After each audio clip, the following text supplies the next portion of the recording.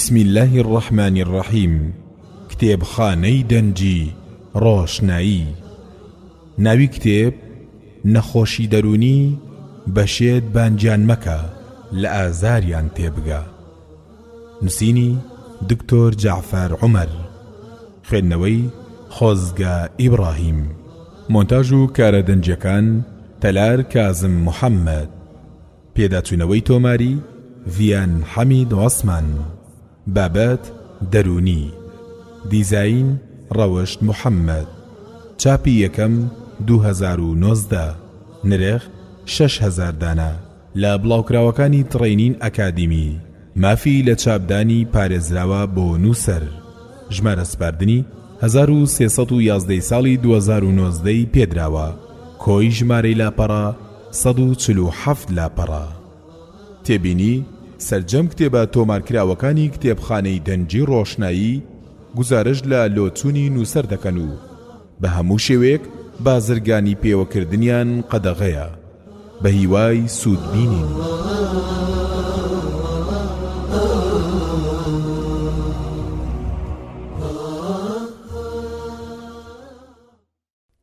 پێشەکی لاپەڕە حەوت.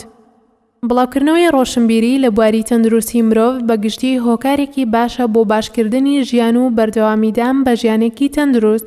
ڕۆشنبیربوونی مرۆڤ لەبارەی تەندروستیەوە هەوڵێکە بۆ خۆپاراستن لە گرفت و کێشە تەندروستیەکان.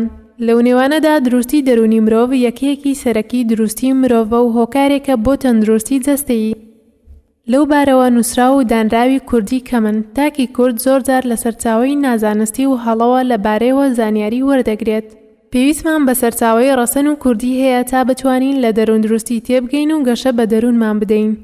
باسکردن لە شتێک کە بەعیبە سەیر دەکرێت و ڕوونکردنەوەی کارێکی قورسە، بەڵام گرنگە و ئەرکی پسپۆڕانن کە لەو بارەیەوە نووسرا و بنیاد بنێن و ئەم بۆشاییە پڕ بکەنەوە. ئەم نووسینە هەوڵێکە بۆ هۆشیاری لە بواری دەروون دروستی و بەتایبەت لە بواری نەخۆشیە دەرونیەکاندا هەوڵ دراوە بە شێوازی زانستی بابەتەکان بخرێنە ڕوو. گرفتی گەورە لە نووسین لەم بوارەدا زمانەوانی و وشەکاریە، بەتایبەت کە هەندێک وشە و زاراوە نەمانتوانی وشەیەکی هاوکوفی دروستی بۆ دانین. هیوادارین هەر هەڵەیەک لەو بارەیەوە کرابێت نووسەر ئاگادار بکرێتەوە هەتا بتوانین لە داهاتوو بە شێوەیەکی دروستتر وشە کوردیەکان بنووسین. بەگشتی کتێبەکە بۆ زۆرێک لە خوێنەرانی کورد سوود بەخشە، بەتایبەت بۆ کەسانێک کە کەسوکاری توشبووان بە نەخۆشی دەرونین، هەتا باشتر لە نەخۆشیەکانیان تێبگەن و هاوکاریان بکەن.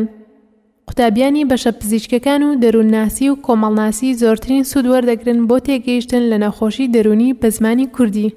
کتێبەکە لە چەند بەشێک پێکهاتووە کە سەرجەمیان دەگەڕێنەوە بۆ تێگەیشتن لە چەمکی نەخۆشی دەرونی. ناوەڕۆک. پێشەکی لاپەڕە حەوت. تەندروستی و دەرووندروستی لاپەڕە 9. نەخۆشی دەرونی چییە؟ لاپەڕە 16. دەرەنجام لاپەڕە 24. نیشانەکانی نەخۆشی دەرونی لاپەڕە 26. لەکە عیبەی توشبوون بە نەخۆشی دەرونی لاپەڕە 58. چارەسەری نەخۆشیە دەرونیەکان لاپەڕە 85. ڕێنمایی بۆ توشبوان بە نەخۆشی دەرونی لاپەڕە 95. کوردستان و نەخۆشی دەرونی لاپەڕە 110. مێژووی زانستی دەروون پزیشکی لاپەڕە 116. گفتوگۆ لەگەڵ پزیشکی دەرونی دکتۆر نزار محەممەد محەممەدەمین لاپەڕە 121. تەندروستی و دەرووندروستی لاپەڕە 9. تەندروستبوون یەکێکە لە پێداویستیە سەرەکیەکانی ئێمەی مرۆڤ و هۆکاری خۆشبەختی و خۆش ژیانمانە. هەمومان ئاواتە خوازین و هەوڵ بۆ تەندروستێکی باش دەدەین و خۆمان لە تێکچوونی تەندروستیمان دەپارێزین. بەڵام ئایا کاتێک کە دەڵێن کەسێک تەندروستە و تەواوە مەبەستمان چییە و بەکێ دەوترێت کەسێکی تەندروست؟ ڕێکخراوی تەندروستی جیهانی WHO بەم شێوەیە تەندروستی ناساندووە. دۆخێکی تەواوەتیە لە باشبوون لە ڕووی جەستەیی و دەرونی و کۆمەڵایەتی، نەک تەنها نەبوونی نەخۆشی. لەم پێناسەیەوە دەتوانین تەندروستی بە 3 خاڵ ڕوون بکەینەوە. یەکەم، باشبوونی تەواوەتی واتە نەبوونی کێشە و ئاریشە. دووەم، ئەو باشبوونە دەبێت لە هەر 3 لایەنی جەستەیی و دەرونی و کۆمەڵایەتی بێت. سێەم، ئەگەر نەخۆش نەبین مانای ئەوە نییە کە تەندروستین. واتە تەندروستی دۆخێکی تەواوە نەک تەنها بەشێک بێت. دەبێت مرۆڤ پێکهاتەکانی بەیەکەوە باش بن و ناڕەحەتی و سکاڵایان نەبێت. نەک تەنها لە ڕووی دەستەییەوە تەواو بێت و ئیتر بە کەسێکی تەندروست بزانرێت. یان مرۆڤێک گرفتی گەورەی دەرونی هەبێت و بە تەندروست بزانرێت.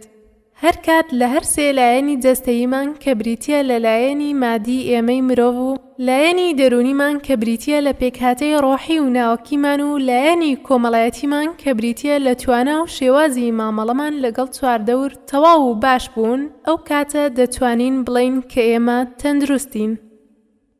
دەروندروستی دەروندروستی بەشێکی گرنگی تەندروستیمان پێک دێنێت و هەمومان پێویستمانە. پێویستە زیاتر لە تەندروستی جەستەییمان گرنگی بە دروستی دەرونیمان بدەین. دروستی دەرونی لەلایەن ڕێکخراوی تەندروستی جیهانیەوە بەم شێوەیە ناسێنراوە.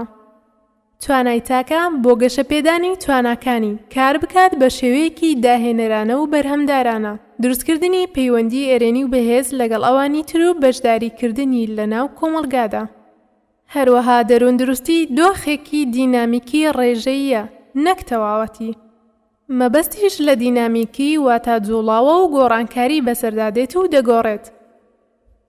مەبەستیش لە ڕێژەی بوون واتە ناکرێت بەردەوام لە سەداسەد بێت و دەگونجێت بە گوێرەی کات و دۆخەکان بگۆڕێت. لێرەوە تێدەگەین کە دەروندروستی دوو بەشە، هەم باشی لایەنی دەرونی، هەم باشی و تەواوی لایەنی کۆمەڵایەتیمان.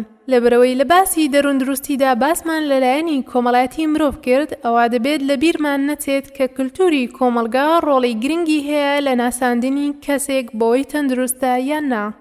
هەندێک کللتور زۆر داخراون و زۆرێک لە ڕەفتار و هەڵسوکەوتەکانی مرۆڤ بە نەخۆشی دەزانن، هەندێکی تریش زۆر کراون. لەبەرەوە هەندێک ڕەفتار لە کۆمەڵگەیەکەوە بۆ کۆمەڵگەیەکی تر گونجاویەکەی دەگۆڕێت. هەروەها شێوازی پەیوەندیەکانمان و خۆگونجاندنیشمان جیاوازە.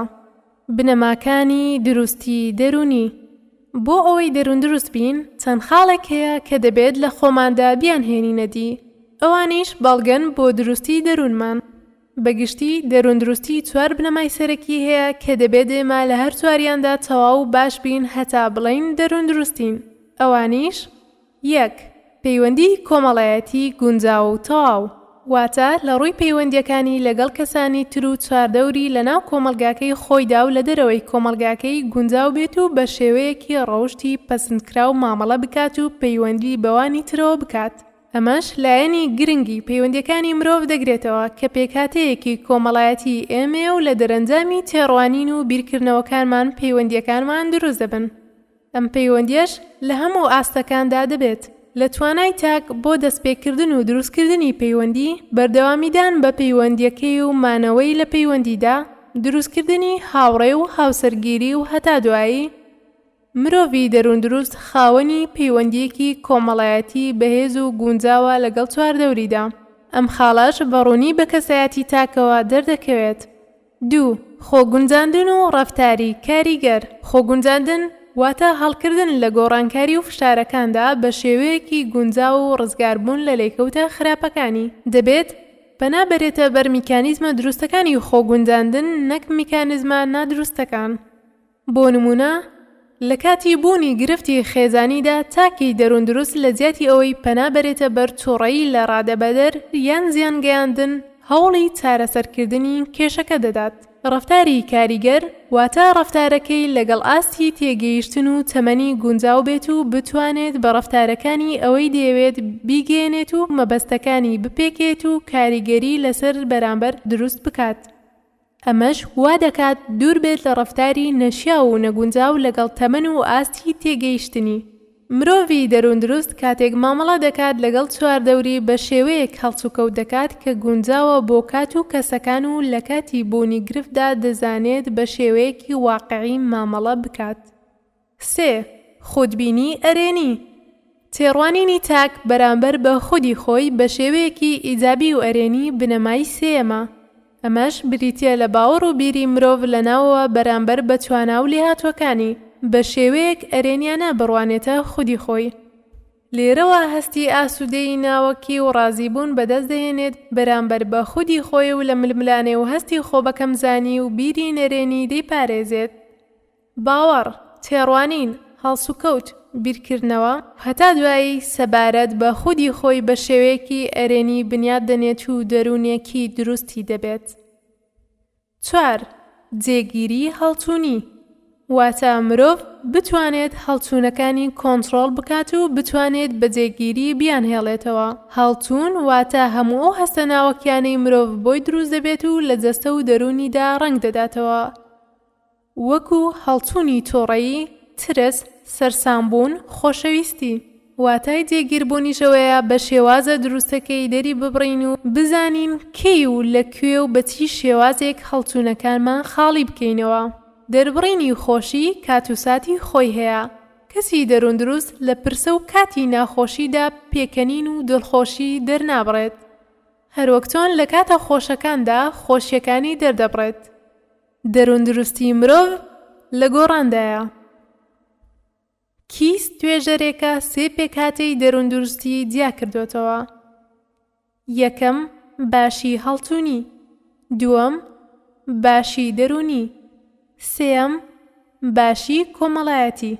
باشی هەڵتوونی ئەمانە دەگرێتەوە: دڵخۆشی، ئارەزووکردن بۆ ژیان لەگەڵ ڕەزامەندبوون. باشی دەرونی زۆربەی بەشەکانی کەسایەتی خود، سەرکەوتن لە ئەنجامدانی بەرپرسیارەتیە ڕۆژانیەکان، بوونی پەیوەندی باش لەگەڵەوانی تر، لەگەڵ ڕەزامەندبوون بە ژیانی خودی دەگرێتەوە. باشی کۆمەڵایەتی ئەمانە دەگرێتەوە: کارکردنی ئەرێنیانە و بەشداری لە ناو کۆمەڵ، هەستکردن بەبوون بە بەشێک لە کۆمەلگا، باوەڕبوون بەوەی کە کۆمەلگە دەتوانێت ببێتە شوێنێکی باش بۆ هەمووان، هەروەها هەستکردن بە پێویستی کۆمەڵایەتی. دەگونجێت مرۆڤ 4 پێکهاتەکەی دەروون دروستی بەرزبوونەوە و دابەزین بە خۆیەوە ببینێت، بە شێوەیە کە دۆخی دەرونی مرۆڤ داینەمیکی و جوڵاوە و لە بارێکدا ناوەستێت. ئەمەش دەرخەری ئەوەیە کە ئێمەی مرۆڤ بەردەوام هەڵچوون و هەستەکانمان دەگۆڕێت و بەو گۆڕانەش نابینە نەخۆش. کەواتە مرۆڤێک ئەگەر ناو بە ناو کێشەیەک لە پەیوەندی بۆ دروست ببێت، یان متمانەی بە خودی خۆی لاواز ببێت، ئەوە پێی ناوترێت نەخۆشە، بەڵکو باری دەرونی گۆڕاوە. Toward a new definition of mental health, World Psychology 215. نەخۆشی دەرونی چییە؟ لاپەڕا 16. هەمومان نەخۆشین، هەمومان پێویستمان بە پزیشکی دەرونی هەیە، هەمومان نەخۆشی دەرونیمان لەگەڵا. کێ هەیە کێشەی دەرونی نەبێت؟ ئەوانە چەند ڕستەیەکن کە زۆرجار و زۆرێک لە هاوڵاتیان دووبارەی دەکەنەوە. ئایا ئەو گفتارانە چەندێک دروستن؟ یاخود ئایا ئێمە هەمومان لە ڕووی دەرونیەوە نەخۆشین؟ بۆ وەڵامی ئەو پرسیارانە پێویستە بزانین نەخۆشی دەرونی چییە. تێگەیشتنی دروستمان پێویستە بۆ نەخۆشی دەرونی. ناکرێت بە بوونی تەنها یەک ڕەفتاری هەڵا یان تایبەتمەندیەکی خراپ ڕاستەوخۆ بە مرۆڤ بوترێتە و نەخۆشە و تەواو نییە. ئێمە دەبێت ئەوە ڕوون بکەینەوە کەچی کاتێک بە کەسێک دەوترێت نەخۆشی دەرونی هەیە یان نیەتی. ئەمەش پێویستی بە بوونی زانیاری ورد هەیە، هەتا بە تەواوی و دروستی لەو بیرۆکەیە تێبگەین. لێرەدا بە دروستی لێکدانەوە بۆ چەمکی نەخۆش و نەخۆشی دەرونی دەکەین. نەخۆشی خودی نەخۆشی لە زانستی پزیشکیدا چەندین زۆر پێناسەی هەیە و بە چەند شێوازێک باسکراوە. ئەمەش چەند نمونەیەک لەم پێناسانە. 1. نەخۆشی بریتیە لە نەبوونی لەشساغی، واتە هەر کاتێک لەشساغیمان لەدەستدا ئەوە نەخۆشین. مەبەستیش لە لەشساغی بریتیە لە بارودۆخی تەواوی باشی جەستەیی، دەرونی و کۆمەڵایەتی تاک. ئەم پێناسە سەرجەم لایەنەکان دەگرێتە خۆی و ساناترین ناساندنا بۆ نەخۆشی. 2. دەتوانین بڵین نەخۆشی ئەو شتەیە کە پزیشکەکان چارەسەری دەکەن، واتە هەر کاتێک هەستمان کرد پێویستمان بە پزیشکە ئەوە ئەو کاتە نەخۆشین و دەبێت پزیشک چارەسەرمان بکات. 3. پێناسەیەکی تری نەخۆشی بریتیە لە بوونی سکاڵا و ناتەواوی و ئازار. هەر کەس نەخۆش بێت دەبێت سکاڵایەکی هەبێت یان ناتەواوی هەبێت. هەر سێ پێناسەکە تەواوکەری یەکترن و ناتوانین لە یەکتریاندا ببڕین. بۆ تێگەیشتن لە نەخۆشی پێویستمان پێیانە. بە شێوەیەکی گشتی دەتوانین بەم شێوەیە بیناسێنین. نەخۆشی بریتیە لە دۆخێکی ناتەواوی تاک کە دەبێتە هۆی تێکدانی فرمانی جەستە. چەندین نیشانەی هەستپێکرا و بینراوی هەیە. نەخۆشی دەرونی. نەخۆشی دەرونی جیاوازی لەگەڵ نەخۆشیە جەستەییەکان هەیە و دەبێت بە شێوەیەکی تر پێناسەی بکەین. لە زانستی دەروونپزیشکیدا دوو سیستەم هەیە بۆ لێکۆڵینەوە لە نەخۆشیە دەرونیەکان. هەر یەکەشیان بە شێوەیەک نەخۆشیە دەرونیەکان دەناسێنن کە لە یەکەوە نزیکن. ئێمە بۆ ڕوونتربوونی بابەتەکە هەردوو پێناسەکە دەنووسین. سیستەمی دابشکاری نێودەوڵەتی بۆ نەخۆشیەکان ICD-10 کە لەلایەن ڕێکخراوی تەندروستی جیهانیەوە دانراوە بەم شێوەیە پێناسەی نەخۆشی دەرونی دەکات. چەند نیشانە یاخود ڕەفتارێکی ناسراوە کە لە زۆربەی کاتدا هاوپەیوەندە لەگەڵ ناڕەحەتی و لەگەڵ تێکچوونی کاری کەسی. لادان و گرفتی کۆمەڵایەتی بەتەنها بەبێ لە کارکەوتنی کەسی بە نەخۆشی دەرونیدا نانرێت. هەروەها سیستەمی دەستنیشانکردن و ئامادەکردنی نەخۆشیە دەرونیەکان DSM-5 کە یەکێتی دەروونپزیشکانی ئەمریکی دایانناوە. بەم شێوەیە باسی نەخۆشی دەرونی کردووە. کۆنیشانەیەکە کە ناسراوە بە تێکچوونێکی گرنگی تاک لە لایەنەکانی بیرکردنەوە و یادگە و زیرەکی، ڕێکخستنی هەڵتون و سۆز، یان ڕەفتار کە دەبێتە هۆی لە کارکەوتنی پرۆسەکانی دەرونی، بایۆلۆجی، یان گەشەکردنی تاک کە هۆکارن بۆ کارکردنی دەرون. هەروەها دەڵێت نەخۆشیە دەرونیەکان هاوپەیوەندن لەگەڵ ناڕەحەتی و لە کارکەوتنی کۆمەڵایەتی، پیشەیی، یان هەر چاڵاکێکی گرنگی تر. هەر لە پێناسەکەدا هاتووە کە هەر وەڵامدانەوەیەکی چاوەڕوانکراو یاخود پەیوەست بە کلتوری کۆمەڵگەکەوە بۆ فشارە باوەکان یاخود لە دەستدان وەکو مردنی کەسێکی خۆشەویست ئەوە بە نەخۆشی دەرونی دانانرێت. هەریەکە لەو پێناسانەش پێویستیان بە ڕوونکردنەوە هەیە. هەتا تێیان بگەین و بە دروستی بزانین نەخۆشی دەرونی چییە. دەتوانین بەم شێوەیەش پێناسەی بکەین. بوونی کۆمەڵێک نیشانەیە بەهۆی تێکچوون لە بەشەکانی دەرونی مرۆڤ کە دەبێتە هۆی ناڕەحەتکردنی تاک یان لە کارخستنی. لە لاپەڕەکانی دواتر باسی سەرجەم تایبەتمەندیەکانی نەخۆشی دەرونی دەکەین. بە شێوەیەکی گشتی نەخۆشی دەرونی ئەم تایبەتمەندیانەی هەیە. یەکەم، بوونی کۆمەڵێک نیشانە. دووەم، تێکچوونی بەشەکانی دەرونی مرۆڤ. سێەم، ناڕەحەتی یان لە کارکەوتن. چوارەم، لایەنی کۆمەڵایەتی و کلتوری. پێنجەم، ماوەی دیاریکراو. یەکەم، بوونی کۆمەڵێک نیشانە. لە نەخۆشیە دەرونیەکاندا پێویستە زیاتر لە یەک نیشانە هەبێت هەتا بڵین تووشی ئەو نەخۆشیە بووە، واتە بەدەگمەن بە تەنها نیشانەیەک نەخۆشیەک دەستنیشان دەکەین. بۆ نمونە، نەخۆشی خەمۆکی پێویستی بە 5 نیشانە هەیە. نەخۆشی قەلەقی جگە لە قەلەقبوونی تاک پێویستی بە بوونی 3 نیشانەی سەرەکی هەیە. نەخۆشی شیزۆفرینیا لە 5 نیشانەی سەرەکی پێویستی بە 2 نیشانە هەیە. ئەو نیشانانەش دەگونجێت جەستەیی یان دەرونی یان ڕەفتاری بن. نیشانە جەستەییەکان وەکو تێکچوونی خەو و خواردن، لاوازەی سێکسی و ئازاری لەش و سەرئێشە، بێهێزی، دڵە کوتا، تەنگە نەفەسی، سەرگێژبوون، بورانەوە و گەشکە. نیشانە دەرونیەکان وەکو دڵتەنگی، بیری ئاڵۆز، وەهم، تێکچوونی درککردن، قەلەقی، ڕاڕایی، تێکچوون لە بیرکردنەوە، نەمانی هەستکردن بە خود و واقیع، تۆقین. نیشانە ڕەفتاریەکان وەکو ماخۆلان و جوڵەی زۆر یان پێچەوانەکەی کەماتبوون و کەمجوڵەییە. ڕەفتاری دووبارە، ڕەفتاری نەشیا و توندی تیژی. ژمارە و جۆر و شێوازی دەرکەوتنی ئەو نیشانانە بە گوێرەی جۆری نەخۆشیەکان دەگۆڕێت و لە نەخۆشێکەوە بۆ یەکێکی تر جیاوازە. خاڵێکی تر کە گرنگە سەبارەت بە نیشانەکانی نەخۆشی دەرونی بیزانین بریتیە لە خودبینی نەخۆشی، واتە تێڕوانینی نەخۆش بەرامبەر بە نیشانەکانی و نەخۆشیەکەی کە ئایا بڕوای وایە نەخۆشە یان نا. خودبینی نەخۆشی. هەندێک نەخۆشی دەرونی وا لە نەخۆشەکە دەکات کە نەتوانێت هەست بکات کە نەخۆشە و لە کاتێکدا کە پرسیاری لێ دەکرێت خۆی بە نەخۆش دانانێت. لە کاتێکدا کێشەی زۆری بۆ کۆمەڵگە و کەسوکاری دروست کردووە، واتە دان نانێت بۆدا کە تووشی نەخۆشی دەرونی بووە، بەڵکو نکۆڵی دەکات، لە ڕاستیدا نەخۆشیەکەی توندەوە گەر چارەسەر نەکرێت کێشەی گەورە دروست دەکات. بۆ نمونە زۆربەی توشبووان بە شیزۆفرینیا خودبینیان بۆ نەخۆشیەکەیان نییە و خۆیان بە نەخۆش نازانن. ئەم نیشانە زیان بەخشە و هۆکارە بۆ دوورکەوتنەوە لە چارەسەر و پاشان دروستبوونی کێشە.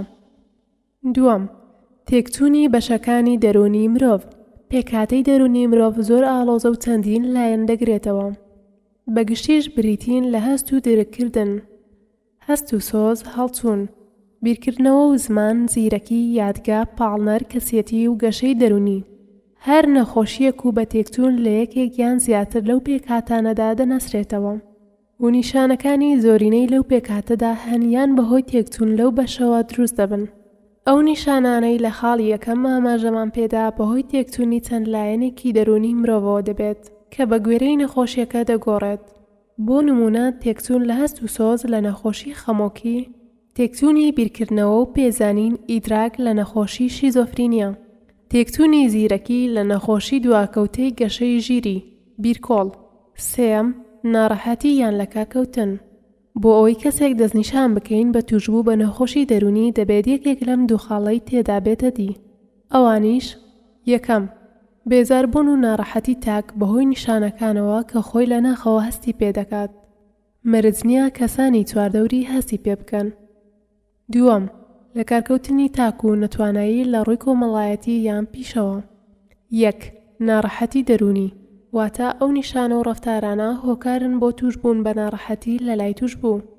ئەمەش یەکەیەکی هاوبەشی سەردەم نەخۆشیەکانە کە تووشی مرۆڤ دەبێت، دەرونی بێت یان جەستەیی. بەڵام جیاوازیەکەی ئەوەیە کە ئەو ناڕەحەتیە لە نەخۆشیە دەرونیەکاندا یان ئەوەتە تەنها ناڕەحەتی دەرونی دەبێت یان تەنها جەستەیی یان هەردووکیان بەیەکەوە دەبن. ناڕەحەتیش واتە بوونی سکاڵە. جاری وا هەیە ئەو سکاڵایە لە لای نەخۆشەکە وەکو قەلەقی و تۆقین، واتە نەخۆش تەنها خۆی هەستی پێدەکات. جاری واش هەیە لە لای کەسانی دەوروبەرە، واتە دەوروبەر ناڕەحەت دەبن بەدەستیەوە وەکو نەخۆشی مانیا، شادبوون و نەخۆشی شیزۆفرینیا. دوو، لە کارکەوتن. زۆر بەمان جارجارە تووشی کێشە لە دروستی دەرونیمان دەبین، بەڵام ئەوە نابێتە هۆی ئەوەی کە بڵین تووشی نەخۆشی دەرونی بووین، چونکە کێشەی دەرونی کاتێک دەبێتە هۆی نەخۆشی دەرونی کە نیشانەکانی ببنە هۆی بێزاربوونیان لە کارکەوتنی تاکەکە. لە کارکەوتنیش چەندین لایەن دەگرێتەوە، بەتایبەت لە لایەنی کۆمەڵایەتی و پیشەوە، واتە توانە یاخود حەزی تاک بۆ ناو کۆمەڵ تێک دەچێت و لە زۆربەی حاڵەتەکاندا دوورە پەرێزی هەڵدەبژێرێت و کەسیەتی کۆمەڵایەتی نابێت. هەروەها بۆ پیشەکەشی بە هەمان شێوە توانە یاخود حەزی کارکردنی نامێنێت. جا ئەو پیشەیە هەرچی بێت، بۆ نمونە قوتابی ناتوانێت بچێتەوە خوێندنگای یاخود ناتوانێت سەرکەوتوو بێت، یان کەسێک کە کرێکاری دەکات توانای کارکردنی نامێنێت. چوارەم، لایەنی کۆمەڵایەتی و کلتوری. لایەنی کۆمەڵایەتی لە چەندین ڕێگەوە پەیوەندی کاریگەری هەیە بە نەخۆشیە دەرونیەکان. هەندێک جار وەکو هۆکاری نەخۆشیە دەرونیەکان دەردەکەوێت، هەندێک جاریش لێکەوتە و نیشانەی نەخۆشیەکەیە. بەڵام ڕافتارە لادەرە کۆمەڵایەتیەکان وەکو سیاسی، دینی یان سێکسی و ئەو گرفتانەی کە ڕاستەوخۆ لە نێوان تاک و کۆمەڵگەدایە نابێتە نەخۆشی دەرونی، هەتا ئەو لادان و گرفتانە نەبێتە هۆی لە کارکەوتن. هەروەها هەندێک نیشانە لە ناو هەندێک کلتور و کۆمەڵگەدا بە ناسروشتی دادەنرێت، بەڵام لە لای هەندێکی تر سروشتین. لەبەر ئەوە کلتور و ڕۆشنبیری کۆمەڵگە کاریگەری هەیە لەسەر دەستنیشانکردنی نەخۆشی. بۆ دەستنیشانکردنی کەسێک بە توشبوو بە نەخۆشی دەرونی دەبێت نیشانەکانی دژ و پێچەوانە بن بە کلتور و تێگەیشتنە کۆمەڵایەتیەکان. ئەمەش بە شێوەیەک دەبێت کە بە تەواوی پێچەوانە بێت و لە تێگەیشتنی کۆمەڵگە بۆ ڕەفتارەکە لابدات. هەندێک نەخۆشی هەن کە تایبەتن بە گەل و نەتەوەیەکی دیاریکراوەوە و لە لای گەلانی تر نییە، یان بە شێوازی جیاواز دەردەکەون. بەو نەخۆشیانە دەوترێت کۆنیشانەکانی پەیوەست بە کلتورەوە، culture bound syndrome. هەروەها کلتور کار دەکاتە سەر شێوازی دەربڕین و دەرکەوتنی نیشانەکان. بۆ نمونە خەمۆکی لە وڵاتانی ڕۆژهەڵات زیاتر بە سکاڵای جەستەیی وەکو ئازار و شەکەتی دێنە لای پزیشک، واتە کەمتر باسی دڵتوندیان دەکەن. پێنجەم، ماوەی دیاری کراو یەکێکی تر لە جیاوازیەکانی نەخۆشیە دەرونیەکان ئەوەیە کە نیشانە دەرونیەکان کە بۆ نەخۆشیەکی دیاریکراو هەن پێویستە لە ماوەیەک تێپەڕێت کە بە گوێرەی زانستی دەروونپزیشکی دیاریکراوە هەتا بە نەخۆشی هەژمار بکرێت. واتە ماوەی دروستبوونی نیشانەکان بە گوێرەی نەخۆشیەکان دەگۆڕێت. بۆ نمونە بوونی نیشانەکانی نەخۆشی خەمۆکی پێویستە بۆ ماوەی 2 هەفتە بێت، یان بۆ نەخۆشی قەلەقی پێویستە نیشانەکان بۆ ماوەی 6 مانگ هەبن. دەرئەنجام لاپەڕە 24 کەواتە نەخۆشی دەرونی جیاوازە لە هەر نەخۆشیێکی تر. ئێمە لێرەدا بۆ ڕوونکردنەوە ئەو 5 تایبەتمەندیەمان جیا کردوتەوە بۆ تێگەیشتنی دروست لە نەخۆشی دەرونی. لەبەر ئەوە بوونی نیشانەی نەخۆشی بە تەنها یان کێشەیەکی تایبەت یاخود بوونی سکاڵا مرۆڤ ناکاتە نەخۆش، بەڵکو هەندێک نیشانەی دەرونی بریتین لە شێوازێکی سروشتی وەکو وەڵام دەرەوە بۆ فشارە دەرونیەکان. بۆ نمونە پاشمردنی کەسێکی خۆشەویست مرۆڤ تووشی دڵتەنگی و بێزاری دەبێت یاخود خەوی تێک دەچێت و هەست بە بێزاری دەکات. ئەمەش کاردانەوەیەکی سروشتیە، بەڵکو دەبێت هەر 5 خاڵەکەی باس کراوە بە یەکەوە یەک بگرن ئەو کاتە دەوترێت کەسەکە تووشی نەخۆشی دەرونی بووە. چۆن نەخۆشی دەرونی دەستنیشان دەکرێت؟ لاپەڕە 24 نەخۆشی دەرونی بە تەواوی جیاوازە لەگەڵ سەرجەم نەخۆشیەکانی مرۆڤدا. نەخۆشەکان بۆ وەرگرتنی زانیاری، هیستری تیکینگ، پشکنینی کلینیکی، فیزیکال ئەگزامینیشن، پشکنینی تاقیگەیی، ئینڤستیگەیشنز و هەڵسەنگاندنی دەرونی، مێنتەڵ ستەیت ئەگزامینیشن تاکەوە دەستنیشان دەکرێن. بۆ ئەوەی بڵین کەسێک تووشی نەخۆشی دەرونی بۆ دەبێت سەرجەم لایەنەکانی تاک لە ڕووی نیشانەکان و سات و کاتی دەستپێکەوە بزانرێت. هەروەها ڕابردووی تاک لە ڕوویبوونی نەخۆشی و گرفتی دەرونی و جەستەییەوە دیاری دەکرێت. پاشان مێژووی خێزانی تاک لە ڕووی ژمارەی ئەندامانی خانەوادە و دۆری نەخۆشیە باوەکانی ناو خێزان دواتر پرسیار سەبارەت بە تەواوی ژیانی کەسەکە لەو کاتەی لە ناو منداڵدانی دایکێتی هەتا گەیشتۆتەوە و ڕۆژەی هەڵسەنگاندنی بۆ دەکرێت لە ڕووەکانی گەشەکردن، پیشە، بەکارهێنانی مادەی هۆشبەر، کێشەی یاسایی و تا دوایی دەکرێت. ڕووکەش و دەرکەوتەکانی تاک لە کاتی وەرگرتنی زانیاریەکاندا کاریگەری گەورەی هەیە لەسەر دیاریکردنی جۆری نەخۆشیەکە. هەر لە ڕووکەش و شێوازی پۆشین و جوڵەکانی هەتا دەگاتە قسەکردن و بیرکردنەوەکانی تێبینی دەکرێن و هەر ناتەواویەک هەبێت تۆمار دەکرێت. لەگەڵ هەڵسەنگاندنی ڕووکەش و دەرکەوتەکاندا پشکنینی تایبەتی بۆ نەخۆش لەسەر بنەمای نیشانەکانی دەکرێت. جا ئەو پشکنینانە کلینیکی بنیان تاقیگەیی. پاش ئەو ڕێوشوێنانە کە ماوەیەکی پێدەچێت و بە گوێرەی نەخۆش دەگۆڕێت، جۆری نەخۆشیەکە دیاری دەکرێت. واتە زۆربەی دەستنیشانکردنی لەسەر بنەمای گفتوگۆ و چاوپێکەوتنی کلینیکی دەبێت. نیشانەکانی نەخۆشی دەرونی لاپەڕە 26 نەخۆشیە دەرونیەکان چەندین نیشانەیان هەیە کە لە یەکتری جیاوازن و پێویستە لەیان تێبگەین و بیان ناسینەوە، بزانین چی شتێک ناسروشتیە و لە چی جۆرە نەخۆشیەکدا ڕوودەدات. لێرەدا بەگشتی باسی زۆرێک لەو نیشانانە دەکەین کە لە نەخۆشیە دەرونیەکاندا هەن. بوونی تەنها نیشانەیەک نابێتە هۆی ئەوەی بڵین کەسەکە تووشی نەخۆشی بووە، بەڵکو دەبێت بنەماکانی نەخۆشی دەرونی کە لە باسی پێش و ئاماژەمان پێدا بێتە دی. ئەو کات دەوترێت کەسەکە تووشی نەخۆشی بووە، چونکە زۆرێک لەم نیشانانە لە لای کەسی تەندروستیش لە کات و ساتی جیاوازدا ڕوودەدات، هەروەها هەندێک جار لە نەخۆشی جەستەیی و دەماریەکانیشدا ڕوودەدات. دڵەڕاوکێ، قەلەقی باوترین نیشانەی دەرونیە بریتیە لە دوودڵی، نادڵنیایی، ناڕوونی و دڵەڕاوکەی تاک بەبێ بوونی هۆکارێکی دیاریکراو کە دەبێتە هۆی چەندین نیشانەی جەستەیی وەکو کرێژبوونی ماسوولکەکان، کەمبوونەوەی تەرکیز، ئارەقەکردنەوە و دڵەکوتە و هەتا دوایی. هەموو مرۆڤێکی ئاسایی هەست بەم نیشانانە دەکات لە چەندین جۆر و نەخۆشی دەرونیشدا هەیە. دڵتوندی نیشانەیەکی باوی دەرونیە و تاک هەست بە دڵتەنگی و خەمێکی زۆر دەکات لە ناخیدا، بە شێوەیەک لە ناخیەوە هەستی دڵخۆشی لەدەست دەدات. دەگونجێت تەنها تاک هەستی پێ بکات و لە ناخی تاکدا بێت، یاخود کەسانی چواردەوری هەست بەو دڵتوندیەی بکەن و پێی بڵێن بۆچی هێندە خەمباری. هەموو مرۆڤێکی ئاسایی تووشی ئەم دڵتوندیە دەبێت و زۆریش ئاساییە، چونکە جۆرێکە لە کاردانەوەی ئێمە بۆ فشارەکان. بەڵام لە لای مرۆڤی ئاسایی دڵتوندیەکە بۆ ماوەیەکی کەمە و کاتیە. هەروەها ئەم نیشانەیە لە چەندین جۆر نەخۆشی دەرونیدا هەیە، بە تایبەتی لە نەخۆشی خەمۆکیدا نیشانەی سەرەکی نەخۆشیەکەیە. نەمانی هەستکردن بە کەسایەتی. تاک کاتێک تووشی ئەم حاڵەتە دەبێت هەست بە بوونی خۆی ناکات و هەست ناکات کە بوونی هەیە.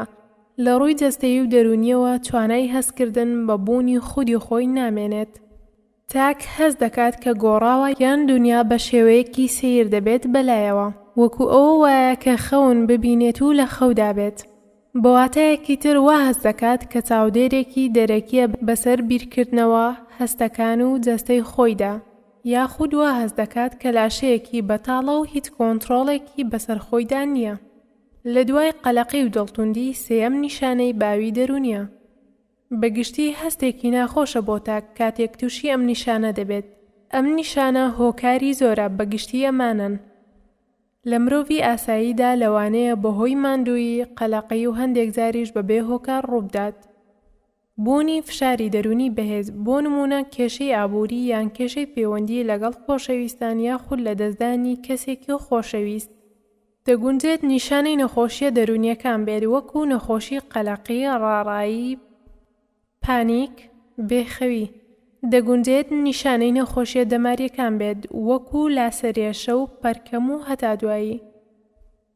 لەوانەشە بۆ خۆی نەخۆشی بێت، بەڵام پێویستە نیشانەی تری هەبێت، بە تایبەت نەمانی هەستکردن بە واقیع یان ژیان. لەم بارەدا دەبێتە نەخۆشیەکی دەرونی تایبەت و پێویستی بە چارەسەر دەبێت. نەمانی هەستکردن بە واقیع. لەم نیشانەیەدا تاک دنیا وەکو خەیاڵێک دەبینێت و هەست بە بوونی ژیان ناکات، وەکو ئەوەی لە دەرەوەی واقیع بێت و خۆی بەشێک نەبێت لەو واقیعی کە هەیە، واتە هەست بە شتەکانی چواردەوری ناکات. لێرەدا تاک خودی خۆی هەست پێ دەکات و دەزانێت هەیە، بەڵام واقعی چواردەوری هەست پێ ناکات. هۆکارەکانی هەمان هۆکاری توشبوونە بە نەمانی هەستکردن بە کەسایەتی. زۆر جاریش ئەم دوو نیشانەیە بەیەکەوە ڕوودەدەن. زۆربەی مرۆڤەکان لە ساتێک لە ساتەکانی ژیاندا هەستیان بەم نیشانەیە کردووە. ڕاڕایی، واسواسی، بریتیە لە بیرکردنەوە، هەڵپا یان وێنەی مێشکی دووبارە و بەردەوام. بەبێ ویستی کەسەکە خۆی دێتە مێشکیە و تاک دەزانێت کە بیرکردنەوەکە هی خۆیەتی و هەوڵ دەدات ڕێگری لێ بکات. بەڵام کاتێک ڕێگری لێ دەکات تووشی قەلەقی و بێزاری دەبێت. هەندێک جاریش تاک پەنا دەباتە بەرەوەی کە بەگوێی بیرکردنەوەکانی بکات، هەتاوەکو لەو قەلەقی و بێزاریە ڕزگاری ببێت. بەمەش دەوترێت ڕەفتاری ناچارکردن. بە شێوەیەکی گشتی دەتوانین بڵین ئەم تایبەتمەندیانەی هەیە. بیری دووبارە بووە کە دێتە مێشکی مرۆڤەوە. بیرکردنەوەکە بەبێ ویستی تاک دێتە مێشکەوە. تاک حەزی لەو بیرکردنەوانە نییە و هەوڵ دەدات ڕێگریان لێ بکات. ئەگەر ڕێگریشی لێ نەکاتەوە دەبێت کردەوەیەکی جەستەیی یان کردەیەکی مێشکی ئەنجام بدات. نمونە ئەوانەی ڕاڕان دەربارەی پاک و خاوێنی. بیرکردنەوەکەیان ئەوەیە کە شتەکە پاک نەبووتەوە و چەند جارە دێتە مێشکیانەوە کە ئەو شتە پیسە. خۆی ئەو بیرکردنەوەیە دروست ناکات، بەڵکو دێتە مێشکیەوە. حەز ناکات ئەوەندە بێتە مێشکیەوە و شت بشواتەوە. هەر کات شتەکان نەشواتەوە زۆر قەلەق و بێزار دەبێت. بەردەوام شتەکان دەشواتەوە و دوو دڵە. لەوانەیە سەعاتێک خەریکی شتنی دەستەکانی بێت یان زیاد لە 10 جار بیان شواتەوە. فۆبیا، بریتیە لە بوونی ترسێکی لە ڕادەبەدەر لە شتێک، شوێنێک یان چاڵاکیەک. ئەم ترسە زۆرە و ناواقیعیە و دەبێتە هۆی دوورکەوتنەوە لە شت و شوێنەکە. کەسەکە خۆشی دەزانێت کە ئەو ترسە زۆرە و لە ڕادەبەدەرە و ناواقیعیە. نابێت وابێت، بەڵام ناتوانێت خۆی کۆنتڕۆڵ بکات. بۆ نمونە ترسی هەیە لە بەرزایی. ئەو ترسەش هێندە زۆرە کە ناتوانێت بچێتە شوێنی بەرز یان ئەگەر بچێت شپرزە دەبێت و ناڕەحەتی دەکات. یاخود هەندێک کەس لە شوێنی داخراو دەترسن یان ترسی لە ئاژەڵان هەیە. هەر کاتێک ئەو ترسە لە ڕادەی خۆی دەرچوو و بووە هۆی دوورکەوتنەوە لێی، ئەوە دەبێتە فۆبیا. چەندین جۆری فۆبیا هەیە و نەخۆشیەکی بەربڵاوە. نمونەیەک لە فۆبیا: ئەحمەد کەرکووکی 12 ساڵە و لە پاش ڕووداوی بوومەلەرزەکانی ساڵی 2017 تووشی ترسێکی لە ڕادەبەدەر بووە کە ناتوانێت بەتەنیا لە ژوورەکەی خۆی بخەوێت لە کاتێکدا کە پێش بوومەلەرزەکان بەتەنیا لە ژوورەکەی خۆی دەخەوت. هەروەها بۆ چوونە سەر ئاو و خۆشۆردنیش دەبێت یەکێک لە دایباب لەگەڵی بن و لە پشتی دەرگاوە بوەستن، ئەگەرنا خۆی ناوێرێت بە تەنها بچێت. هەروەها ئەحمەد وتی دەزانم کە ترسەکەم زۆرە، بەڵام بەدەست خۆم نییە و ناتوانم بەسەر خۆمدا زاڵ بم.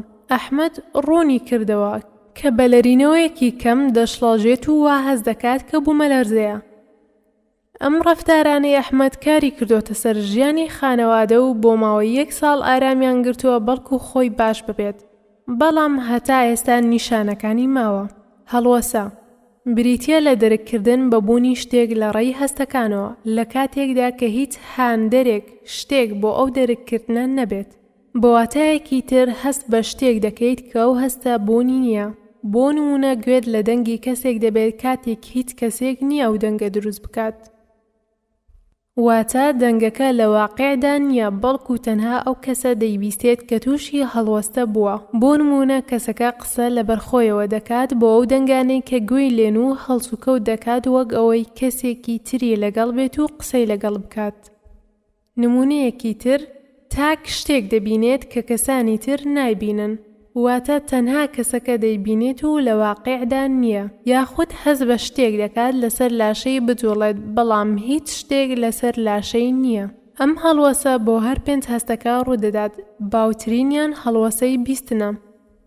ئەم نیشانەیە لە چەند جۆرێک نەخۆشی دەرونیدا دەردەکەوێت، وەکو شیزۆفرینیا و بەکارهێنەرانی مادەی هۆشبەر و مەی، کاتێک کە مادەکە یان مەی بەکار ناهێنن بۆ ماوەیەکی زۆر.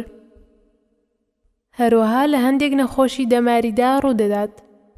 هەندێک جار دەگونجێت سروشتی بێت، بۆ نمونە کاتێک چاوت دەچێتە خەو و گوێت لەوەیە کەسێک بانگت دەکات و لە ڕاستیدا هیچ کەسێک بانگی نەکردویت، بەڵام تۆ گوێت لە ناوی خۆت بووە.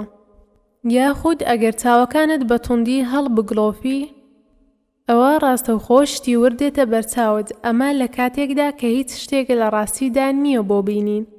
لە مرۆڤی ئاساییدا گەر ڕووبدات دەگمەنە و جارجارە و کاتیە و هەروەها زۆربەی کات لە کاتێکدا کە مرۆڤ چاوی دەچێتە خەویان لە خەو خەبەری دەبێتەوە ئەم هەڵوەسەیەی بۆ دروست دەبێت و ئەوەش لەو کاتانەدا ئاساییە.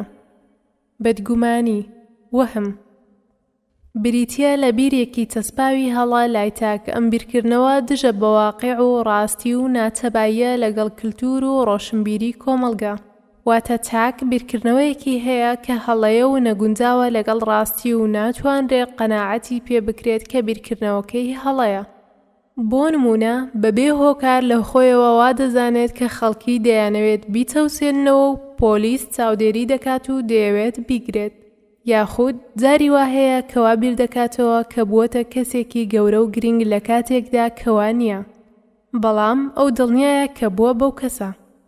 بەدگومانی چەندین جۆر و شێوازی هەیە، باوترین بەدگومانی تەوساندنەوەیە. لە چەند جۆرێک نەخۆشی دەرونیدا ئەم نیشانەیە هەیە، وەکو نەخۆشی شیزۆفرینیا و نەخۆشی وەهم. بەکارهێنەرانی مادەی هۆشبەر و مەی و نەخۆشی خەڵەفان هەندێک جار زۆر مەترسیدارە بۆ سەر ژیانی تاکەکان، بەتایبەت بەدگومانی دڵپیسی کە تاک بڕوای وایە هاوسەرەکەی خیانەتی لێ دەکات، ئەمەش لە کاتێکدایە کە هیچ بەڵگەیەکی نییە، لەوانەیە ببێتە هۆی کوشتنی هاوسەرەکەی. ئەم جۆرە ڕووداوانش بڵاون و ڕوودەدەن. تاک بە شێوەیەک دەردەکەوێت کە بیرکردنەوەکانی تێکەڵ و پێکەڵن و زۆرجار ناتوانرێت بە سانایی لە توشبوو تێبگەیت. ئەمەش چەندین جۆری هەیە. بۆ نمونە نەخۆش کاتێک قسە دەکات هیچ کام لە بیرکردنەوەکانی پەیوەندی نییە بەوانی ترەوە، واتە ناتوانرێت بزانرێت کە نەخۆش مەبەستی چییە. ئەمەش نیشانەیەکی نەخۆشی شیزۆفرینیایە. گۆڕینی بیرکردنەوەکان بە خێرایی، واتە لە بیرکردنەوە بابەتێکەوە دەچێتە سەر بابەتێکی تر بێ ئەوەی بابەتی پێشتری تەواو کرد بێت. ئەمەش نیشانەی نەخۆشی مانیا شادبوونە. یان کاتێک پرسیار لە کەسێک دەکەیت، لە کاتی وەڵامدانەوەدا پێچ و پەنای زۆری تێدەکات، بەڵام لە کۆتاییدا دەتگەێنێتە ئەنجام، وەڵامەکەت دەداتەوە. ئەم حاڵەتەش لای کەسانی قەلاق زۆرە. ڕەفتاری نامۆ و سەیر. هەندێک جار نەخۆشی توشبوو بە نەخۆشی دەرونی هەندێک ڕەفتاری سەیر و نامۆ ئەنجام دەدەن. مەبەست لە نامۆ هەر ڕەفتارێکە کە لەگەڵ کلتور و دابوونەریت و ڕێسا کۆمەڵایەتەکانی کۆمەڵگە نامۆ بێت و لە دەرەوەی چاوەڕوانیەکانی کۆمەڵگە بێت بۆ ئەو تاکە. بەواتایەکی تر نائاسایی بێت بۆ کەسێک لەو کۆمەڵگایە ئەنجامی بدات. زیاتر لە ناو نەخۆشانی توشبوو بە شیزۆفرینیا، دووجەمسەری و کەمتوانایی ژیری و کەسێتی سکیزۆتیپەڵ ئەم حاڵەتە دەبینرێت. تووڕەیی زۆر و زوو تووڕەبوون. ئێمەی مرۆڤ یەکێک لە هەڵچوونە سەرەکیەکانمان بریتیە لە تووڕەبوون. هیچ مرۆڤێک نییە تووڕە نەبوو بێت یان تووڕە نەبێت. تووڕەیی بریتیە لە هەڵچوونی لە ناکاوی مرۆڤ بۆ وەڵامدانەوەی بۆ شتێک کە بەدڵی نییە یاخود دەیەوێت خۆی لە مەترسی بپارێزێت. هەندێک جار لێکەوتەی مەترسیداری لێ دەکەوێتەوە.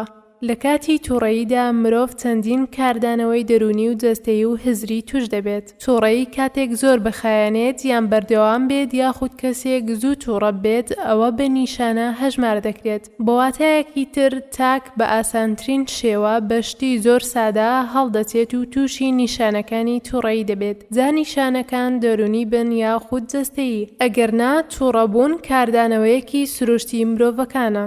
یەکێک لە نیشانە باوەکانی نەخۆشی خەمۆکی لە نێوجواناندا ئەوەیە کە نەخۆش بەردەوام هەست دەکات کە زوو تووڕە دەبێت و بەشتی زۆر سادە و ساکار هەڵدەچێت. ئەو نەخۆشانەی کە ئەم نیشانەیە دروست دەکەن وەکو شیزۆفرینیا، نەخۆشیەکانی پاش فشار و زەبر، نەخۆشی بێزاری پێشسوڕی مانگانە و هەتا دوایی. وەک ئاماژەمان پێدا مرۆڤی تەندروستیش هەندێک جار تووشی تووڕەیی دەبێت، بەڵام بە شتێک کە ناڕەوا بێت.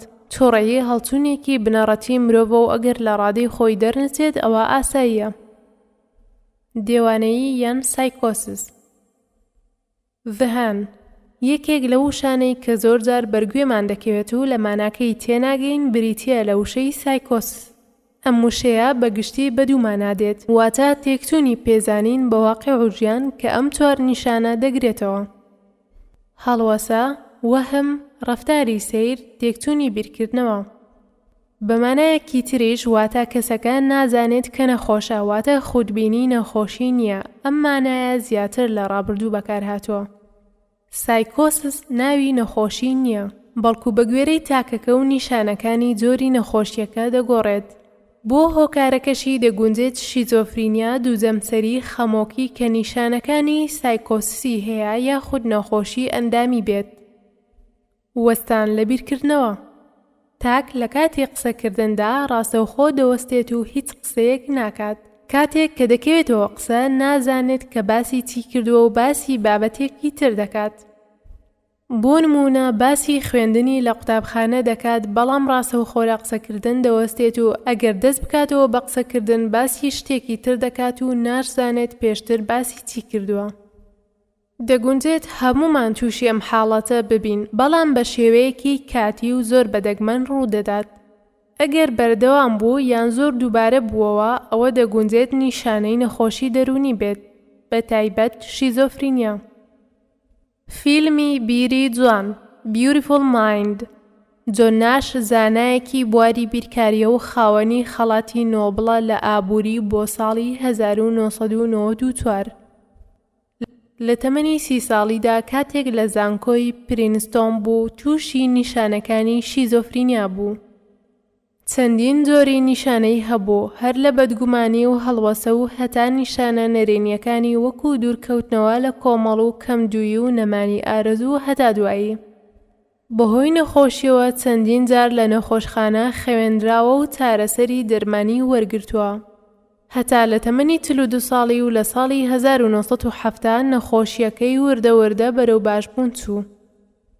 فیلمێکی تایبەتی لەسەر دەرکردووە بە ناوی Beautiful Mind کە بەشێک لە ژیانی تۆمار کردووە و باسێکی جوانە سەبارەت بۆ کەسانەی کە بەدەست نەخۆشی شیزۆفرینیاوە دەناڵێنن. ئەم فیلمە لە ساڵی 2001دا دەرکراوە، لە کاتێکدا کە جۆن ناش لە ژیاندا ماوە.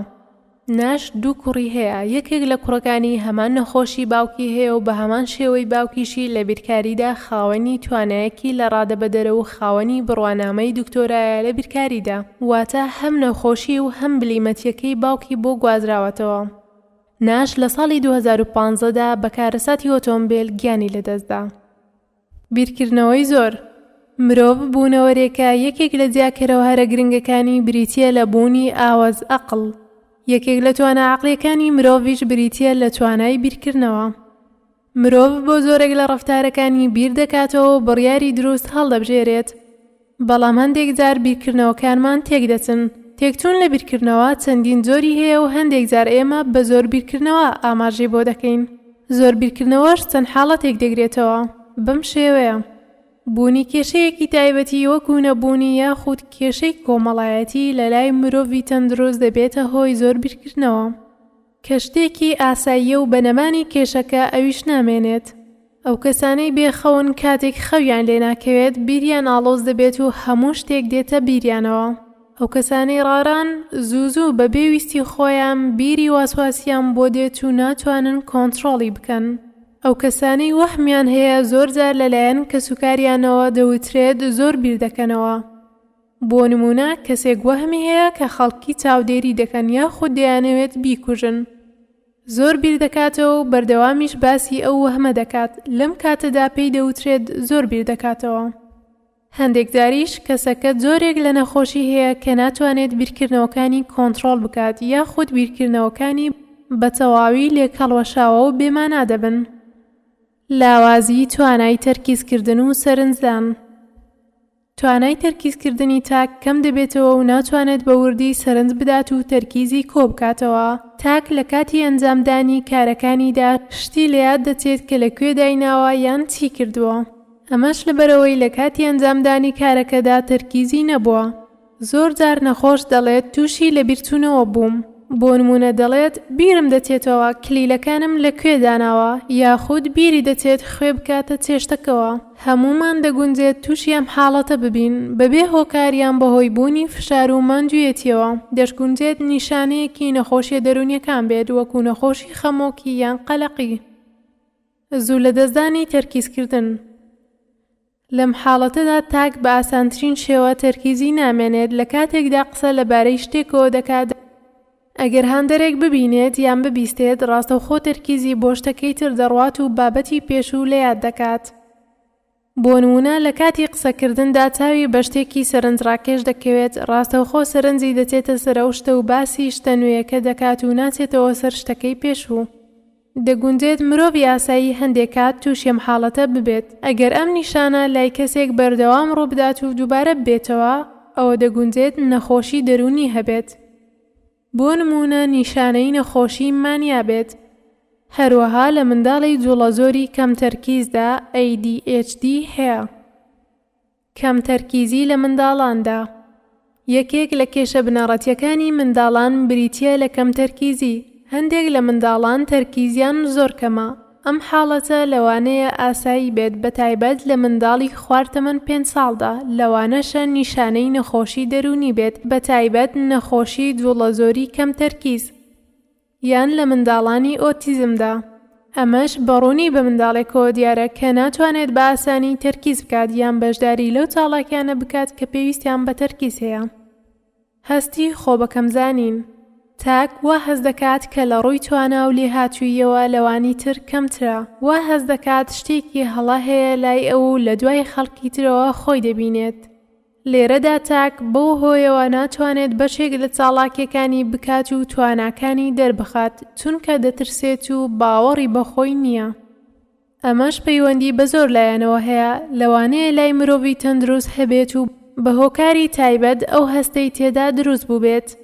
ئەمەش بەهۆی شێوازی پەروەردەی تاک کە بەردەوام بە بچووک سیر کراوە یان بەهۆی جۆری کەسێتیمانەوە بێت کەوامان لێ دەکات ئەو هەستەمان هەبێت. هەندێک نەخۆشی دەرونیش هەیە دەبنە هۆی دروستبوونی ئەم هەستە بە شێوەیە کە کاردانەوەی لەسەر تەواوی ژیانی تاک دەبێت. ئەو نەخۆشیانەش کە ئەم نیشانە دروست دەکەن وەکو نەخۆشی ترسی کۆمەڵایەتی و کەسێتی خۆپەرست. لە نەخۆشی خەمۆکیدا هەستەکە لە خۆبەکەمزانیەوە دەگۆڕێت بۆ بەبێ نرخ سیرکردنی خود. واتە خۆی بە کەم نرخ دەبینێت. بۆ نمونە بە خۆی دەڵێت نازانم سوودم چیە لەم ژیانەدا، من زیادەم.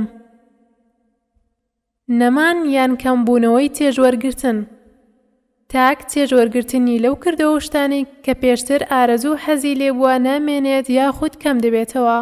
واتە ناتوانێت تێژ لە شتەکان وەربگرێت و حەز و ئارەزوەکانی فەرامۆش دەکات و لێیان دوور دەکەوێتەوە. بۆ نمونە پێشتر زۆر ئارەزووی لە وەرزشکردن یان گوێگرتن لە مۆزیک بووە. ئێستا تێژی لێ وەرناگرێت و ئارەزووی لێ نییە. یاخود حەز و ئارەزووی سێکسیدا دەبەزێت و تێژی لێوەرناگرێت. ئەم کەمبوونەوەی تێژوەرگرتنە زۆربەی کار و چاڵاکیەکان دەگرێتەوە لە تێکەڵی کۆمەڵایەتی و خواردن و خەو و گەشت و گەڕان و هەتا دوایی. بەو هۆیەوە تامی ژیان لە لای نامێنێت. ئەم نیشانانەش لە ناو نەخۆشی خەمۆکی و شیزۆفرینیادا باوە. خۆ بە دوورگرتن تاک لە شوێنێکیان چاڵاکیەک دوور دەکەوێتەوە و ناچێت بۆ ئەو شوێن و شتە. ئەماش لە پێناو ڕزگاربوون لەو نیشانە و ناڕەحەتیانەی بەهۆی بەرکەوتن یاخود بیرکردنەوە لەو شت و شوێن و چاڵاکیە تووشی دەبێت. بۆ نمونە کەسێک لە ڕووداوی هاتوچۆدا تووشی زەبرێکی توندی دەرونی بووە، یان کەسێک کە لەگەڵی بووە مردووە یاخود بە سەختی بریندار بوو. بە سەیارە هاتوچۆ ناکات هەتا ئەو زەبران نێتەوە یادی. یان کەسێک لە بەرزکەرەوە مەسحەت دەترسێت ناچێتە ناویەوە و چەندین پلیکانە دەبڕێت لە پێناوی ئەوەی نەچێتە ناو بەرزکەرەوە، چونکە فۆبیای هەیە لە چوونە ناو بەرزکەرەوە. ئەم نیشانەش لای نەخۆشی فۆبیا و فشاری پاش زەبر PTSD هەیە. خۆ بە گەورەگرتن تاک هەستێکی ناواقعی هەیە کە خۆی بە گەورەتر لە کەسانی تر دەبینێت، وا هەست دەکات کاوانی تر لە خوار ئەوەوەن و ئەو لە هەموو خەڵک باشتر و گرنگترە، مهمترە. خۆ بە گەورەبینینەکەش تەنها لای خۆیەوەیەتی و لە واقعدا هیچی لە کەسانی تر زیاتر نییە. بڕواشی وایە لەوانی تر گرنگترە. جام خۆ بە گەورەبینینە لە ڕووی توانە و هێزەوە بێت یان بڕوای وابێت کەسێتی گۆڕاوە بۆ کەسێکی گرنگتر. ئەم نیشانە دەگونجێت بەشێک بێت لە کەسێتی خۆپەرست و نەخۆشی مانیا. دەگونجێت مرۆڤی تەندروستیش هەندێک جارە هەستەی بۆ دروست بێت بۆ ماوەیەکی کاتی. محەممەدی مەهدی ئارام کوڕێکی تەمەن 22 ساڵانە. ئەو 3 ساڵە تووشی نەخۆشیەکی دەرونی بووە و چارەسەر وەردەگرێت. کاتێک کە دەرمانەکانی ناخوات و نەخۆشیەکەی سەر هەڵدەداتەوە کەسێتی خۆی لێدەگۆڕێت و پێی وایە کە ئەو خاوەنی توانا و لێهاتوویەکی زۆر زیاترە لەوانی تر. لە یەکێک لە چاوپێککەوتنە پزیشکەکانی داوتی ماوەیەک لە ناخی خۆمدا زۆر خۆم بە کەسێکی گەورە دەهاتە پێشچاو و وام دەزانی کە من محەممەدی مەهدیم. ئەمە جۆرێکە لە هەست و بیرکردنەوەی کەسی کە تواناکانی خۆی یان کەسێتی خۆی زۆر بە گەورەتر لە خۆی دەبینێت. هەندێک جار دەبێتە هۆی کێشە بۆ کەسەکە و بە شێوەیەک مامەڵە لەگەڵ چواردەورەکەی دەکات کە ئەوان کەم تواناترن. دەگونجێت ئەم نیشانە ببێتە بەدگومانی و نەخۆشەکە وا نەزانێت کە بەڕاستی خاوەنی ئەو توانا و کەسایەتیان نییە. ئەمانەش بە گوێرەی کۆمەڵگاکان دەگۆڕێن و لە کۆمەڵگەی ئیسلامیدا زیاتر خۆیان لێ دەبێتە پەیامبەر یان محەممەدی مەهدی یان کەسێکی سیاسی باڵا. چەندین کەسایەتی هەن کە ئێستا ئەم نیشانانەیان هەیە و لە ناو کۆمەڵگادا بە کەسایەتی جیاواز سیر دەکرێن. خۆکوژی دیاردەیەکە کە دەرەنجامەکەی مردنە، بە مەبەست و لەلایەن خودەوە ئەنجام دەدرێت لە کاتێکدا دڵنیایە کە دەرەنجامەکەی کوشندەیە، واتە کۆتایی هێنانی تاک بە ژیانی خۆی. خۆکوژی چەنداست و پێکهاتەیەکی هەیە، ئەوانیش بریتین لە بیرۆکە و بیرکردنەوە لە خۆکوژی، ویستی خۆکوژی، بوونی پلان بۆ خۆکوژی، هەوڵی خۆکوژی و ئەنجامدانی خۆکوژی و خۆکوشتن. دەتوانین بڵێنەوەنە قۆناغەکانی خۆکوژین کە مرۆڤ پیایدا تێدەپەڕێت و بە بیری خۆکوژی دەست پێ دەکات و بە خۆکوشتن تەواو دەبێت.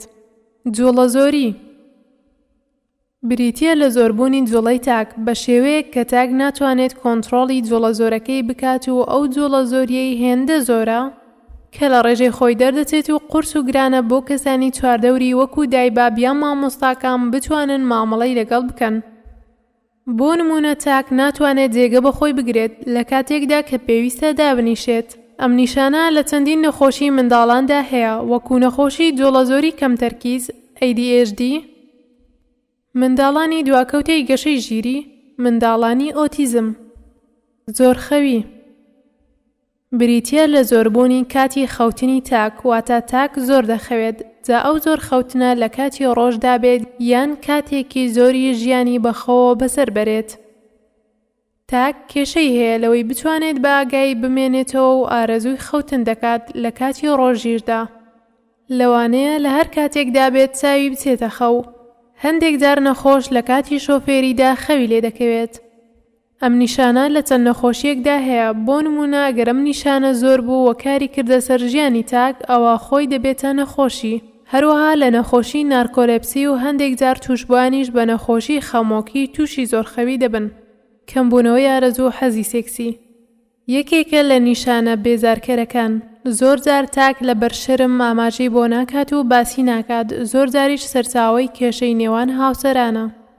تاک ئارەزووی سێکسی کەم دەبێتەوە یاخود نایمێنێت، ئارەزووی سێکسی بۆ ڕەگەزی بەرامبەر نامێنێت و حەزی نییە بۆ بەرامبەر. بەواتایەکی تر حەزی لە کردەی سێکسی نامێنێت. چەندین نەخۆشی دەرونی و جەستەیی مرۆڤ تووشی ئەم حاڵەتە دەکات، بەڵام دەگونجێت بەهۆی فشارەوە بێت و تاک لە بەربوونی کێشەیەک ئارەزووی بۆ ماوەیەک کەم بێتەوە.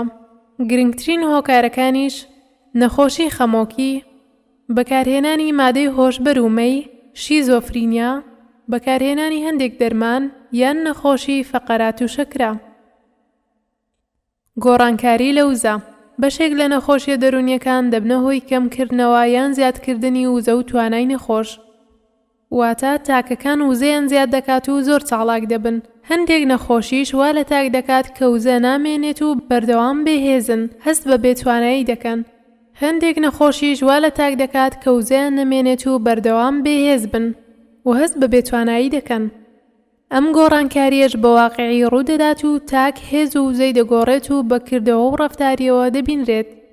بۆ نمونە لە نەخۆشی خەمۆکی و قەلەقیدا وزە و تاقە کەم دەبێتەوە و لە نەخۆشی مانیا شادبووندا وزەکانی زیاد دەکات.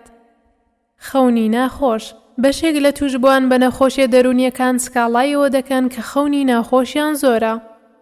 زۆری خەونەکانیش جیاوازە، لەوانەیە خەونەکە کەسەکە بەخەبەر بهێنێت یاخود خەبەری نەبێتەوە. زۆر جاریش بەشێکی کەم لە خەونەکەی بیردەمێنێت. هەمومان خەونی ناخۆشمان بینیوە، بە تایبەت کاتێک فشارمان لەسەر بووە یاخود کێشەیەکی تایبەتمان هەبووە، واتە دەگونجێت کەسی تەندروستیش خەونی ناخۆش ببینێت. چەند جۆرێک لە نەخۆشی تووشی ئەم نیشانەمان دەکات. بۆ نمونە نەخۆشی جەستەیی وەکو بوونی لەرز و تا، نەخۆشیەکانی تێکچوونی خەو وەکو کەمخەوی، نەخۆشی خەونی تۆقێنەر، نەخۆشی دەرونیەکان وەکو فشاری پارزەبر PTSD، نەخۆشی دەرونیەکان وەکو فشاری پارزەبر PTSD، نەخۆشی قەلەقی و خەمۆکی و تادوایی، پێکەنین و گریانە نەخۆشی. لەم حاڵەتەدا تاک تووشی گریانێکی زۆر یان پێکەنینێکی زۆر دەبێت یاخود هەردووکیان بە دوای یەکدادێن. بەبێ ئەوەی کەسەکە دڵی تەنگ بێت کاتێک دەگری یان دڵی خۆش بێت کاتێک پێدەکەنێت. تاک ناتوانێت خۆی کۆنتڕۆڵ بکات، واتە تەنها کاردانەوەیەکی ڕووکەشە و لە ناخەوە ئەو هەستەی نییە و ناتوانێت پێنەکەنێت یان نەگریت. ئەم حاڵەتە زیاتر لە نەخۆشیە جەستەییەکاندا ڕوودەدات وەکو جەڵتەی مێشک، نەخۆشی پارکینسۆن، نەخۆشی پوکانەوەی ماسوولکەکان، ژێرپەنجەی مێشک. هەڵپەیی بریتیە لە ئارەزوو بۆ ئەنجامدانی کردەوەیەک و ڕەفتارێک کە کەمترین بیرکردنەوەی لەگەڵ بێت و بیر لە دەرەنجامەکانی نەکرێتەوە. بۆ نمونە کاتێک منداڵێک یاری لەگەڵ منداڵانی تر دەکات، چاوەڕوانیوە ناکات، سەرەی بێت ڕاستەوخۆ دەست پێ دەکات، یان منداڵ لە ناوەڕاستی قسەکردندا قسە بە خەڵکی دەبڕێت، یان لە گەورەکاندا کەسەکە خۆی بریندار دەکات یان شتێک دەسووتێنێت یان دەشکێنێت. ئەم کردەوانش بەبێ بیرکردنەوە لە دەرەنجامەکەی ئەنجام دەدات. دەگونجێت هەمومان تووشی ببین و هەندێک نەخۆشی دەرونیشان دەبنە هۆی زیادبوونی ئەم نیشانانە یان بەو نیشانانە دەناسرێنەوە، وەکو نەخۆشیەکانی کۆنتڕۆڵ نەکردنی هەڵپان، نەخۆشی کەسێتی دژە کۆمەڵ و بۆردەرلاین، نەخۆشی شیزۆفرینیا. وەڵامی نزیکەیی ئەگەر پرسیارێک لە کەسێک بکرێت، ئەوە کەسەکە وەڵامی پرسیارەکان دەداتەوە، بەڵام بە نزیکەیی نەک وەڵامێکی تەواو ورد بێت. بۆ نمونە کاتێک پرسیاری لێ دەکرێت 3 و 7 دەکاتە چەند لە وەڵامدا دەڵێت 9، یان کاتێک پرسیاری ڕۆژەکانی هەفتەی ئاراستە دەکرێت ڕۆژێک پێشتر یان دواتر دەڵێت. ئەم حاڵەتەش لە جۆرێک نەخۆشیدا هەیە کە پێی دەوترێت کۆنڤێرژن یان لە ڕابردوودا پێی دەوترا هیستریا. وشەی نوێسازی تاک لە کاتی قسەکردندا وشەی نوێ لە ناکاو لە زمانەکەدانە دروست دەکات، بە شێوەیەک ئەو وشەیە لە لای خەڵکی نەناسراوە و نازانرێت مەبەستی چیە و تەنها خۆی لی تێدەگات، یاخود وشەیەکی ناو زمانەکە مانایەکی تری پێدەبەخشێت جیاواز لەو مانایی هەیەتی. ئەم نیشانە زیاتر لە ناو نەخۆشانی توشبوو بە شیزۆفرینیا و مانیادا هەیە. شیزۆفرینیا و مانیادا هەیە. لەکە یان عیبەی توشبوون بە نەخۆشی دەرونی ستیگما. یەکێک لە گرفتە سەرەکیەکانی توشبووان بە نەخۆشی دەرونی بریتیە لەوەی کە وەکو شەرم و عیبە سەیری نەخۆشی دەرونی دەکرێت. لە ئەنجامی ئەوەشەوە توشبووان ڕوبەڕووی چەندین گرفت دەبنەوە. لەم بەشەدا بە چەند بابەتێک لێکدانەوە بۆ ئەم دیاردەنەرێنیە دەکەین. لەکە یان عیبەی توشبوون بە نەخۆشی دەرونی. لەکە واتە سیرکردن و تێڕوانین بە شێوەیەک کە توشبوو بەکەم سیر بکرێت یان بە عیبە بزانرێت کەسێک تووشی نەخۆشی دەرونی بوو بێت و هەڵاواردنی بۆ بکرێت. ئەمیش دوولایەنە. یەکەم تێڕوانینی کۆمەڵگایە بۆ تا کە بەکەم توانە و جیاواز سیر دەکرێت و جیاکاری بۆ دەکرێت. دووەم تێڕوانینی خودی توش بووە کە بە شەرمی دەزانێت کاتێک بڵێت تووشی نەخۆشی دەرونی بووە. ئەمەش لە دەرەنجامی تێڕوانینی کۆمەڵگەوە بۆ نەخۆشیەکەی بۆی دروست دەبێت. واتە هەم کۆمەڵگە و هەم توش بوو بە عیبەی دەزانن کە تاک تووشی نەخۆشی دەرونی ببێت. تەنانەت ئەم حاڵەتە درێژ بۆتەوە بۆ شەرمکردن لە سەردانکردنی پزیشکی دەرونی و وەرگرتنی ڕێنمایی و چارەسەر. هۆکارەکان بۆ دروستبوونی لەکە بە درێژایی مێژوو توشبوون بە نەخۆشی دەرونی بە عیبە سیر کراوە. ئەم لەکە خستنە سەر نەخۆشی دەرونی لە چەند هۆکارێکەوە سەرچاوەی گرتووە. بەگشتی بریتین لە باوەڕ وایە کە توشبووان بە نەخۆشی دەرونی مەترسیدارن. کۆمەڵگە بە شێوەیەک سەیری توشبووان دەکات کە کەسانی مەترسیدارن بۆ چواردەور و کۆمەڵگە و بڕوای گشتی وایە کە نەخۆشانی دەرونی زیاتر تاوان ئەنجام دەدەن. ئەمەش تێڕوانینێکی دروست نییە. بەڵام زۆرینەی کۆمەڵگە بەو شێوەیە لە بابەتەکە دەڕوانن. هەروەها بەشێک لە نەخۆشانی دەرونیش توندوتیژن بەرامبەر بە خودی خۆیان کردەی خۆکوژی ئەنجام دەدەن. ئەمەش وا دەکات کە نەخۆشەکان بە مەترسیدار سیر بکرێن. کۆمەڵگە وا تێگەیشتووە کە توشبووان لە خۆیانەوە وا دەکەن. تێڕوانینێکی هەڵەیە کەوا دەزانرێت کە توشبووان خۆیان نیشانەکان دروست دەکەن و ڕاست ناکەن لە کاتێکدا کە پێچەوانەی ئەم تێڕوانینە ڕاستە. کاتێک کەسێک تووشی نەخۆشی دەرونی دەبێت چواردەورەکەی باوەڕی پێناکەن و وا دەزانن کە خۆی وا لە خۆی دەکات و پێی دەڵێن دەبێت خۆت چاک بکەیت. خەڵکی وا دەزانن کە قسە لەگەڵکردنیان و مامەڵەکردن لەگەڵیان قورسە. وا تێدەگەن کە توشبووان بە نەخۆشی دەرونی زۆر گرانە مامەڵەیان لەگەڵ بکرێت چونکە تایبەتمەندی خۆیان هەیە و هەمومان ناتوانین بەسانایی مامەڵەیان لەگەڵ بکەین. ئەمەش زۆربەی کات پێچەوانەکەی دروستە. لێرەشەوە نەخۆش بەکەم سیر دەکرێت و هەستی خۆ بەکەم زانی بۆ دروست دەبێت. هەڵە تێگەیشتن لە هۆکاری نەخۆشیەکان بە درێژایی مێژوو هەتا سەدەی ڕابردوو زۆر جار هۆکاری نەخۆشیە دەرونیەکان بۆ هۆکارە دەرەکیەکانی وەکو جن و جادوو و هۆکارە ڕۆحیەکان گەڕێنراوەتەوە. تەنانەت هەندێک جار وەکو سزایەکی خوایی سیر کراوە.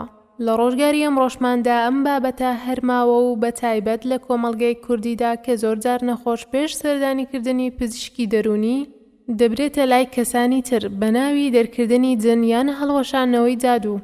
ئەمە لە کاتێکدایە کە زانست زۆر هۆکاری بۆ توشبوون بە نەخۆشیە دەرونیەکان ئاماژە پێداوە. ماوەی توشبوون بە خەمۆکی بۆ وەرگرتنی چارەسەر. توێژینەوەیەک لە وڵاتی دانیمارک ئەنجامدراوە سەبارەت بە کاریگەری مانەوەی توشبوون بە نەخۆشی خەمۆکی و وەرگرتنی چارەسەر. واتە دوای ماوەی چەندێک لە دەرکەوتنی نەخۆشیەکەی کەسەکە چارەسەری وەرگرتووە. 270 نەخۆش کە تەمەنیان لە نێوان 18 بۆ 70 ساڵیدایە لەم توێژینەوەدا بەشداریان پێکراوە. توێژینەوەکە ماوەی 2 ساڵی خایاندووە. سەرجەمیان بە نەخۆشی خەمۆکی دەستنیشان کراون. ئەنجامەکان دەری دەخەن کە ڕێژەی چاکبوونەوە کەمترە لە نێوان و کەسانەدا کە لە ماوەی 6 مانگیان زیاتری توشبوون بە نەخۆشی خەمۆکی چارەسەریان وەرگرتووە. ئەو نەخۆشانەی لە سەرەتای توشبوونیان بە نەخۆشی خەمۆکی سەردانی پزیشکیان کردووە و چارەسەریان وەرگرتووە زووتر چاکبوونەتەوە. توێژینەوەکە ئاماژە بەوە دەکات کە وەرگرتنی چارەسەر ڕاستەوخۆ پاش توشبوون بە نەخۆشی خەمۆکی ئەگەری باشبوونەوە بە ڕێژەی نیوە کەم دەکاتەوە. لێکەوتە و زیانەکانی لەکەی نەخۆشی. لەکەی نەخۆشی دەرونی لێکەوتە و دەرەنجامی زۆر خراپی هەیە. بەگشتی لەم چەند خاڵەدا کورتیان دەکەینەوە. توشبووان بە نەخۆشی دەرونی دوور دەکەونەوە لە وەرگرتنی چارەسەر و پێیان شەرمە سەردانی پزیشکی دەرونی و چارەسازی دەرونی بکەن. ئەمەش لەبەر بەکەم سیرکردن یان ناونانیان بە شێوەیەکی ناشرین لەلایەن کۆمەڵگەوە. بۆ نمونە پێیان دەوترێت شێت بووە. ئەمەش وا دەکات خۆی بە دوور بگرێت لە سەردانی پسپۆڕانی دەرونی. چەندین نەخۆش لەبەر عیبە چەندین ساڵ ناچن بۆ چارەسەری حاڵەتەکەیان و بە ناڕەحەتی ژیان دەکەن. خراپتربوونی باری دەرونی نەخۆش بەهۆی درەنگکەوتنی وەرگرتنی چارەسەر و هەندێک جار کارەساتی گەورەی لێ دەکەوێتەوە. بۆ نمونە کەسێک کە نەخۆشی خەمۆکی توندی هەبێت و فەرامۆش بکرێت یان ڕووی نێت سەردانی پزیشک بکات بۆ وەرگرتنی چارەسەر، لەوانەیە هەوڵی خۆکوژی بدات و ژیانی کۆتایی پێبێنێت. ئەمەش سیناریۆیەکی بڵاوە لەناو کۆمەڵگای ئێمەدا. هەروەها هەندێک جار نەخۆشیەکە توندتر دەبێت و ئەگەری تاکبوونەوە کەمتر دەبێت. پەنابردنە بەر چارەسەری هەڵا.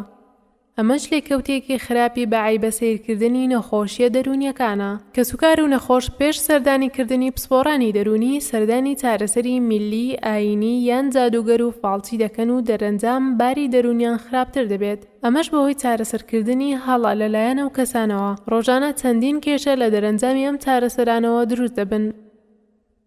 چەندین خانەوادەیان گیرۆ دەکردووە و نەخۆشیەکەش خراپتر دەبێت و نەخۆش زیاتر گیرۆ دەبێت. زیاکردنەوە و هەڵاواردن. کەسێک کە نەخۆشی دەرونی هەبێت زۆر جار بە چاوێکی ترەوە سیر دەکرێت و لە شوێنی کار و پیشە یان لەناو خێزانیشدا بۆ زۆرێک لە تاڵاکی و کارەکان وەکو تاکێکی خاوەن توانە سیر ناکرێت. ئەمەش سەرچاوەکەی ئەوەیە کە کەسانی توشبوو بە نەخۆشی دەرونی بە مەترسیدار سیر دەکرێن یان وا دەزانرێت کە توانای عەقڵیان لەدەستداوە. ئەمە لە کاتێکدایە کە کەمینەیەک لە نەخۆشیە دەرونیەکانە و گرفتەیان هەیە. ئەم جیاکاریە زیانی بۆ کۆمەڵگە و تاکیش هەیە. کۆمەڵگە لە توانای چەندین کەسی بەتوانە بێبەش دەبێت. هەستی خۆبەکەمزانین و دوورکەوتنەوە لە کۆمەڵگە. ئەمەش دەرەنجامێکی خراپە و زۆر جار نەخۆش کەسێکی کەم توانای لێ دەردەچێت و خۆی لە کۆمەڵگە بە دوور دەگرێت و لە ئەنجامیشدا بێبەش دەبین لە تواناکانی ئەو تاکە. و هەندێک جاریش تاک دەبێتە بار بەسەر کۆمەڵگەوە. بەهۆی ئەوەی کە بە چاوێکی ترەوە سەیریان دەکرێت. هەستی خۆبەکەمزانین و بێتوانەیی تیایاندا گەشە دەکات و خۆیان لە بەرپرسیارەتیەکان بە دوور دەگرن. نەخۆشی نەکشێتی. هەر کاتێک کەسێک تووشی گرفتێکی دەرونی دەبێت، یەکەم ترس و دڵەڕاوکێک کە ڕوبەڕووی نەخۆشەکە دەبێتەوە دەربارەی نەخۆشەکەی ئەوەیە کە چواردەور و کۆمەڵگا وەکو شێت سەیری دەکەن و مامەڵەی لەگەڵ دەکەن. ئەمەش هۆکارە بۆ زۆر گرفت. لەوانە فەرامۆشکردنی ناڕەحەتیەکانی و شاردنەوەی کە زۆرجار بەکارەسات کۆتایی دێت. درەنگکەوتن بۆ چارەسەر و خراپبوونی زیاتری باری دەرونی. پەنابردن بۆ چەندین ڕێگەی هەڵا لە چارەسەر وەک پەنابردن بۆ لای چارەسەری میلی و ئاینی هەڵا. ناڕەحەتی و گرفتی دەرونی ئەگەر تووشی کەسێک هات ئەوە پێی دەوترێت نەخۆشی یان تێکچوونی دەرونی. نەخۆشیش چارەسەری هەیە. لەبەر ئەوە بەکارهێنانی وشەی شێت بۆ توشبووان تاوانێکی گەورەیە و دەبێت خۆمانی لێ دوور بخەینەوە. نەخۆشیە دەرونیەکان نەک نەخۆشی دەرونی. زۆر جار وا دەزانین نەخۆشی دەرونی تەنها یەک جۆرە، لەبەرەوە کە سوکاری نەخۆش دەڵێن کە کوڕەکە یان کچەکەیان تووشی نەخۆشی دەرونی بووە. نەخێر، نەخۆشیە دەرونیەکان چەندین جۆریان هەیە و هەمووشیان ناویان هەیە. زیاتر لە 200 جۆر نەخۆشی دەرونی هەیە و ئەمەش جۆرە سەرەکیەکانیانن. نەخۆشیەکانی قەلەقی. ئەمانیش پێکاتون لەو نەخۆشیانەی کە قەلەقی و ترس نیشانەی سەرەکیانن. وەکو سەرجەم جۆرەکانی فۆبیای تایبەت، فۆبیای کۆمەڵایەتی، نەخۆشی تۆقین، نەخۆشی قەلەقی. نەخۆشیە خەمۆکیەکان. ئەو نەخۆشیانن کە نیشانە سەرەکیەکانیان خەمۆکی و نەمانی تێژوەرگرتنە لە ژیان، وەکو نەخۆشی خەمۆکی گەورە، نەخۆشی خەمۆکی بەردەوام، نەخۆشی بێزاری پێشسوڕی مانگانە. نەخۆشی دووجەمسەری. ئەمانیش ئەو نەخۆشیانن کە مەزاجی نەخۆش لە نێوان دوو جەمسەردا ئاڵوگۆڕ دەکات. ئەو دوو جەمسەریەش یەکێکیان خەمۆکیە و ئەوەی تریان مانیایە کە تاک ڕەفتارەکانی پێچەوانەی خەمۆکیە. ئەم گروپەش سێ جۆری نەخۆشی سەرەکی هەیە. نەخۆشیەکانی سایکۆسس. ئەو نەخۆشیانن کە نیشانەی سایکۆسیان هەیە، وەکو شیزۆفرینیا، نەخۆشی وەهم، نەخۆشی سکیزۆئەفێکتیڤ. شڵەژانەکانی کەسیەتی. تێکچوون لە تایبەتمەندی کەسیدا. کێشەی لە ڕۆی پیشەیی و کۆمەڵایەتیەوە هەبێت، تایبەتمەندی ئەم نەخۆشیەیە. بەگشتی 10 جۆر لە شڵەژانی کەسیەتی هەیە. نەخۆشیەکانی خواردن. ئەو نەخۆشیانن کە گرفتیان لە خواردندا هەیە و ئەمیش چەند نەخۆشیەک دەگرێتەوە. نەخۆشیەکانی واسواسی کە چەندین جۆر نەخۆشین. نەخۆشیەکانی پاشزەبر و فشاری دەرونی، نەخۆشیەکانی ڕەفتار و کۆنتڕۆڵ نەکردنی هەڵپا، نەخۆشیە دەرونیەکان. ئەو نەخۆشانن کە نیشانەکانیان جەستەین بەڵام هۆکارەکەی گرفتی دەرونیە و ناتوانن دەری ببڕن، زیاتر لە 4 جۆرن. نەخۆشیە تایبەتەکان بە خەو، نەخۆشە تایبەتیەکان بە سێکس و ڕەگەز، خەڵەفان و نەخۆشیەکانی بیرچوونەوە، نەخۆشیەکانی توشبوون بە هۆگربوون بە مادەی هۆشبەر و مەی. وەکو دەبینین هەموو ئەوانەی سەرەوە گروپی نەخۆشیەکان و لە چەندین نەخۆشی تایبەت پێکهاتوون کە هەر یەکەیان ناوی تایبەتی خۆی هەیە. نەخۆشی دەرونی چارەسەری نییە. یەکێک لەو لەکانەی دراوەتە پاڵ توشبووان بە نەخۆشی دەرونی بریتیە لەوەی کە خەڵکی باوەڕیان وایە نەخۆشی دەرونی چارەسەری نییە. ئەمە وەهمێکە و زۆرێک لە خەڵکی بڕوایان پێکردووە. وا دەزانن هەر کەسێک نەخۆشی دەرونی توشهات ئیتر چارەسەری نییە و ئەمەش وەکو لەکەیەک لەسەر کەسەکە دەمێنێتەوە و پێوەی دەناڵێنێت. بە پێچەوانەی ئەم بیرکردنەوە هەڵەیەوە نەخۆشی دەرونی چارەسەری هەیە لە هەردوو شێوەی چارەسەری دەرونی و چارەسەر بە دەرمان. نەخۆشە دەرونیەکان بە چارەسەری پزیشکی چاک دەبنەوە. جۆری چارەسەرەکانیش بە شێوەیەکی زانستی سلمێنراون و چەندین توێژینەوەی زانستیان لەسەر کراوە. لەبەرەوە چەندین جۆر دەرمان بۆ نەخۆشیە دەرونی جیاوازەکان هەن و چەندین جۆر چارەسەر و ڕێگەی جیاوازی دەرونی دۆزراوەتەوە بۆ چارەسەرکردنی نەخۆشیە دەرونیەکان. هەموو ئەو ڕێگایانەش زانستین و بەڵگەدارن. توشبووان بە نەخۆشی دەرونی هەرگیز چاک نابنەوە. جگە لەوەی بڕوای هەڵە هەیە کە نەخۆشی دەرونی چارەسەری نییە، زۆرێک لە کۆمەڵگە بڕوای وایە کە ئەو کەسەی تووشی نەخۆشی دەرونی هات هەرگیز چاک نابێتەوە. ئەمە هەڵەیەکی گەورەیە. هەر کەسێک تووشی نەخۆشی دەرونی هات ڕاستەوخۆ تووشی داڕمانی دەرونی دەبێت و کۆستی دەکەوێت. ڕاستیەکەشی ئەوەیە کە بەشێک لە نەخۆشیە دەرونیەکان چاک دەبنەوە. بۆ نمونە نەخۆشی سایکۆسس کە لە 50% لە ماوەی 6 مانگدا چاک دەبنەوە و هەیەنە کەمتر لە مانگێک بەردەوام دەبێت. یان نەخۆشی خەمۆکی کە بەشێکیان تەنها یەکجار لە ژیاندا تووشی دەبن و پاشان چاک دەبنەوە. یاخود نەخۆشی فۆبیا کە بە وەرگرتنی چارەسەر کەسەکە ڕزگاری دەبێت و چاک دەبێتەوە. هەر نەخۆشیە و دەرەنجامێکی جیاوازی هەیە لە یەکتری جیاوازن. لەبەرەوە پێویستە بزانین کە بەشێکی زۆری نەخۆشیە دەرونیەکان چاک دەبنەوە و شیفایان بۆ دێت. ئەمەش پێچەوانەی تێگەیشتنی گشتی کۆمەڵگەیە. نەخۆشی دەرونی بە دەرمان چاک نابنەوە. بەشێکی زۆر لە تاکەکانی ئەم کۆمەڵگەی ئێمە بڕوایان وایە کە ئەگەر مرۆڤ تووشی نەخۆشی دەرونی هادەوە ئیتر چاکبوونەوەی تەنها بە قسە دەبێت. مادەم دەرونی نەخۆشە، ئیتر دەرمان چ ڕۆڵێکی هەیە؟ باشە دەرون چییە؟ دەرون ئەوە نییە کە جیابێت لە جەستە و شتێکی تر بێت. جەستە و دەرون پێکەوە گرێدراون. هەموو کردە دەرونیەکانی وەکو بیرکردنەوە و مەزاج و زیرەکی و یادگە و پاڵنەرەکان و دەرەکردن لە مێشکی مرۆڤدا بەشی تایبەت کۆنتڕۆڵیان دەکات و چەندین میکانیزمی ئاڵۆز هەن بۆ دروستبوونیان.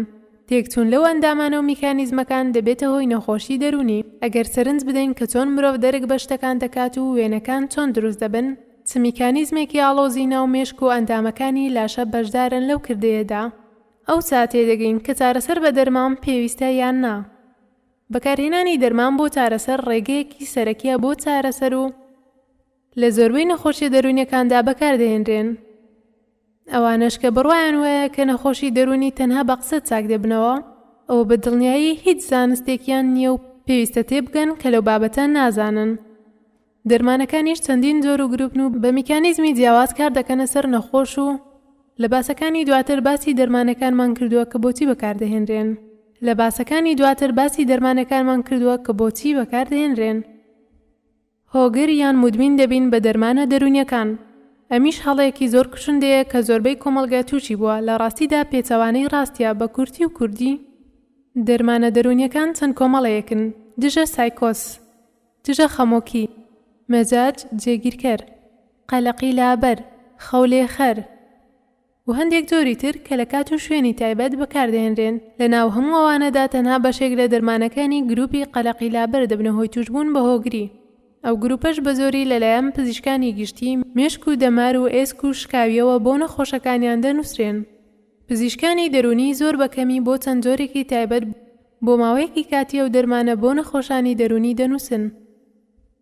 بە شێوازی زانستیەکەی دەرکەوتووە کە دەرمانە دەرونیەکان هۆگری دروست ناکەن و نابنە هۆیەوەی کە نەخۆش پێیان فێر بێت و لەسەریان بەردەوام بێت. بەڵکو لەمڕۆوە سەلامەت و نەخۆش هۆگریان نابێت. دەرمانە دەرونیەکان خەولێخەرن. بیری خەڵکی وایە کە هەموو دەرمانە دەرونیەکان مرۆڤ خەواڵوو دەکەن و تەنها ئامانج لێیان خەواندنی نەخۆشە. ئەمەش زۆر هەڵەیە. چونکە دەرمانە دەرونیەکان کار دەکەنە سەر خودی نەخۆشیەکان، نەک تەنها نەخۆش بخەوێنن، واتە چارەسەری نەخۆشیەکە دەکەن. سەبارەت بە خەواڵوو بوون بە دەرمانە دەرونیەکان ئەمەش چەند ڕاستیەک. ڕاستە هەندێک لە دەرمانە دەرونیەکان جگەلەوەی دەبنە هۆی چاکبوونەوە و لە هەمان کاتدا مرۆڤ خەواڵوو دەکەن، دەگونجێت بە ڕۆژیش گێژ بن. ئەمەش لە هەندێک نەخۆشیدا بەکاردەهێنرێت کە نەخۆشەکە پێویستە بەحەوێتەوە هەتا لە مەترسی بەدوور بێت.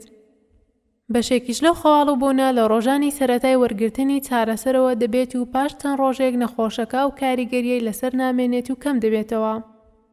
ئەمەش جگەلەوەی کە بە ئاسانی ئەو کاریگەریە فەرامۆش دەکرێت ئەگەر لە کاتی پێش خەوتن بخورێت. هەندێک دەرمانی دەرونی هەیە کە هەرگیز مرۆڤ خەواڵوو ناکەن و بەڵکو بە پێچەوانەوە یەکێک لە کاریگەریە لاوەکیەکانیان بریتیە لە خەوزڕان. کەسەکان جیاوازن لە دروستبوونی کاریگەری خەواڵوو بوون و گێژبوون بۆ دەرمانە جیاوازەکان، واتە لە نێوان کەسەکاندا جیاوازی هەیە، لەوانەیە نەخۆشێک بە بڕێکی کەم گێژ ببێت و کەسێکی تر بەو بڕە ئاسایی بێت. لەبەرەوە دەبێت دڵنیا بینەوە کە دەرمانە دەرونیەکان بۆ چارەسەر بەکاردێن نەک بۆ خەوتن. هەر کات کاریگەری لاوەکی خەواڵوو بوون تووشی کەسێک بوو بەهۆی دەرمانە دەرونیەکان، ئەوە جێگرەوەی تر هەیە کە خەواڵوو بوون و گێژبوون دروست ناکەن. خۆیان وا لە خۆیان دەکەن. کاتێک کەسێک نەخۆشی بورانەوەی دەرونی هەیە یاخود نیشانە جەستەیەکانی هەن و بە پشکنینەکان دەرناکەون، کەسانی چواردەوری پێی دەڵێن درۆ دەکەن و هیچیان نییە. میکانیزمەکە بەم شێوەیە.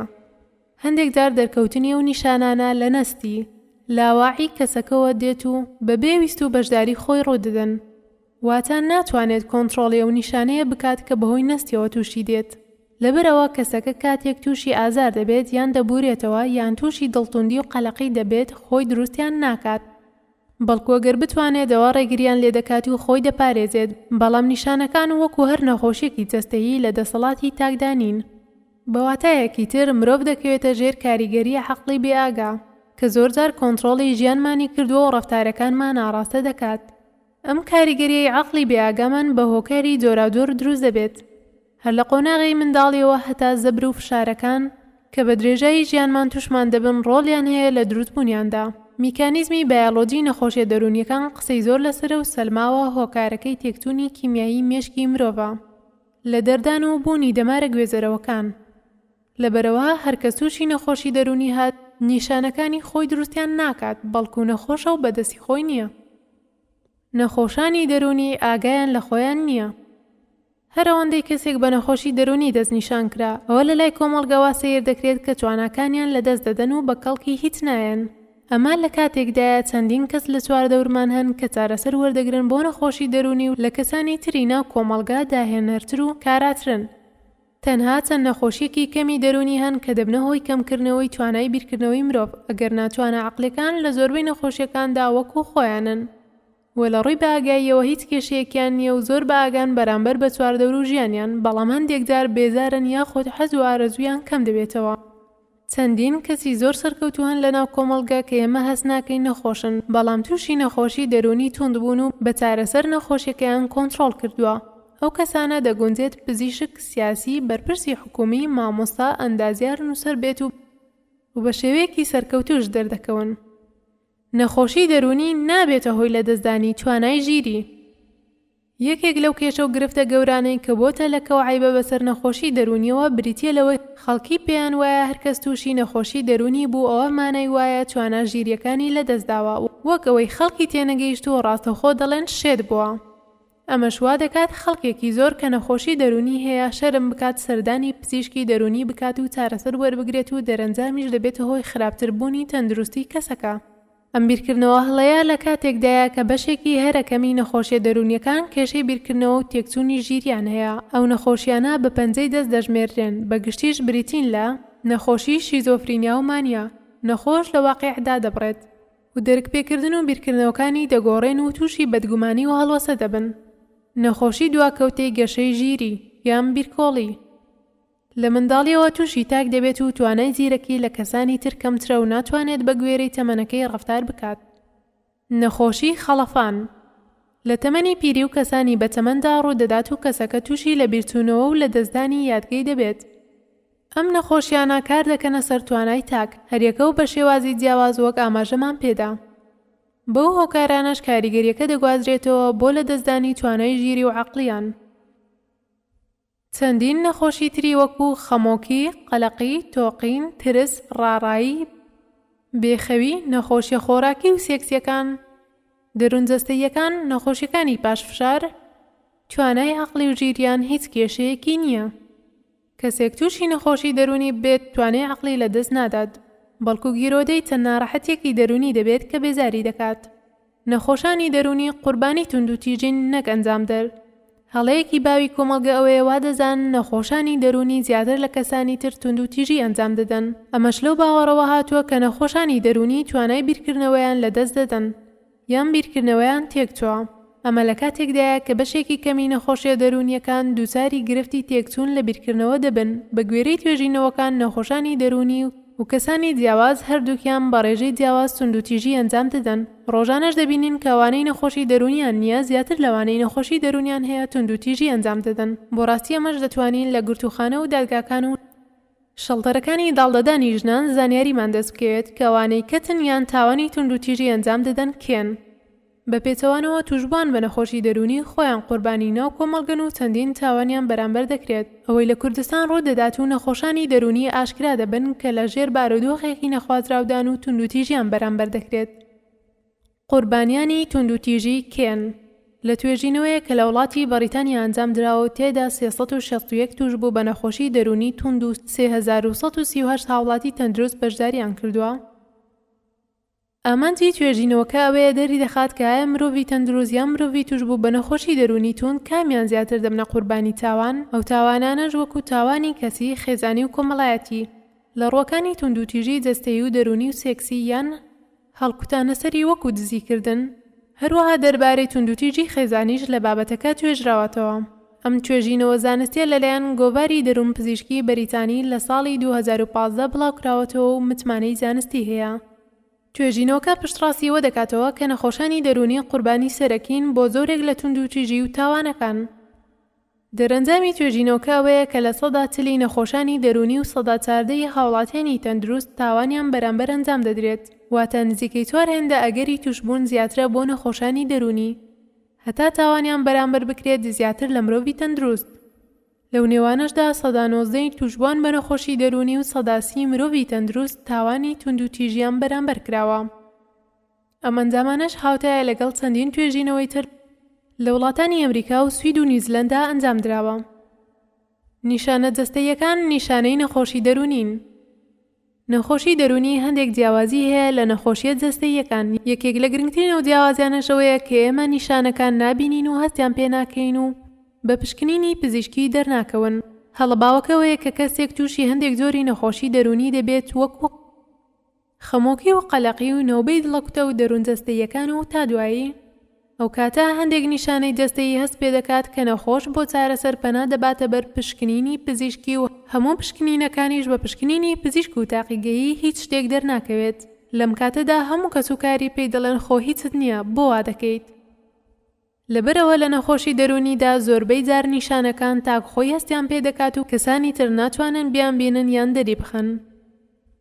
هەروەها هەندێک جار نیشانە جەستەییەکان هۆکارەکەیان دەرونیە. زۆرە نەوانەی کە سەردانی چەندین پزیشکیان لە پسپۆڕیە جیاوازیەکان کردووە بەڵام چاک نەبوون یان نەتوانراوە نەخۆشیەکەیان دەستنیشان بکرێت یان چەندین جۆر نەخۆشی لەلایەن پزیشکەکەوە ئاماژەی پێکراوە بۆ نەخۆشەکە. پشکنینە تاقیگەیی و کلینیکیەکان و تەنانەت وێنەی تیشکیش ئاستایی و نۆرماڵ دەرچوون. دەیان زۆر دەرمانی وەرگرتووە و هیچ سوودی نەبینیوە و سکاڵا و ئازارەکانی وەک خۆی ماونەتەوە. ئەو سیناریۆیانەی سەرەوە زۆر کەس گیرۆدەیان بۆ بە دوای فریاد ڕاستدا دەگەڕێن. دەچنە هەموو شوێنێک و لای هەموو کەسێک بۆ چارەسەر بەڵام ناچنە لای ئەو کەسێک کە دەتوانێت چارەسەریان بکات. زۆرێک لەو کەسانەی کە لەو چیرۆکانەی سەرەوە هاتوون دووساری نەخۆشی دەرونی بوونەتەوە کە دەتوانرێت بە چارەسەری دەرونی یان بە دەرمانە دەرونیەکان چاک ببنەوە. چەندین نەخۆشی دەرونی هەن کە نیشانەکانیان جەستەیی نەک دەرونی. ئەمەش چەند نمونەیەک: بێهێزی و شەکەتی و تێکچوونی ئارەزووی خواردن و دابەزینی کێش نیشانە سەرەکیەکانی نەخۆشی خەمۆکین. دڵەکوتە و ئارەقەکردنەوە و کرژبوونی ماسوولکەکان نیشانە سەرەکیەکانی نەخۆشی قەلەقین. سەرێشە و تەنگەنەفەسی و سەرگێشبوون نیشانە سەرەکیەکانی نەخۆشی تۆقینن. بوونی ئازاری درێژخایەن نیشانەی نەخۆشیە دەروون جەستەیەکانن. منداڵانیش تووشی نەخۆشی دەرونی دەبن. دەگونجێت منداڵێک تەمەنی 4 ساڵ بێت و نەخۆشی ڕاڕایی و وەسواسی هەبێت، یان لە 9 ساڵیدا بێت و تووشی نەخۆشی خەمۆکی بێت.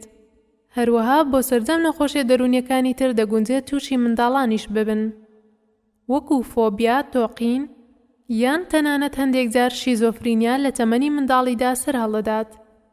بەڵام ڕێژەی توشبوون بەم نەخۆشیانە کەمترە وەکو لەوەی کە لە گەورەکاندا ڕوودەدات. ئەمە جگە لەوەی کە هەندێک نەخۆشی هەیە تەنها لە تەمەنی هەرزەکاری و منداڵیدا تووشی مرۆڤ دەبن و تایبەتن بە تەمەنی منداڵیەوە. ئەوانیش چەندین گرفت و نەخۆشین. لەوانەیە منداڵ نەخۆشی دەرونی یان لادانی دەرونی توش بێت و کە سوکاری بە شەرمی بزانن پیشانی پسپۆڕی دەرونی بدەن. لە کاتێکدا کە منداڵان زۆر بە ئاسانی بەهۆی زەبرەکانەوە کاریگەریان تێدەکرێت. ئەوەی گرنگە بزانین ئەوەیە کە منداڵان زیاتر تووشی لادانی ڕەفتاری و دەرونی دەبن وەک لەوەی بە نەخۆشیان دابنین، واتە زیاتر کێشەی ڕەفتاریان هەیە وەکو وەڕەگرتن و بێگوێیی و جوڵە زۆری. چارەسەر لە منداڵاندا زۆربەی ڕەفتاری و دەرونیە وەک لەوەی دەرمان بەکاربهێنین. ئەو چارەسەرە ڕەفتاریانەش بە چەندین شێواز بەکاردەهێنرێن. منداڵان پێویستیان بە مامەڵەی تایبەت هەیە لە کاتی نەخۆشی و لادانی دەرونیدا. ئەمەش بە گوێرە یاسی تێگەیشتنی منداڵ زۆری نەخۆشیەکەی تەمەنەکەی زۆری چارەسەرەکە دەگۆڕێت. بەشێک لە نەخۆشی و گرفتە دەرونیەکانی منداڵان بەهۆی مامەڵەی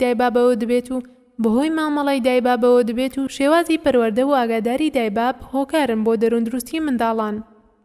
لەبەرەوە لە زۆربەی چارەسەرەکاندا دایباب چاقن بۆ چاکبوونەوەی منداڵ. هەندێک نەخۆشی لە قۆناغی منداڵیدا دەردەکەون وەکو بیرکۆڵی.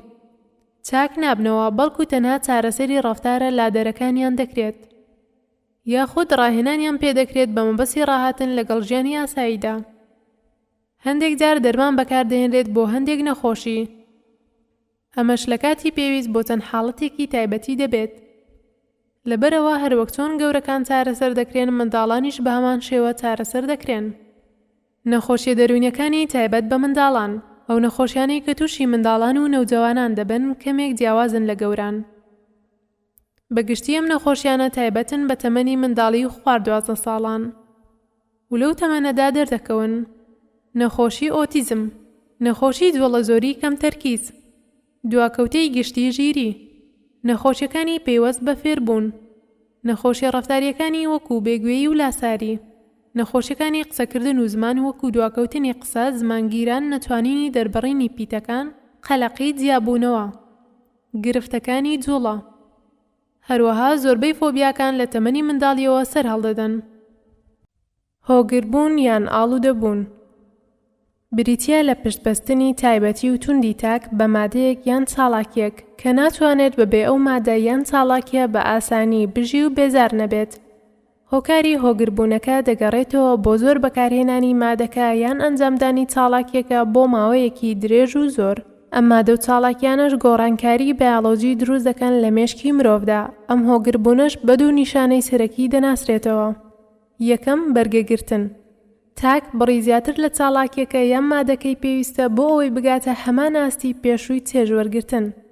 بۆ نمونە کەسێک هۆگری مەی کحولە، ئەو بڕی دەیخواتەوە زیاتری دەکات تا بگاتە چێژی پێشووی.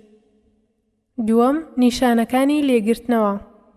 لە کاتی کەمکردنەوە یان لابردنی مادەکە یان چاڵاکیەکە تاک هەستی ناخۆش و چەند نیشانەیەکی دەرونی و جەستەیی توش دەبێت کە بێزار و لە کاری دەخات. بۆ نمونە ئەوانەی هۆگری مەین، ئەوە ئەگەر بۆ ماوەیەک مەی نەخۆنەوە تووشی چەند نیشانەیەکی بێزارکەری وەکو لەرزین، وەڕبوون، ڕشانەوە و یەڵنج و وەهم و هەڵوەسە دەبن.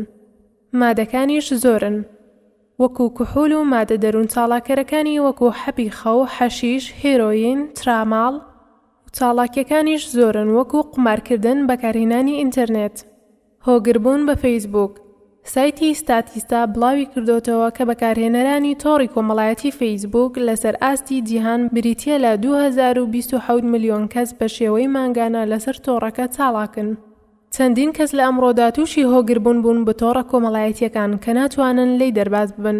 هۆگربوون بە فەیسبووک یەکێکە لەو هۆگربوونانە و بەم شێوەیە پێناسەکراوە. بەکارهێنانی زۆر و بەهەڵپەیە بۆ بەکارهێنانی تۆڕی کۆمەڵایەتی فەیسبووک بۆ گۆڕینی مەزاجی تاک لەگەڵ توشبوون بە دەرەنجامە نەرێنیەکان بە شێوەیە کە شەو و ڕۆژ لەسەر هێڵن و بە دوورکەوتنەوە لە ئینتەرنێت هەست بە بێزاریەکی زۆر دەکەن و دەبێت بە زووترین کات بچنەوە سەر هێڵ. جگەلەوەی زۆربەی کاتەکانی بەفیڕۆ دەچن تووشی چەندین کێشەی خێزانی دەبن و بەردەوام بەرپرسیارەتی خێزانیەکان فەرامۆش دەکەن. یەکێکی تر لە کێشەکانیان ئەوەیە کە گەر لە تۆڕە کۆمەڵایەتیەکان دوور بکەونەوە تووشی دڵە ڕاوکێ و تووڕەیی و بێزاری و بێوەقعی دەبن.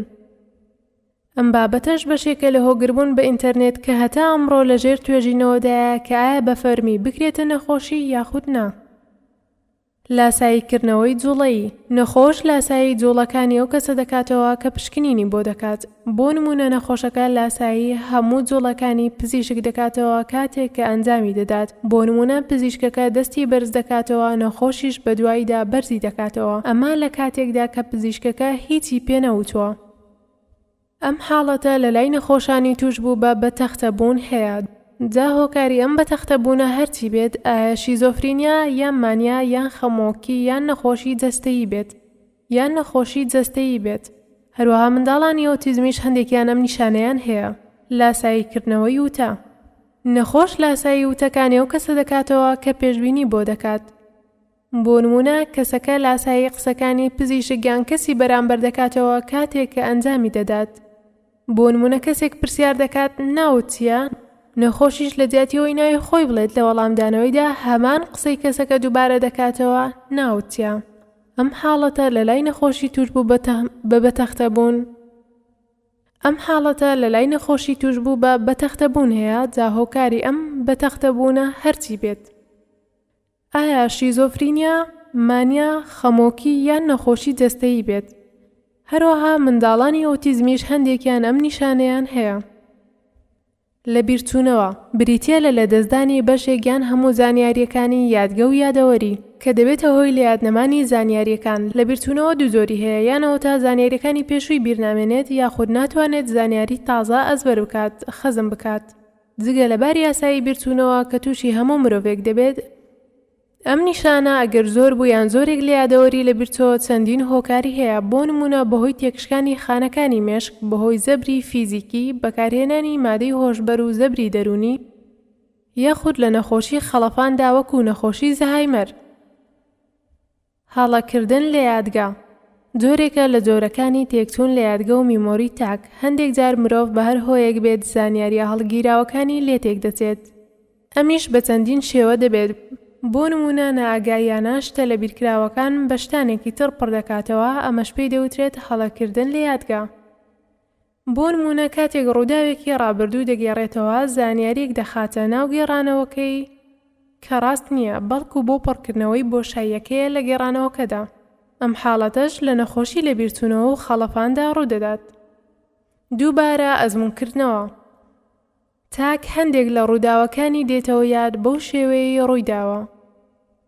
هەندێک جار بە ئاگایانە هەمان ئەزموون و ڕوودا و هەست پێ دەکاتەوە، یاخود جاری وهەیە لە خەونەکانیدا دەیان بینێتەوە.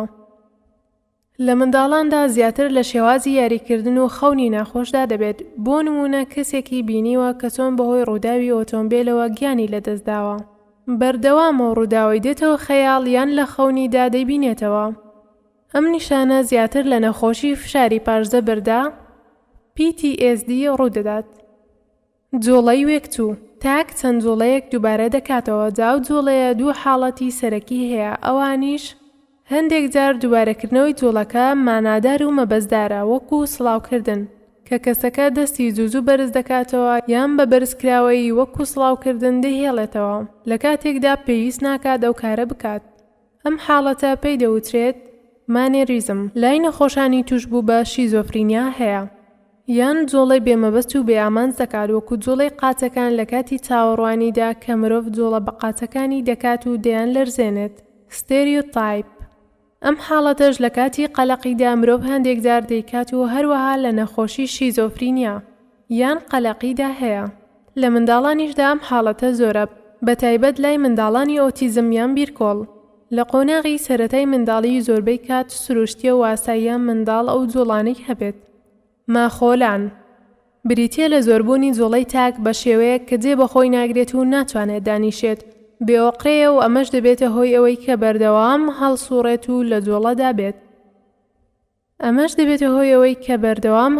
و لە جوڵەدا بێت. دەگوندێت نیشانەیەکی بەتەختە بوون بێت یان تەنها نیشانەیەکی تایبەتی بێت لای نەخۆشی قەلەقی و خەمۆکی. هەروەها هەندێک دەرمانیش ئەم حاڵەتە دروست دەکەن. تێکچوونی ئارەزووی خواردن. ئەم نیشانە لە زۆرێک لە نەخۆشیە دەرونیەکاندا هەیە. بە دوو شێوە دەردەکەوێت. زۆربوونی ئارەزووی خواردن کە دەبێتە هۆی زۆربوونی کێش بۆ نمونە نەخۆشی مانیا یان هەندێک جار بەهۆی دەرمانەوە ئەو ئارەزووە زیاد دەکات. کەمبوونەوەی ئارەزووی خواردن کە دەبێتە هۆی لە دەستدانی کێش بۆ نمونە لە نەخۆشی قەلەقی و خەمۆکیدا. نەخۆشی بەجەستەیی بوون. بەشێک لە نەخۆشیە دەرونیەکانە و نەخۆشیانن کە تاک نیشانەی جەستەیی هەیە و هیچ هۆکارێکی جەستەیی نادۆزێتەوە بۆ ئەو نیشانانە. یەکێک لەو نەخۆشیانە بریتیە لە بەجەستەیی بوون کە بریتیە لە دەربڕینی بێزاری دەرونی بە نیشانە جەستەییەکان و لەگەڵ بەدواگەڕان بۆ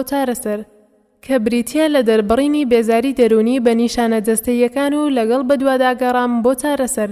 لەم نەخۆشیەدا نیشانەکان واقعین و نەخۆش هەستیان پێدەکات نەک نیشانەکان خۆی دروست بکات یان زیادەڕەوی تیا بکات. واتە ڕاستە هۆکاری جەستەیی بۆ نیشانەکانی نییە بەڵام نەخۆشەکان نیشانەکانی هەیە. نیشانەکان لە زۆربەی کۆئەندامەکانی لەشدا دروست دەبن بەڵام نیشانەکانی کۆئەندامی هەرس و جگەر ئازار و ڕەشانەوە یاڵەنج و هەتا دوایی پێست خوراندن و سوتانەوە و سڕبوون و هەتا دوایی لە هەرە باوترین نیشانەکانن. ئەم نەخۆشانە پشکنینی تاقیگەیی زۆریان کردووە و چەندین جار سەردانی پزیشکی جەستەییان لە زۆرێک لە پسپۆڕیەکاندا کردووە و سەرنجام پشکنینەکانیان پاک دەرچوون. هەروەها هەندێک جار بەهۆی سکاڵاکانیانەوە نەشتەرگەریان بۆ کراوە. نەخۆشیەکە کار دەکاتە سەر ژیانی کۆمەڵایەتی و پیشەیی تاک. ئەم نەخۆشیە زۆر بەربڵاو نییە و سەرەتاکانی لە تەمەنی نێوجەوانیەوە دەردەکەوێت. چارەسەریان لای پزیشکی دەرونیە. جا چارەسەرەکە بەڕێنمایی و چارەسەری دەرونی بێت یاخود هەندێک جار پێویستیان بە دەرمانی دەرونی هەیە لە جۆری دژە خەمۆکیەکان. کێشەی سەرەکی ئەوەیە کە چەندین ساڵ لە چارەسەر دواکەوتون بەهۆی ئەوەی وا دەزانن نەخۆشیەکی جەستەییان هەیە. هەستکردن بە تاوان. تاک بەبێ ئەوەی تاوانێکی گەورەی کردبێت یان هەڵەیەکی کردبێت بەرامبەر بە کەسێک یان خوددا خۆی بە تاوانبار دەزانێت بە شێوەیەک ناتوانێت بیر لە تاوانباری و هەڵەکەی نەکاتەوە و بەردەوام خۆی بە تاوانبار دەبینێت. ئەمەش نیشانەی نەخۆشی خەمۆکیە. لێرەدا مەرج نییە کەسەکە هەڵەیەکی گەورەی کردبێت بەڵکو هەستێکە لە ناخەوە وا دەزانێت کە تاوانێکی گەورەی کردووە. بۆ نمونە دەڵێت من زۆر خراپم لەگەڵ منداڵەکانم. لە کاتێکدا کە هیچ خراپەیەکی بۆ منداڵەکانی نییە یاخود دەڵێت خوا هەرگیز لێم خۆش نابێت. نیشانە جەستەییەکان و نەخۆشی دەرونی. نەخۆشیە دەرونیەکان چەندین نیشانەی جەستەیی دروست دەکەن و بەشێکیان زۆربەی نیشانەکانی دەرونین. لەبەر چەند هۆکارێک زۆرجار نەخۆشیە دەرونیەکان بە نیشانە جەستەییەکانی وەکو ئازار، بێهێزی و لاوازی و سەرگێشتبوون و بورانەوە و تێکچوونی خۆراک دێنە لای پزیشک. ئەمەش چەند هۆکارێکی هەیە. بەشێک لە نەخۆشیە دەرونیەکان خۆیان چەند نیشانەیەکی جەستەییان هەیە بۆ نمونە بێهێزی و تێکچوونی خۆراک لە نەخۆشی خەمۆکی. کرژبوونی لاشە و دڵەکوتە لای نەخۆشی قەلەقی و تادوایی.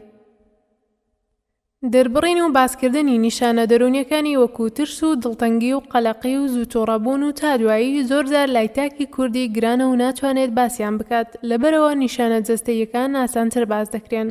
لەبەرەوەی ئێمە زۆرجار ئەگەر باسی نیشانە دەرونیەکان بکەین خەڵکی لێمان تێناگەن یاخود بەهانامانەوە نایەن بۆیە پەنا دەبینە بەرەوەی نیشانە جەستەییەکان باز بکەین و دەریان بخەین چونکەوانە لای کۆمەڵگا پەسەند و قبوڵ کراون. فشار و زەبر. فشار بریتیە لە ڕووداوێک کە ڕوودەدات و مەترسیە بۆ سەر لایەنی تەندروستی و جەستەییان دەرونی تاک. هەرچی زەبری دەرونیشە بریتیە لە ڕووداوێکی مەترسیدار کە لە دەرەوەی چاوەڕوانیەکانی مرۆڤە وەکو کارەساتی سروشتی و جەنگ و تادوایی. هەروەها دەتوانین بەم شێوەیەش بیان ناسێنین. لە فشاردا تۆ دەتوانیت شتێک بکەیت دەربارەی بارودۆخەکە واتە دەتوانیت گۆڕانکاری بکەیت بەڵام لە زەبردا تۆ هەست بە نەبوونی یارمەتی دەکەیت دەربارەی گۆڕینی دەرەنجام لەبەرەوەی کە چاوەڕوان نەکراوە و ناتوانیت لێڕا بکەیت. فشاریش وەکو مردنی هاوسەر، جیابوونەوەی هاوسەران، بوونی کێشەیەکی ئابووری یان کۆمەڵایەتی. زەبرە دەرونیەکانیش وەکو لە دەستدانی لە ناکاوی کەسێکی نزیک، یان مردنی بە شێوەیەکی تونند و تیژانە، کارەساتە سروشتیەکان وەکو بوومەلەرزە و لافاو. ئاین و نەخۆشی دەرونی تۆند. ئاینی پیرۆزی ئیسلام بە شێوەیەکی ڕەوان و جوان بابەتەکانی ڕوون کردوتەوە و گومانەکانی ڕەواندوتەوە. یەکێک لەو بابەتانە بریتیە لە قسەکردن دەربارەی بەشێک لە مرۆڤەکان کە کۆمەڵگە بەشێت یان بێئەقڵ ناویان دەبات. ئەو کەسانە لە زانستی دەروون پزیشکیدا دەچنە چوارچێوەی هەندێک نەخۆشیەوە وەکو شیزۆفرینیا، دوو جەمسەری یاخود نەخۆشی ئەندامی کە دەبنە هۆی تێکچوونی بیرکردنەوە و کردە زەهنیەکان. لەبەرەوە ئەوشە بەلای ئێمەوە پەسەندە کە بە نەخۆش ناو ببرێن. ئیسلامیش هانمان دەدات بۆ ئەم تێڕوانینە ئەوە تا پێغەمبەری ئیسلام دەفەرموویەت پێنووسی تاوان لەسەر سێ کەس هەڵگیراوە، لەسەر کەسی نووست و هەتاو کاتەی هەڵدەستێت لە خەو، لەسەر منداڵ هەتاوەکو باڵغ دەبێت، لەسەر شێت هەتاوەکو چاک دەبێتەوە، وەک زانراویشە نەخۆش چاک دەبێتەوە و شیفای بۆ دێت. کەواتە پێیامبەری خۆشەویستیش درودی خوای لەسەر بێت پێمان دەفەرموێت ئەوانەی نەخۆشی تێکچوونی بیرکردنەوە و زهنیان هەیە چاک دەبنەوە. کە چاکیش بوونەوە تاوان و چاکیان لەسەر هەژمار دەکرێت، کەواتە پێویستە کە ڕێز بگرین لەو مرۆڤانەی کە تووشی ئەو جۆرە نەخۆشیە بوون و هاوکاریان بین بۆ چاک بوونەوە. قسەکردنی خەڵکی لەسەر نەخۆشی دەرونی. تاکەکانی ناو کۆمەڵگەی کوردی هەمویان قسە دەکەن دەربارەی هەموو شتێک، لە کاتێکدا کە زۆرجار لەو بارەیەوە نازانن قسەی لەسەر دەکەن. لایەنی هەر ئاسانیش بۆ قسەکردن لە کۆمەڵگەی ئێمە چەند کایەیەکە، وەکو سیاسەت، ئاین، تەندروستی. لە ناوکایی تەندروستیدا هەمووان قسە لەسەر دروستی دەرونی دەکەن. شارەزاییەکەی و خەڵکەش هەرەوەیە کەوا دەزانن نەخۆشی دەرونی مرۆڤەکە خۆی وا لە خۆی دەکات و بە ئامۆژگاری چاک دەبێتەوە. ئەو خەڵکە ناتوانن خۆیان دەرونێکی دروستیان هەبێت، بەڵام سەبارەت بە دەرونی ئەوانی تر و نەخۆشیەکانیان دەدوێن و چارەسەر دیاری دەکەن.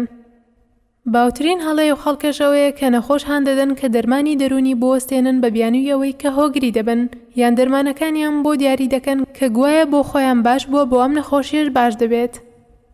ئەمە دیاردەیەکی خراپی ناو کۆمەڵگەیە و هۆکارە بۆ زیانی گەورە بە دروستی دەرونی تاک و نەخۆشەکان. لەکەی دەرونی چۆنکەم بکەینەوە. ئەم بابەتە کارێکی زۆر قورسە و لە هەمان کاتێشدا پێویستە. دەبێت هەمووان بە پسپۆڕان لە بواری دروستی دەرونی و دەسەڵاتدارانی وڵات و ڕۆشنبیران و میدیاکاران و هونەرمەندان و هاوڵاتیان بەگشتی لە هەوڵی کەمکردنەوەی بەلەکە سیرکردنی نەخۆشی دەرونی دابن. دەبێت پرۆگرام و بەرنامەی تایبەت لەم بارەوە بکرێت هەتا بتوانین لەکەکە کەم بکەینەوە. ئەم خاڵانەی خوارەوە هاوکارن بۆ کەمکردنەوەی ئەو لەکەی لەسەر نەخۆشی دەرونی دانراوە. یەکەم، زانینی ڕاستیەکان سەبارەت بە نەخۆشیە دەرونیەکان. لە بابەتەکانی پێشوو سەرجەم لایەنەکانمان ڕوون کردەوە سەبارەت بە تێگەیشتنی دروست لە نەخۆشی دەرونی. لەبەرەوە پێویستە بەو شێوەیە تێبگەین، نەک بەو شێوە هەڵەیەی کە لە ناو کۆمەڵگادا باز دەکرێن. دووەم، بڵاوکردنەوەی ڕۆشنبیری. بەشێک لە هۆکاری ئەولەکەیە دەگەڕێتەوە بۆ تێنەگەیشتن لە نەخۆشی دەرونی. لەبەرەوە بڵاوکردنەوەی ڕۆشنبیری لەو بارەوە زۆر سوودبەخش و ئەرێنیە. دەبێت خەڵکی بەگشتی و نەخۆشانی دەرونی و کەسوکاریان بە تایبەت لەبارەی نەخۆشی دەرونیەکانەوە هۆشیار بکرێنەوە و ئەرکی هەمومانە کە بەردەوام بە ڕێگە جیاوازەکان هەوڵی هۆشیاری کۆمەڵگە بدەین. بەم ڕێگەیەش دەتوانین لە تووشبووان بە نەخۆشی دەرونی تێبگەین و هاوکاریان بکەین. سێەم، بە ئاگابین لە شێوازی مامەڵەمان لەگەڵ تووشبووان بە نەخۆشی دەرونی. دەبێت بە شێوازی دروست مامەڵە بکەین لەگەڵ تووشبوواندا و برینداریان نەکەین و زیاکاریان بۆ نەکەین. دەبێت بە شێوەیەک مامەڵەیان لەگەڵ بکەین کە ئەوان هەست بە کەسێتیان بکەن و لە دەرەوەی نەخۆشیەکەیان بیان بینین. ئەم مامەڵە لە هەموو سات و شوێنێکدا پێویست و داواکراوە. بەواتایەکی تر پێویستە نەخۆشەکان یەکەم جار وەکو مرۆڤ سەیر بکرێن و مامەڵەیان لەگەڵ بکرێت بەو شێوەیە کە هەن. چوارەم، باشیەکان دەربخە. دەبێت لە باسکردنی کەسانی توشبوو بە نەخۆشی و گرفتە دەرونیەکان سەرنج بدەینە سەر خاڵە باش و ئەرێنیەکان. ئەوان خاوەنی چەندین توانە و لێهاتووین و دەبێت ئەو خاڵە ئەرێنیانەش ببینین و بیخەینە بەر چاوان. پێنجەم، پشتیوانیان بکە. بە پشتیوانیکردنی نەخۆش و خانەوادەکەی دەبێتە هۆی کەمکردنەوەی کێشە و ئاریشەکان و دەبێتە هاندەر بۆ چاکبوونەوە و ڕزگاربوون لە گرفتەکانی. ئەم پشتیوانیە ئەرکی هەموو هاوڵاتیان و نابێت هەرگیز وازی لێ بهێنین، واتە لە جیاتی جیاکاری و هەڵاواردنیان دەبێت لەگەڵیان بین و پشتیوانیان بکەین. شەشەم، دوورکەوتنەوە لە سوکایەتی و گاڵتەکردن بە توشبووان. نابێت نەخۆشانی دەرونی ببنە سەرچاوەی خۆشیەکانی ئێمە. دەبێت ڕێزیان لێ بگرین، خۆمان بە دوور بگرین لە بەکارهێنانی وشە و کردداری هەڵا بەرامبەریان. چارەسەری نەخۆشیە دەرونیەکان. نەخۆشی دەرونی وەکو نەخۆشیە جەستەییەکان چارەسەری هەیە و بە گوێرەی جۆری نەخۆشیەکە دەگۆڕێت. چارەسەر بە واتای کارکردن لەسەر چاکبوونەوەی نەخۆشیان، کۆنتڕۆڵکردنی نەخۆشیەکە یاخود نیشانەکانی. ڕێگا و شێوازی جۆراوجۆر هەن بۆ چارەسەرکردنی نەخۆشیە دەرونیەکان. بەگشتی نەخۆشانی دەرونی سێ جۆر لە چارەسەر وەردەگرن. دەرمانی کیمیایی وەکو هەموو نەخۆشیەکی تری مرۆڤ. چارەسەری دەرونی کۆمەڵایەتی. چارەسەر بە تەزووی کارەبا. بەدەیان زۆر دەرمان هەیە و پزیشکانی نەخۆشیە دەرونیەکان بۆ نەخۆشی دەنووسن. هۆکاری چاکبوونەوەی زۆرێک لە نەخۆشیە دەرونیەکانن. لەبەرەوە نەخۆشی دەرونیش وەکو نەخۆشیەکانی تر بە دەرمان چاک دەبنەوە و دەرمان ڕێگەیەکی سەرەکی و کاریگەرە بۆ چاکبوونەوە و چارەسەر. چەندین جۆری دەرمان بەکاردەهێنرێت بۆ چارەسەرکردنی نەخۆشیە دەرونیەکان. بۆ هەر نەخۆشیە و جۆرێک و بەبڕێکی تایبەت بەکاردەهێنرێن. پزیشکی پسپۆڕی دەرونی بە گوێرەی جۆری نەخۆشیەکە و دۆخی نەخۆشیەکە جۆری دەرمانەکە و بڕەکەی دیاری دەکات. چونکە جۆری دەرمانەکان بۆ نەخۆشیەکان جیاوازە، لێرەدا ئاماژە بە جۆری دەرمانەکان دەکەین. دژە سایکۆس وەکو دەرمانی ئۆلانزاپین، ڕیسپێریدۆن، هالۆپێریدۆڵ و کویتیاپین و فلوفینازین، مۆدیکەیت کە زۆربەیان بە شێوەی حەپەن و هەندێکیشیان لە شێوەی دەرزیدا هەن. ئەم دەرمانانە بۆ چەندین جۆری نەخۆشی بەکاردەهێنرێن وەکو شیزۆفرینیا، نەخۆشی وەهم، مانیا، ڕەفتارە لادەرەکان لە منداڵانی ئۆتیزم و بیرکۆڵ، وەکو یارمەتیدەر بۆ دەرمانەکانی دژە خەمۆکی لە چارەسەری نەخۆشی خەمۆکی و واسواسی. بەگشتی کاریگەری لاوەکیان هەیە و بە گوێرەی جۆری دەرمانەکە و بڕی بەکارهاتوو دەگۆڕێت و زۆرترین زیانەکانیان کاتین و هەندێک جار نەخۆش تووشی زیانی لاوەکی درێژخایەن دەکەن. کاریگەری چارەسەری و زیانەکانی دەرمانەکان لەم گروپەدا لە یەکتری جیاوازن و وەکو یەکتر نین. بۆ نمونە حەپی ئۆلانزاپین کە دەرمانێکی باش و کاریگەرە دەبێتە هۆی زیادبوونی کێش، و دەرزی مۆدیکەیت کە زۆر باشە بۆ کەسانێک کە پابەند نین بە خواردنی دەرمانەکانەوە. ئەم دەرمانە نەخۆشتووشی ڕقبوونی ماسوولکە و لەرزین دەکات. دژە خەمۆکی لە شێوەی حەپدا هەن و زۆر دەگرێتەوە و چەندین گروپن. ئەمەش چەند نمونەیەک: فلۆکستین، سێرترالین، سیتالۆپرام، ئەمیتریپتلین، کلۆمیپرامین، ڤێنلافاکسین و میرتازاپین. بۆ چەندین نەخۆشی بەکاردەهێنرێن وەکو نەخۆشی خەمۆکی و واسواسی و قەلەقی و فۆبیا. هەندێک نەخۆشی تری وەکو نەخۆشیە دەروونجەستەییەکان. ئەمانە زیانە لاوەکیەکانیان کاتین و زیانی درێژخایەنیان نییە. ئەم گروپە زۆر فراوانە و بەکارهێنانی زۆریان هەیە و لە نێوان دەرمانەکاندا جیاوازی هەیە کە بۆ کام نەخۆشیە باشترە یان بۆ کام نەخۆشیە گونجاوترە. مەزاد جێگیرکەر کۆمەڵێک دەرمانن وەکو حەبی لیسیۆم، سۆدیۆم، ڤالپرەیت و کلۆرۆمازین و کلۆرپڕۆمازین کە بۆ نەخۆشی مانیا یا تووڕەیی زۆر لە نەخۆشی شیزۆفرینیا بەکاردەهێنرێن. بە گوێرەی جۆرەکەی کاریگەریە لاوەکیەکانی دەگۆڕێت. هەندێک لەم حەبانە وەکو سۆدیۆم ڤالپرەیت، دیپاکین و کلۆرپڕۆمازین، تگریتۆڵ بۆ نەخۆشی پەرکەمیش بەکاردەهێنرێت. قەلەقی لابەرەکان چەندین جۆر و گروپن. گروپی سەرەکیان دەرمانەکانی بێنزۆدایازێپینن کە پێشیان دەوترێت حەپی خەو، وەکو دایازیپام، کلۆر دایازیپۆکساید، ئەلپرازۆلام و لۆرازیپام کە ئەمانە زیانی سەرەکیان بریتیە لە توشبوون بە هۆگری، ئیدمان.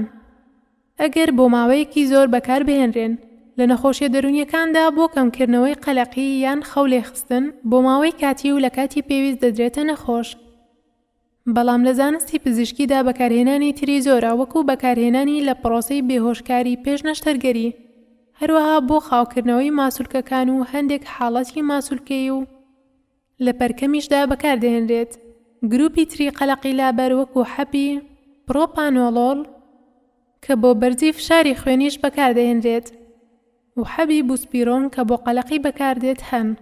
هەندێک دەرمانی تر بۆ نەخۆشی تر بەکاردەهێنرێت وەکو دەرمانی مێمانتین بۆ نەخۆشی خەڵەفان، حەب یان شڕوبی مەسیلفینیدەیت کە بۆ نەخۆشی جوڵەزۆری کەم تەرکیز بەکاردەهێنرێت، یان حەبی ترایهێکسفینیدیل، ئارتین و پرۆسایلیدین کە بۆ چارەسەری کاریگەریە لاوەکیەکانی دەرمانەکانی دژە سایکۆس بەکاردەهێنرێت. ئەمانش بە گوێرەی جۆرەکانیان کاریگەریە لاوەکیەکانیان دەگۆڕێت. هەندێک جۆر دەرمانی گیایی کە بە تاقیکردنەوە سەلمێنراون بەسوودن بۆ هەندێک حاڵەتی دەرونی وەکو ڕۆنی ماسی ئۆمێگا 3 یان هەندێک دەرمانی تر کە یارمەتی گەشەی دەمارەخانەکان دەدەن یان بۆ بەهێزکردنی ئارەزووی سێکسی و یادگە باشن. ئەمانەش بە گوێرەی حاڵەتەکانیان دەگۆڕێت. ئەم گروپە و دەرمانانە دەگرێتەوە کە بە شێوەی زانستی کۆمپانیەکانی دەرمان ئامادەی دەکەن وەکو شڕوب و حەب هەن، واتە بە باشی ئامادەکراون و بەڵگەی زانستی هەیە کە سوود بەخشن.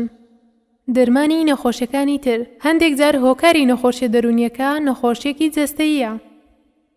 بۆ نمونە خەڵەفان و بیرچوونەوە بەهۆی کەمی ڤیتامین B12 کە بە پێدانی حەبیان دەرزی B12 چارەسەر دەکرێت، یان چارەسەرکردنی نەخۆشی کەمی هۆرمۆنی پەریزاد غودەی دەرەقی کاتێک کەسەکە تووشی خەمۆکی دەکات بە پێدانی حەبی سایرۆید، یاخود هەر نەخۆشیەکی تری جەستەیی کە ببێتە هۆی توشبوون بە نەخۆشی دەرونی.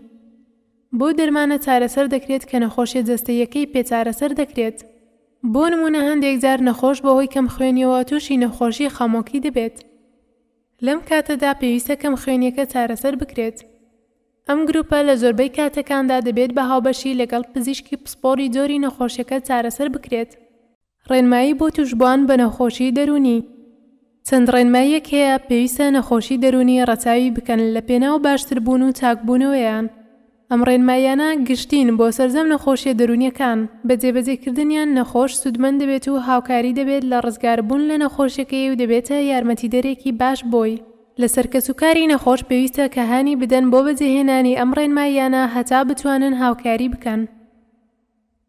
سەرجەمی ڕێنماییەکان لە 20 خاڵدا دەخەینە ڕوو. یەکەم، بێهیوا مەبە. کاتێک گوتیان نەخۆشی دەرونیتە، بێهیوا مەبە، دڵنیا بە چارەسەر هەیە. زۆرێک نەخۆشی دەرونیان هەبووە و چاک بوونەتەوە. دەگونجێت تۆ لەوان زووتر چاک ببیتەوە. بێهیوایی خۆی دەردێکی کوشندەیە و نەخۆشیەکەت قورستر دەکات. نابێت هەرگیز نەخۆش هیوای خۆی لەدەست بدات و بچێتە ژێر کاریگەری نائومێدیەوە. ئەمە هەنگاوی یەکەمە، چونکە هۆکارە بۆ وەرگرتنی چارەسەر و پەیوەستی بە چارەسەر و ڕێنماییەکان و زووچاکبوونەوە. هەمیشە بە ئومێدەوە بڕوانە داهاتوت و باشتربوون و ژیانێکی باشتر. بەواتایەکی تر زاڵ بە بەسەر نەخۆشیەکەتدا. هەرگیز مەهێڵە نەخۆشیەکە زاڵ بێت بەسرتدا و بتکاتە کۆیلەی خۆی. ئەو دەیەوێت بێهێز و لاوازت بکات، خۆتی تەسلیم مەکە و تۆ ببە بە خاوەنی ئەو یان لە ناوی بەرە. هیوا و نیشانە دەرونیەکان پێچەوانن. بە هیوابوون بنەمایەکی گرنگی باش بوونەوەیە لە نەخۆشیە دەرونیەکاندا. توێژینەوەیەک کە لە وڵاتی ئەمریکا کراوە سەبارەت بە هەڵسەنگاندنی پەیوەندی نێوان هیوا و نیشانەکانی نەخۆشی دەرونی لە نێو ئەو کەسانەدا کە نەخۆشی دەرونیان هەیە و لەژێر خزمەتگوزاری پشتیوانی پیشەییدان. لە توێژینەوەکەدا 74 کەس لە نێوان تەمەنی 23 بۆ 63 ساڵیدا بەشداریان پێکرا. ئاستی هیواداربوون، بێهیوایی و نیشانە دەرونیەکان بە پێوەری تایبەتی دیاریکرا. نەخۆشەکانیش زیاتر بریتی بوون لە شیزۆفرینیا، دووجەمچەری، خەمۆکی. ئەنجامەکانەوە دەردەخەن کە پەیوەندیەکی پێچەوانە هەیە لە نێوانی هیواداری و نەخۆشیە دەرونیەکان و پەیوەندیەکی ڕاستەوانەش لە نێوان بێهیوایی و نیشانە جەستەییەکاندا هەیە. واتە هەتا هیوا و ئومێدی کەسەکە زیاتر بێدەگەری کەمبوونەوەی نیشانەکانی نەخۆشیەکەی کەمتر دەبێت. بە پێچەوانەشەوە هەتا کەسەکە بێهیوا بێت نیشانەکانی زیاتر دەبن. کاتێکیش کەسێک نیشانەکانی کەمتر بێتەوە گەری باشبوونی زیاتر دەبێت. جگە لەم توێژینەوە چەند توێژینەوەیەکی تر هەن کە دەرەنجامەکەیان هاوشێوەیە و باس لەوە دەکەن کە هیواداربوونی زۆر جگە لەوەی دەبێتە هۆی کەمبوونەوەی نیشانەکان لە هەمان کاتدا دەبێتە هۆی باشتربوونی توانای دەروون کۆمەڵایەتی، باشتر خۆگونجاندن، کەمکردنەوەی ڕەفتاری خۆکوژی، باشتر سوودوەرگرتن لە چارەسەرەکان. دووەم، بزانە نەخۆشیەکەت ناوی چییە. هەرکات پزیشک گوتی تووشی نەخۆشی دەرونی بوویت، بیرت نەچێت لێی بپرسە جۆری نەخۆشیەکەم چییە و ناوی چییە. نەخۆشی دەرونی ناوی هەیە و جۆریشی زۆرە. کەواتە دەبێت ئەگەر پزیشکەکەت پێی نەوتیت نەخۆشیەکەت چییە و دەرمانی بۆ نووسیت، دەبێت تۆ بپرسیت کە بۆچیە و دەرمانانت بۆ دەنووسێت و نەخۆشیەکەت ناوی چییە. زانینی ناوی نەخۆشیەکەت هۆکارە بۆ تێگەیشتن و ئاسانکارە بۆ چارەسەر وەرگرتن. هەندێک جار نەخۆش پزیشکەکەی دەگۆڕێت و چەندین پزیشک دەکات نازانێت ناوی نەخۆشیەکەی چییە. ئەمە کارێکی هەڵەیە و نابێت بەردەوام بێت. سێم، خۆت بەرپرسیارەتی چاکبوونەوە هەڵبگرە. هەرگیز هۆکاری توشبوون بە نەخۆشی مەکەرە تاوانی کەسانی تر. خۆت بەرپرسیارەتی هەڵبگرە هەتا بتوانیت بە سانایی چاک ببیتەوە. ئەگەر کەسانی تر یان هۆکاری تر بکەیتە بەرپرس لە توشبوونت، هەرچەندە گەڕاست بێت و ئەوان ڕۆڵیان هەبوو بێت لە توشبوونت، بەڵام بۆ چاکبوونەوە دەبێت پشت بە خۆت ببەستیت و ئەو بەرپرسیارەتیە بگریتە ئەستۆ. ئەمە دەبێتە هۆی ئەوەی کە بەردەوام بە دوای چارەسەر و چاکبوونەوەدا بڕۆیت و خۆت هەوڵی بۆ بدەیت. چوارەم، نەخۆشی هەر نەخۆشیە. هیچ شەرم نییە گەر نەخۆشی دەرونیت هەبێت و درێژخایان بێت. دەرمانەکانت بخۆ و وابزانە نەخۆشی شەکرەتە و دەرمان دەخۆیت. جیاوازی نەخۆشی دەرونی درێژخایەن و بەرزی پەستانی خوێن و ڕەبوو چییە؟ هەرسێکیان پێویستە دەرمان بخۆیت بە بەردەوامی ئەگەر نەیخۆیت سەر هەڵدەداتەوە و تەندروستیت تێک دەچێت. لە نەخۆشیدا تۆ خۆت بەرپرس نیت لەوەی کە نەخۆش بیت یان توش ببیت. بەڵکو زۆر جار هۆکارەکەی نەزانراوە.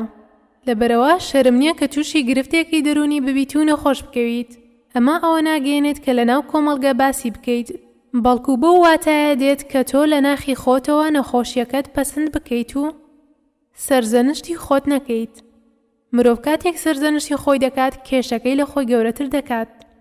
پێنجەم، هەرگیز دەرمان بەبێ پرسی پزیشک مەخۆ. کاتێک کەسێک دەڵێت منیش وەکو تۆ بووم و بەم دەرمانە چاک بووم، نەکەیت دەرمانی ئەو بخۆیت. سەدان زۆر نەخۆشی دەرونی و دەرمانی دەرونی هەیە و هەر کەسە و تایبەتمەندی خۆی هەیە و لەوانەیە تۆ نەخۆشیەکت هەبێت کە ڕێگر بێت بۆ بەکارهێنانی ئەو حەپە. بۆ نمونە هەندێک دەرمانی دەرونی نابێت بدرێتە کەسێک کە نەخۆشی شەکرەی هەبێت، یان هەندێک دەرمان لە گەنجاندا دەبێتە هۆی گرفتی گەورە بۆیان. هەندێک جار دەرمانێک لەوانەیە کاریگەری لاوەکی لە کەسێکدا دروست بکات کە لە کەسێکی تردا دروستی ناکات. ئەمە جگە لەوەی کە هیچ نەخۆشیەک لە نەخۆشیەکی تر ناچێت. شەشەم، دەرمان بەبێ ڕاوێژی پزیشک مەوەستێنە. ئەگەر خۆت نەخۆشی دەرونیت هەیە و پزیشک دەرمانی بۆ نووسیویت، یان نزیکێکت نەخۆشی دەرونی هەیە و دەرمان وەردەگرێت، تکایە هەرگیز بەبێ ڕاوێژی پزیشک واز لە دەرمان مەهێنن یان مەیوەستێنن. نەخۆشیە دەرونیەکان وەکو نەخۆشیە جەستەییەکان نین. هەندێک جار پێویستە کە چاکیش بوونەوە بۆ ماوەیەک بیان خۆن. بەکارهێنانی دەرمان بە دەرونی ساغەوە.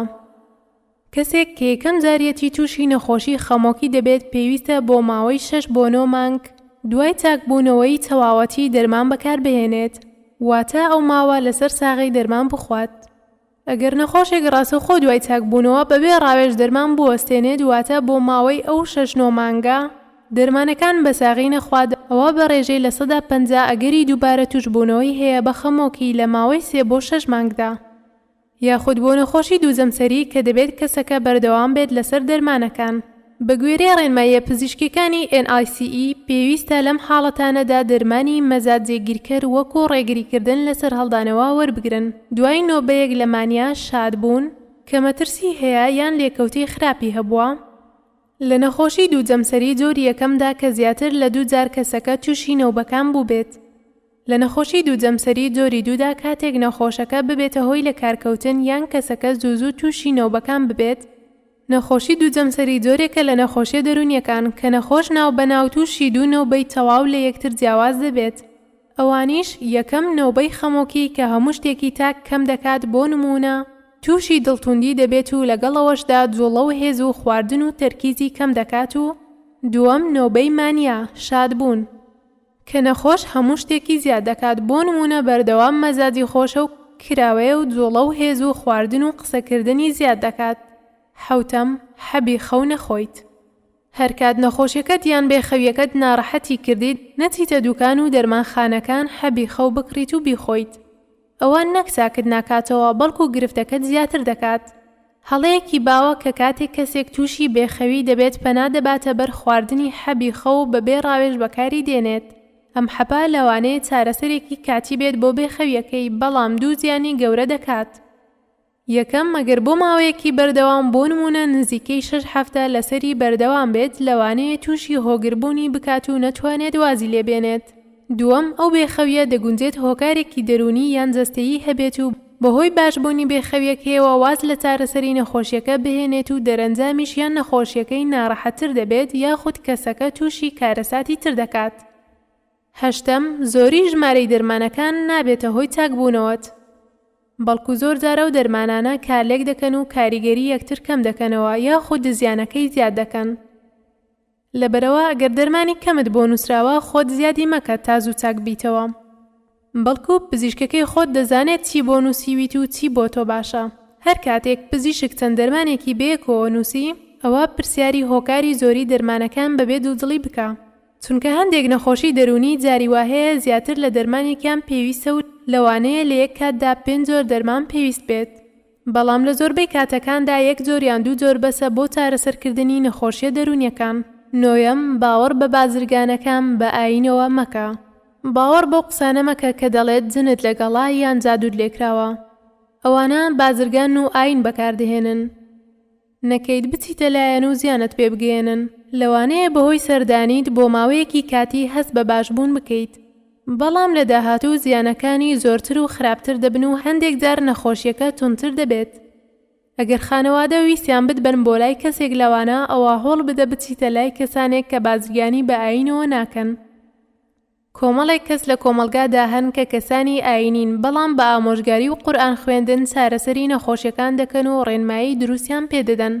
ئەو کەسانە جێگەی ڕێزن و زۆر کات سوودیان بە نەخۆش گەیاندووە و لە کاتێکدا دەزانن پێویستی بە پزیشکی دەرونی هەیە، خۆیان ئامۆژگاری نەخۆش دەکەن کە سەردانی پزیشک بکات. دێم، دوورکەوەرەوە لە مادەی هۆشبەر.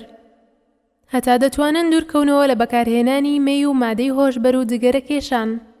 لەوانەیە بۆ ساتێک سوودی هەبێت، بەڵام زیانەکەی زیاترە لە سوودی کاتی. بەکارهێنانی ئەو مادانە دەبنە هۆی چەندین زیانی تەندروستی و لە هەمان کاتدا تووشی نەخۆشیێکی ترت دەکەن کە چارەسەری زۆر ناڕەحەت و گرانە. ئەویش نەخۆشی هۆگربوونە بە مادە هۆشبەرەکان. ئەو هۆگربوونە لەوانەیە لە ئەنجامی پابەند نەبوون بە شێوازی بەکارهێنانی دەرمانەکانەوە دروست بێت. بۆ نمونە کاتێک پزیشکێک دەرمانێک دەنووسێت بۆ کاتێکی تایبەت بەکاربهێنرێت، نەخۆش ئەو ڕێنماییە فەرامۆش دەکات و بەردەوام دەیخوات و لەسەری وەردەگرێتەوە. ئەو کاتە کەسەکە تووشی هۆگربوون دەبێت. یانزەیەم، بەگوێی پزیشکەکەت بکە. هەر کات پزیشکەکەت بڕیاریدا بە بەکارهێنانی دەرمانێک بۆ تۆ کە بۆ نەخۆشیەکەت باشە، یان بڕیاریدا بە بەکارهێنانی تەزووی کارەبا وەکو چارەسەر، دوودڵ مەبە و پەسەندی بکە. هەندێک جار تەزووی کارەبا باشترین چارەسەر و هۆکارە بۆ باشبوون. مەبەست لێرەدا ئەوەیە کە کاتێک پزیشک جۆرێک لە چارەسەر بە پێویست دەزانێت یان دیاری دەکات، پاش ڕاوێژکردن و پرسیارکردن لێی لەسەر کاریگەری چارەسەرەکە و هۆکاری چارەسەرەکە، ئەو کاتە بە گوێی ڕای زانستی پزیشک بکە و هەوڵ بدا بە ڕێنماییەکانەوە پابەند بیت. دوانزەیەم، بە گوێی کەسی نەشارەزا و نەزان مەکە. کاتێک گوتیان دەرمان مەخۆ و چارەسەری دەرونی وەرمەگرە خراپتر دەبیت، ئەوە بزانە ئەو کەسە بەرژەوەندی تۆی ناوێت. ئەگەرنا مادام نەخۆش بیت دەبێت چارەسەر وەربگریت. لەبەرەوە بەگوێی هەموو کەس مەکە و خۆت خۆش بوێت. بەردەوام کەسانێک هەن کە دەیانەوێت بچنە ناو ژیانی کەسانی ترەوە بەبێ زانیاری بڕیار لە ژیانی ئەوانی تر دەدەن. لە زۆربەی حاڵەتەکاندا بە زیانی نەخۆش کۆتایی دێت. لەبەرەوە لە بەرژەوەندی نەخۆشدایە کە تەنها ڕێنمایی پزیشکەکەی جێبەجێ بکات. سیانزەیەم، پشتیوانی کۆمەڵایەتی بەدەستبێنە. پشتیوانی کۆمەڵایەتی هۆکارێکە بۆ باشتربوون و چاکبوونەوە. لەبەرەوە گرنگە ئەم لایەنە فەرامۆش نەکەیت و بەردەوام تێکەڵ بە کۆمەڵگا و خۆتدا مەبڕە. ئەگەر کەسێکی دڵسۆز ویستی هاوکاریت بکات و ببێتە پشتیوانت، بە خۆشحاڵیەوە وەری بگرە و سوپاسی بکە. لە زۆربەی نەخۆشیە دەرونیەکاندا پشتیوانی کۆمەڵایەتی دەبێتە یارمەتیدەری تاکبوونەوە. هەندێک جارە و پشتیوانیە تەنیا بەگوێ لێگرتن دەبێت، یاخود لە هەندێک نەخۆشیدا نەخۆش پێویستی بەوەیە کەسێک یارمەتی بدات لە وەرگرتنی چارەسەرەکاندا. چواردەیەم، وەرزش و پیاسەکردن. ئەم دوو تاڵاکیە زۆر سوودبەخشن بۆ دەرونی مرۆڤ و هۆکاری ئارامین. لەبەرەوە فەرامۆشیان مەکە و ڕۆژانە ئەنجامیان بدە. بۆ دەروندروستیمان پێویستە ڕۆژانە بۆ ماوەی 45 خولەک وەرزش بکەین و بۆ ماوەی 45 خولەک پیاسە و پیادەڕەوی بکەین. ئەم دوو چاڵاکیە دەبنە هۆی دەرووناسوودەیی و چالاکبوونی جەستەی مرۆڤ. ڕاهێنانە جەستەییەکان دەروندروستیت باش دەکات. زانست سەلماندوویەتی کە وەرزش و جوڵەی لاشە دەبێتە هۆی کەمکردنەوەی لە کارکەوتن بەهۆی نەخۆشیەکانی دڵ و بۆڕیەکانی خوێن و پەتکەی مێشک جەڵدە و شەکرا. لە توێژینەوەیەک کە لە ساڵی 2018 بڵاو بووەتەوە کە لە وڵاتی ئەمریکا کراوە و زیاتر لە 1 ملیۆن کەس بەشدار بوون لە ساڵەکانی 2011 2013 2015دا، ئەم کەسانە تەمەنیان لە سەر و 18 ساڵەوەیە و سەردانی سەنتەری تایبەتیان کردووە و لە وڵاتی ئەمریکا بەشداریان لە توێژینەوەکە پێکراوە. بەشداران کراون بە دوو گروپەوە، گروپێکیان کە جۆرە جیاوازەکانی ڕاهێنانی جەستەییان کردووە و جۆرەکەی تریان کە ڕاهێنانیان نەکردووە. ئامانجی توێژینەوەکە دیاریکردنی کاریگەری جۆری ڕاهێنانە وەرزشیەکانە. لە ڕووی کاتی ڕاهێنانەکە ژمارەکانی لە هەفتەیەکدا و چڕی ئەنجامدانی 75 جۆری ڕاهێنان دیاری کراوە، وەکو یاری گۆڵف، پاسکیل سواری، ڕاکردن، پیاسەکردن، مەلەکردن، لەشدوانی و تادوایی. هەموو جۆرەکانی ڕاهێنانەکان بوونەتە هۆی کەمکردنەوەی خراپی دەروندروستی تاک بە ڕێژەی لە 43 کە ڕۆژانە هەستی پێدەکات لە چاوە کەسانێک کە بەشداری هیچ ڕاهێنانێکیان نەکردووە، واتە کەسانێک کە ڕاهێنانیان کردووە ڕۆژانە باری دەرونیان باشتر بۆ لەوانەی کە ڕاهێنانیان نەکردووە. دەرکەوتووە کە ڕاهێنانی سوودبەخش باشترە کە 45 خولەک بێت و هەفتانە 3 بۆ 4 جار ئەنجام بدرێت. 15ەم بەردەوام بە لەسەر پیشەکەت. پیشەکەت بەشێکە لە ژیانت. هەموو هەوڵێک بدە دوور نەکەویتەوە لە پیشەکەت و بەردەوام بە. فەرامۆشکردنی پیشەکەت خاڵێکی سلبیە و کاریگەری دەبێت لەسەر دەروونت. کاتێک ناچیتەوە سەرکاریان خۆت لە پیشەکەت بە دوور دەگریت، ئەوە واتایەوەیە کە تۆ خۆتت داوە بەدەستەوە و نەخۆشیەکەت زاڵ بۆ بەسەرتدا. هەرچەندە نەخۆشیەکەت ناڕەحەتت دەکات و بێزار دەبیت، باشترە بەردەوام بیت لەسەر کارەکەت. ئەمە بۆ ئەو نەخۆشانەیە کە مرۆڤ لە کار ناخەن، وەکو نەخۆشیەکانی قەلەقی و خەمۆکی مامناوەند و سووک و دەروونجەستەییەکان، نەک بۆ سەرجەم نەخۆشیە دەرونیەکان. بۆ نمونە نەخۆشی شیزۆفرینیای توند یان مانیا وا لە نەخۆش دەکەن کە نەتوانن کارەکەی بەباشی بکات. 16ەم تەندروست بژی. تەندروستی جەستە و پاک و خاوێنی خۆت فەرامۆش مەکە. بەردەوام گرنگی بە جەستە و ڕوخسارت بدە. هەوڵ بدە لە ڕووی خواردن و پشووەوە کەمتر خەمی نەکەیت و بەردەوام بە گرنگیەوە لە تەندروستی لاشت بڕوانە. دەروون و لاشە دوانەیەکی پێکەوە گرێدراون و کاریگەریان لەسەر یەکتر هەیە. کاریگەرن بۆ بوونی دەروونێکی دروست. 17ەم لە کاتی پێویست ڕاوێژ بە پزیشکەکەت بکە. ئەگەر تووشی نەخۆشیەکی جەستەیی بوویت و پزیشکێکی تر دەرمانێکی بۆ نووسیدەوە، ڕاوێژ بە پزیشکە دەرونیەکەت یان پزیشکەکەی تر بکە دەربارەی کارلێکی دەرمانە دەرونیەکان لەگەڵ دەرمانە نوێیەکانت.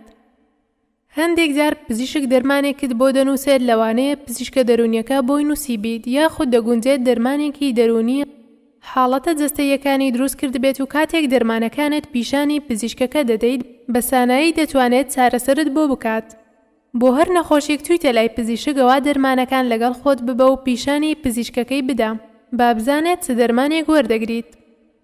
18ەم تەکنیکەکانی خۆخاوکردنەوە ئەنجام بدە. بۆ خاوبوونەوەی دەروون و جەستەت سوود لە تەکنیکەکانی خۆخاوکردنەوە وەرگرا، وەکو تەکنیکی هەناسەدانی قوڵ. ئەمەش دەبێتە هۆی ئارامبوونەوەی دەروون و بەهێزبوونی تەرکیز و هەستکردن بە ئارامی. تەکنیکی هەناسەدانی قوڵ. تەکنیکەکانی خۆخاوکردنەوە بۆ زۆر نەخۆشی دەرونی سوود بەخشن. چەندین تەکنیکیش دەگرێتەوە، وەکو هەناسەدانی قوڵ، خاوکردنەوەی گشتی ماسوولکەکان، مێدیتەیشن و تادوایی. ئامانج لێیان بریتیە لە گۆڕینی تەرکیزی مرۆڤ و ئارامکردنەوەی مێشکی تاک. ئاسانترین تەکنیک بۆ فێربوون و ئەنجامدان بریتیە لە هەناسەدانی قوڵیان هەناسەدان بەسک. ئەمەش بەم شێوەی خوارەوە ئەنجام دەدرێت. دەست لەسەر سک و سنگت دابنێ. دەستی ڕاست بخەرە سەر سکت و دەستی چەپ بخەرە سەر سنگت. پاشان بەلوود بە هێواشی هەوا هەڵمژە بە شێوەیەک ماوەی 4 چرکە بەردەوام بە، یاخود هێندەی هەتا 4 دەژمێریت. دواتر هەواکە لە سیەکانتدا بهێڵەرەوە بۆ ماوەی 2 چرکە. لە کۆتاییدا بەدەم هەناسە بدە، بەڵام زۆر بەهێواشی. پێویستە ماوەی 6 چرکت پێ بچێت کاتێک هەناسە دەدەیتەوە. لە کاتی هەناسەدانەکەتدا تەرکیزت دەخەیتە سەر سنگ و سکت و بزانە چۆن چۆنی هەوا دەچێتە ناو سکتەوە و دێتە دەرەوە.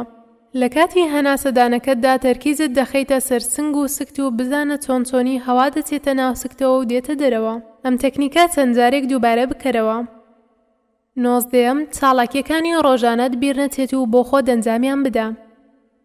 چالاکیەکانی ڕۆژانەت وەکو پاک و خاوێنی، ئیشی ماڵەوە، کڕینی پێداویستیەکان ڕۆژانە خۆ دەنجامیان بدە و مهێڵە کەسانی تر لە زیاتی تۆ کارەکانی ڕۆژانەت بۆ بکەن.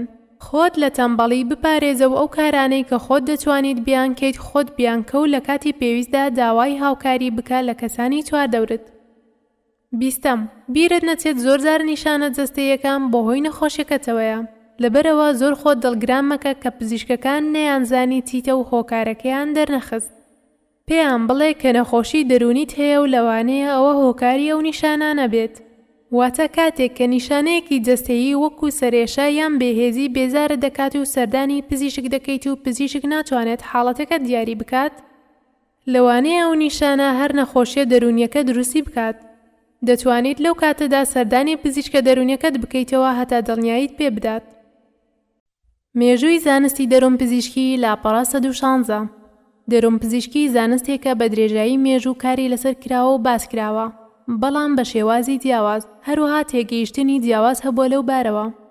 لە سەدەی 19 و 20دا گەشەی بەرچاوی بەخۆیەوە بینی، بە تایبەت پاش دۆزینەوەی دەرمان بۆ چارەسەرکردنی نەخۆشیە دەرونیەکان لە ناوەڕاستی سەدەی 20دا. لە ڕابردوودا خەڵکی وابیریان کردوتەوە کە هەر نەخۆشیەک کە تووشی مرۆڤ دەبێت هۆکارەکەی دەگەڕێتەوە بۆ خراپە و تاوانباری مرۆڤ و خوای گەورە وەکو سزایەک مرۆڤ تووشی نەخۆشی دەکات. ئەوانەی کە تووشی نەخۆشی دەرونی بوون بە سزای خوایی یان چوونە ناولەشی دنەوە لێک دراوەتەوە. چارەسەریشیان بە نزاکردن بۆ توش بوو بۆ و هەندێک جار سزای توندی توشبوو دراوە. ئەم لێکدانەوانە درێژەیان هەبوو هەتا سەدەی 11ی زاینیش بەردەوام بوو.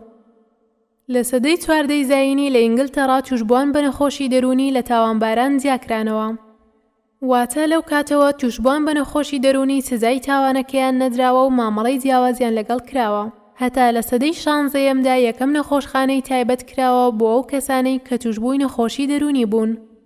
بەڵام تەنها شوێنێک بوو کە نەخۆشەکانیان تێدا کۆ دەکردەوە و خزمەتگوزاری پێویستیان نەبوو.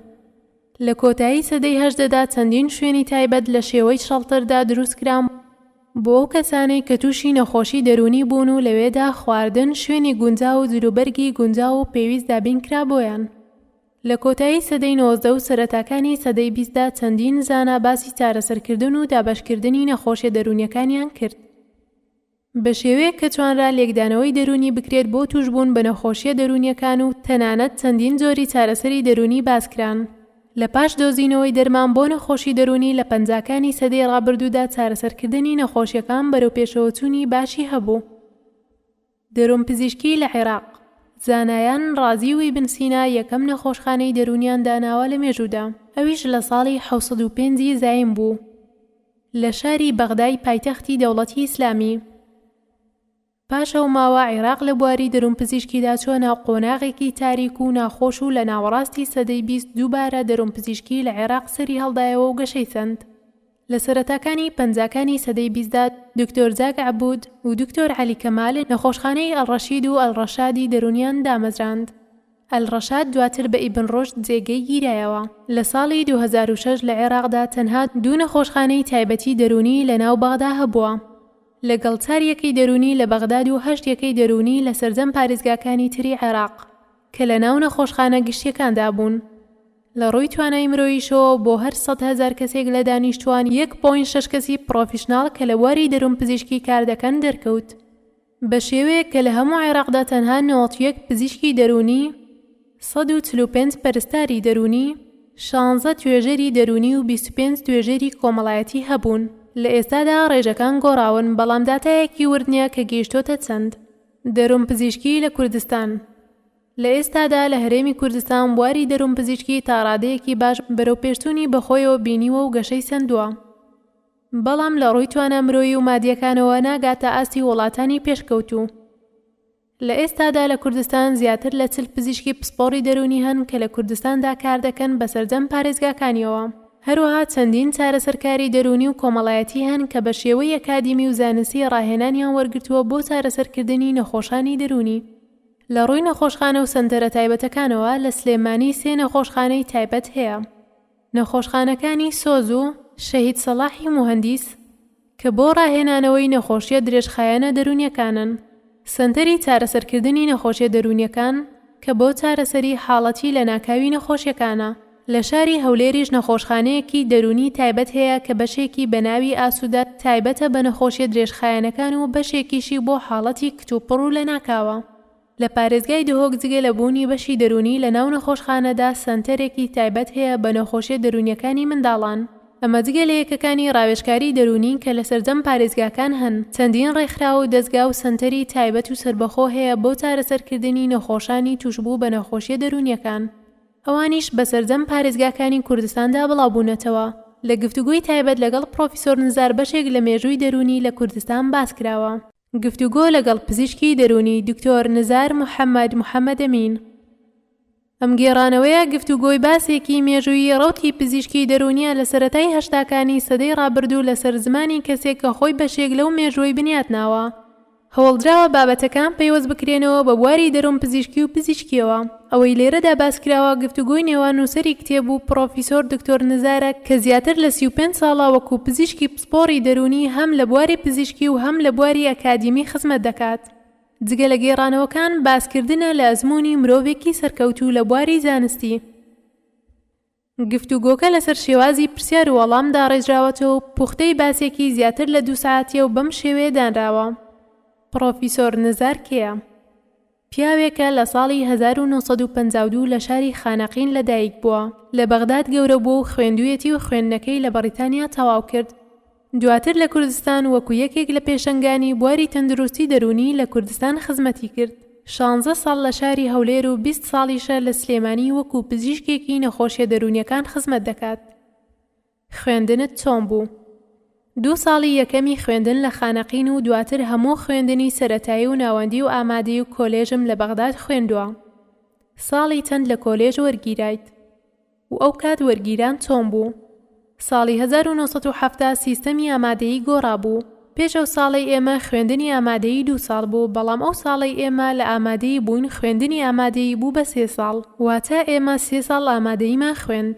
ئەو کاتەی کە خوێندنی ئامادەیی 2 ساڵ بوو نمرەی وەرگیران لە زانکۆ نزم بوو. قوتابی بە کۆنمرەی 75 و 73 دەچوە کۆلێژی پزیشکی.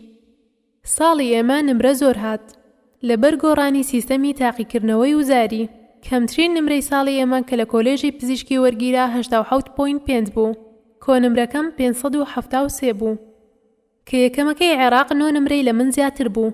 ئەو ساڵا شەشەمی سەرئاستی عێراق بووم. لە زانکۆی بەغداد وەرگیرایت. بە گوێرەی زانیاریەکانت زانکۆی بەغداد لە ساڵی چەندەوە کۆلێژی پزیشکی کردبووەوە؟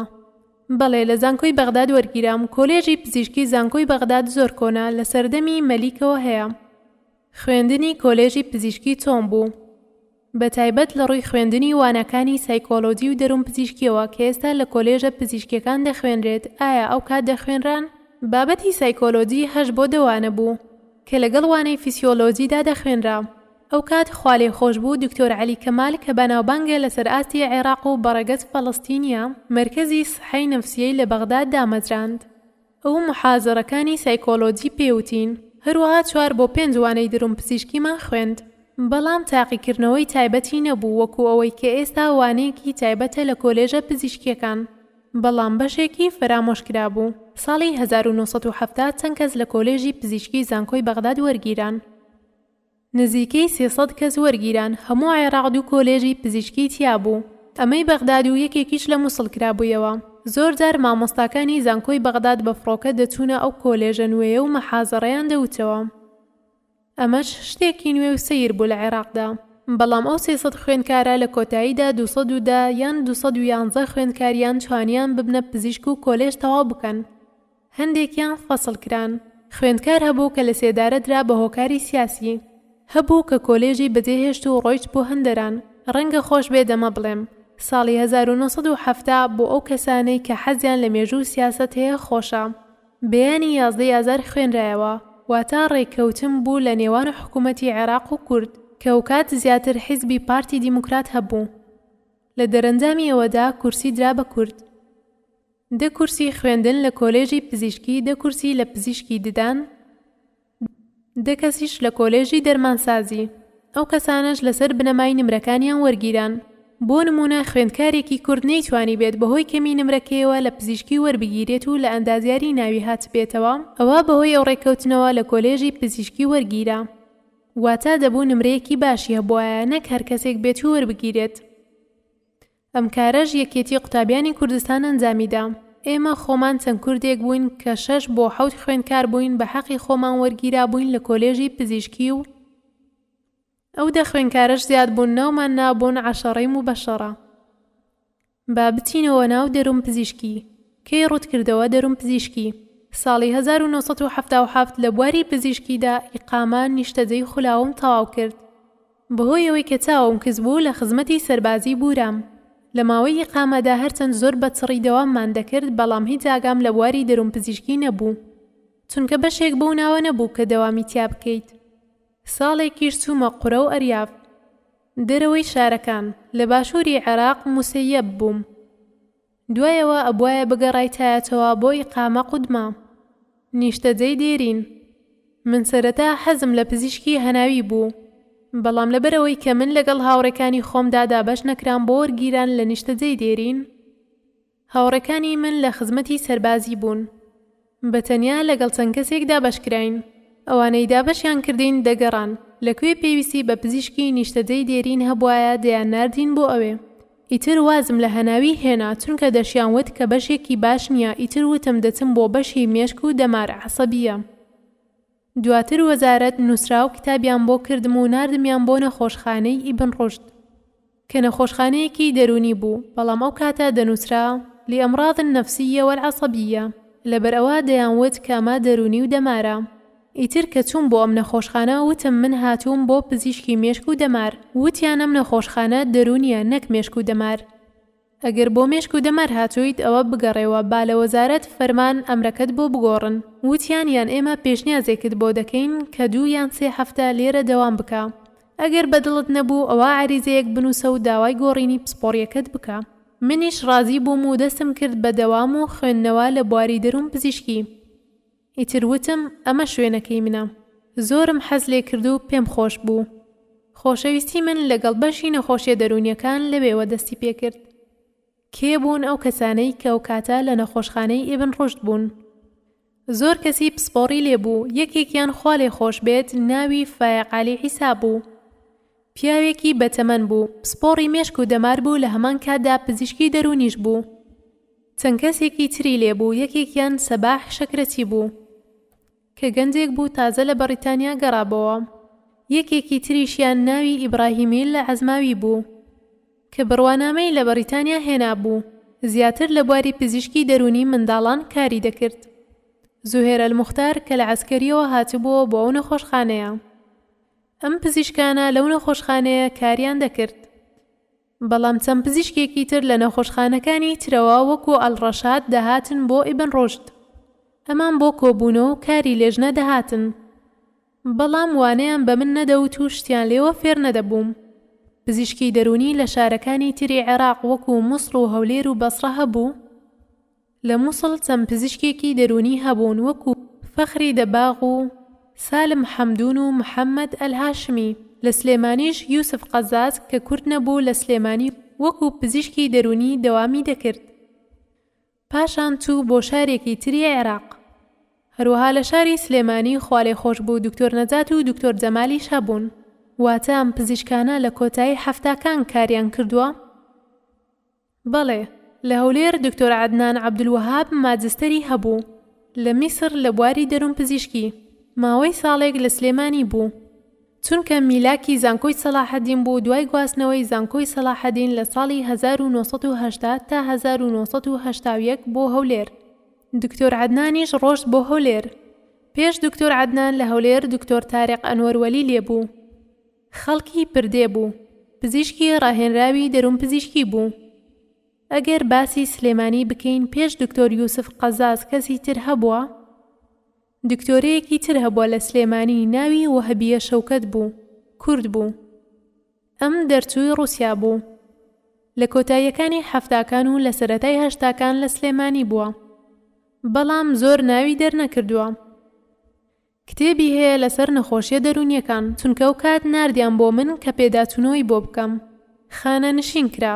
دوای ڕاپەڕینەکەی هەرێم گەڕایەوە کوردستان و لە هەولێر و سلێمانی کاری کرد. لە ژیاندا ماوە، بەڵام نازانم چی دەکات و لەکوێیە. چەند ساڵ وەکو پزیشکی نیشتەجێی دێرینی دەرونی کارت کرد. سیستەمی دەوامی پزیشکی ئەو کات بەم شێوەیە بوو. سەرەتا دوای تەواوکردنی کۆلێژی پزیشکی ساڵێک وەکو پزیشکی نیشتەجێی خولاو دەوامت دەکرد. پاشان 1 ساڵ دەچوویتە عەسکەری و دواتر ساڵێکی تر ناحیە و گوندەکانت دەکرد. پاشان دەبوو بچوویتایە بەشێکەوە وەکو پزیشکی نیشتەجێی دێرین.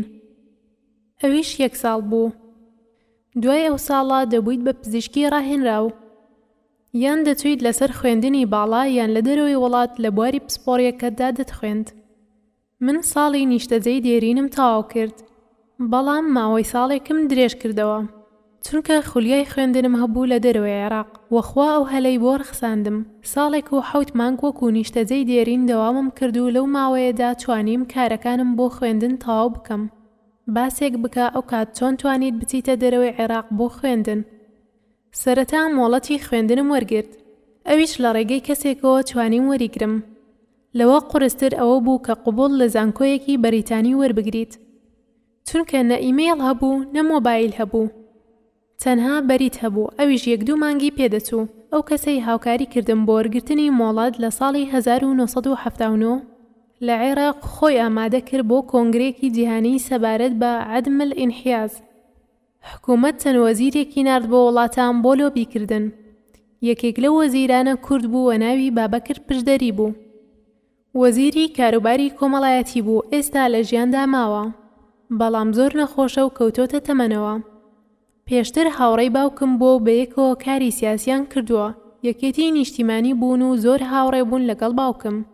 یەکێک لە شاعیرە کوردەکان هەژاری موکوریانی لە ئیبن ڕوشد خوێندرا بوو بە مەبەستی پاکردنەوە لە ژەهراوی بوون بەمەی، چونکە زۆری دەخواردەوە.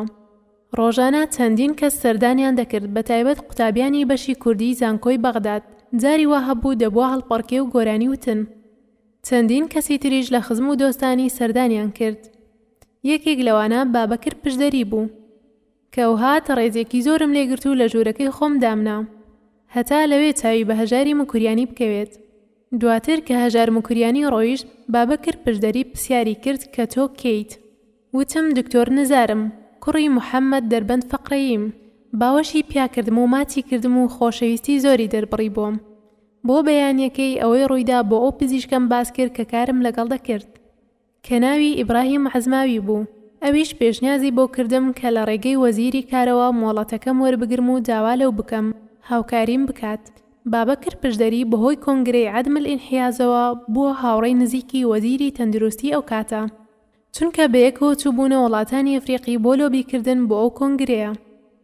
منیش بڕیارمدا بچمە لای و دواتر بە تەلەفۆنی نۆرماڵی نەخۆشخانە مەوعیدم وەرگرت و چوومە لای. وتی چی دەوێت بابۆت بکەم؟ منیش وتم لە کوردستاندا تەنها 1 دکتۆری پسپۆڕی دەرونی هەیە، ئەویش دکتۆر نەجاتە، تازە هاتۆتە بەریتانیا.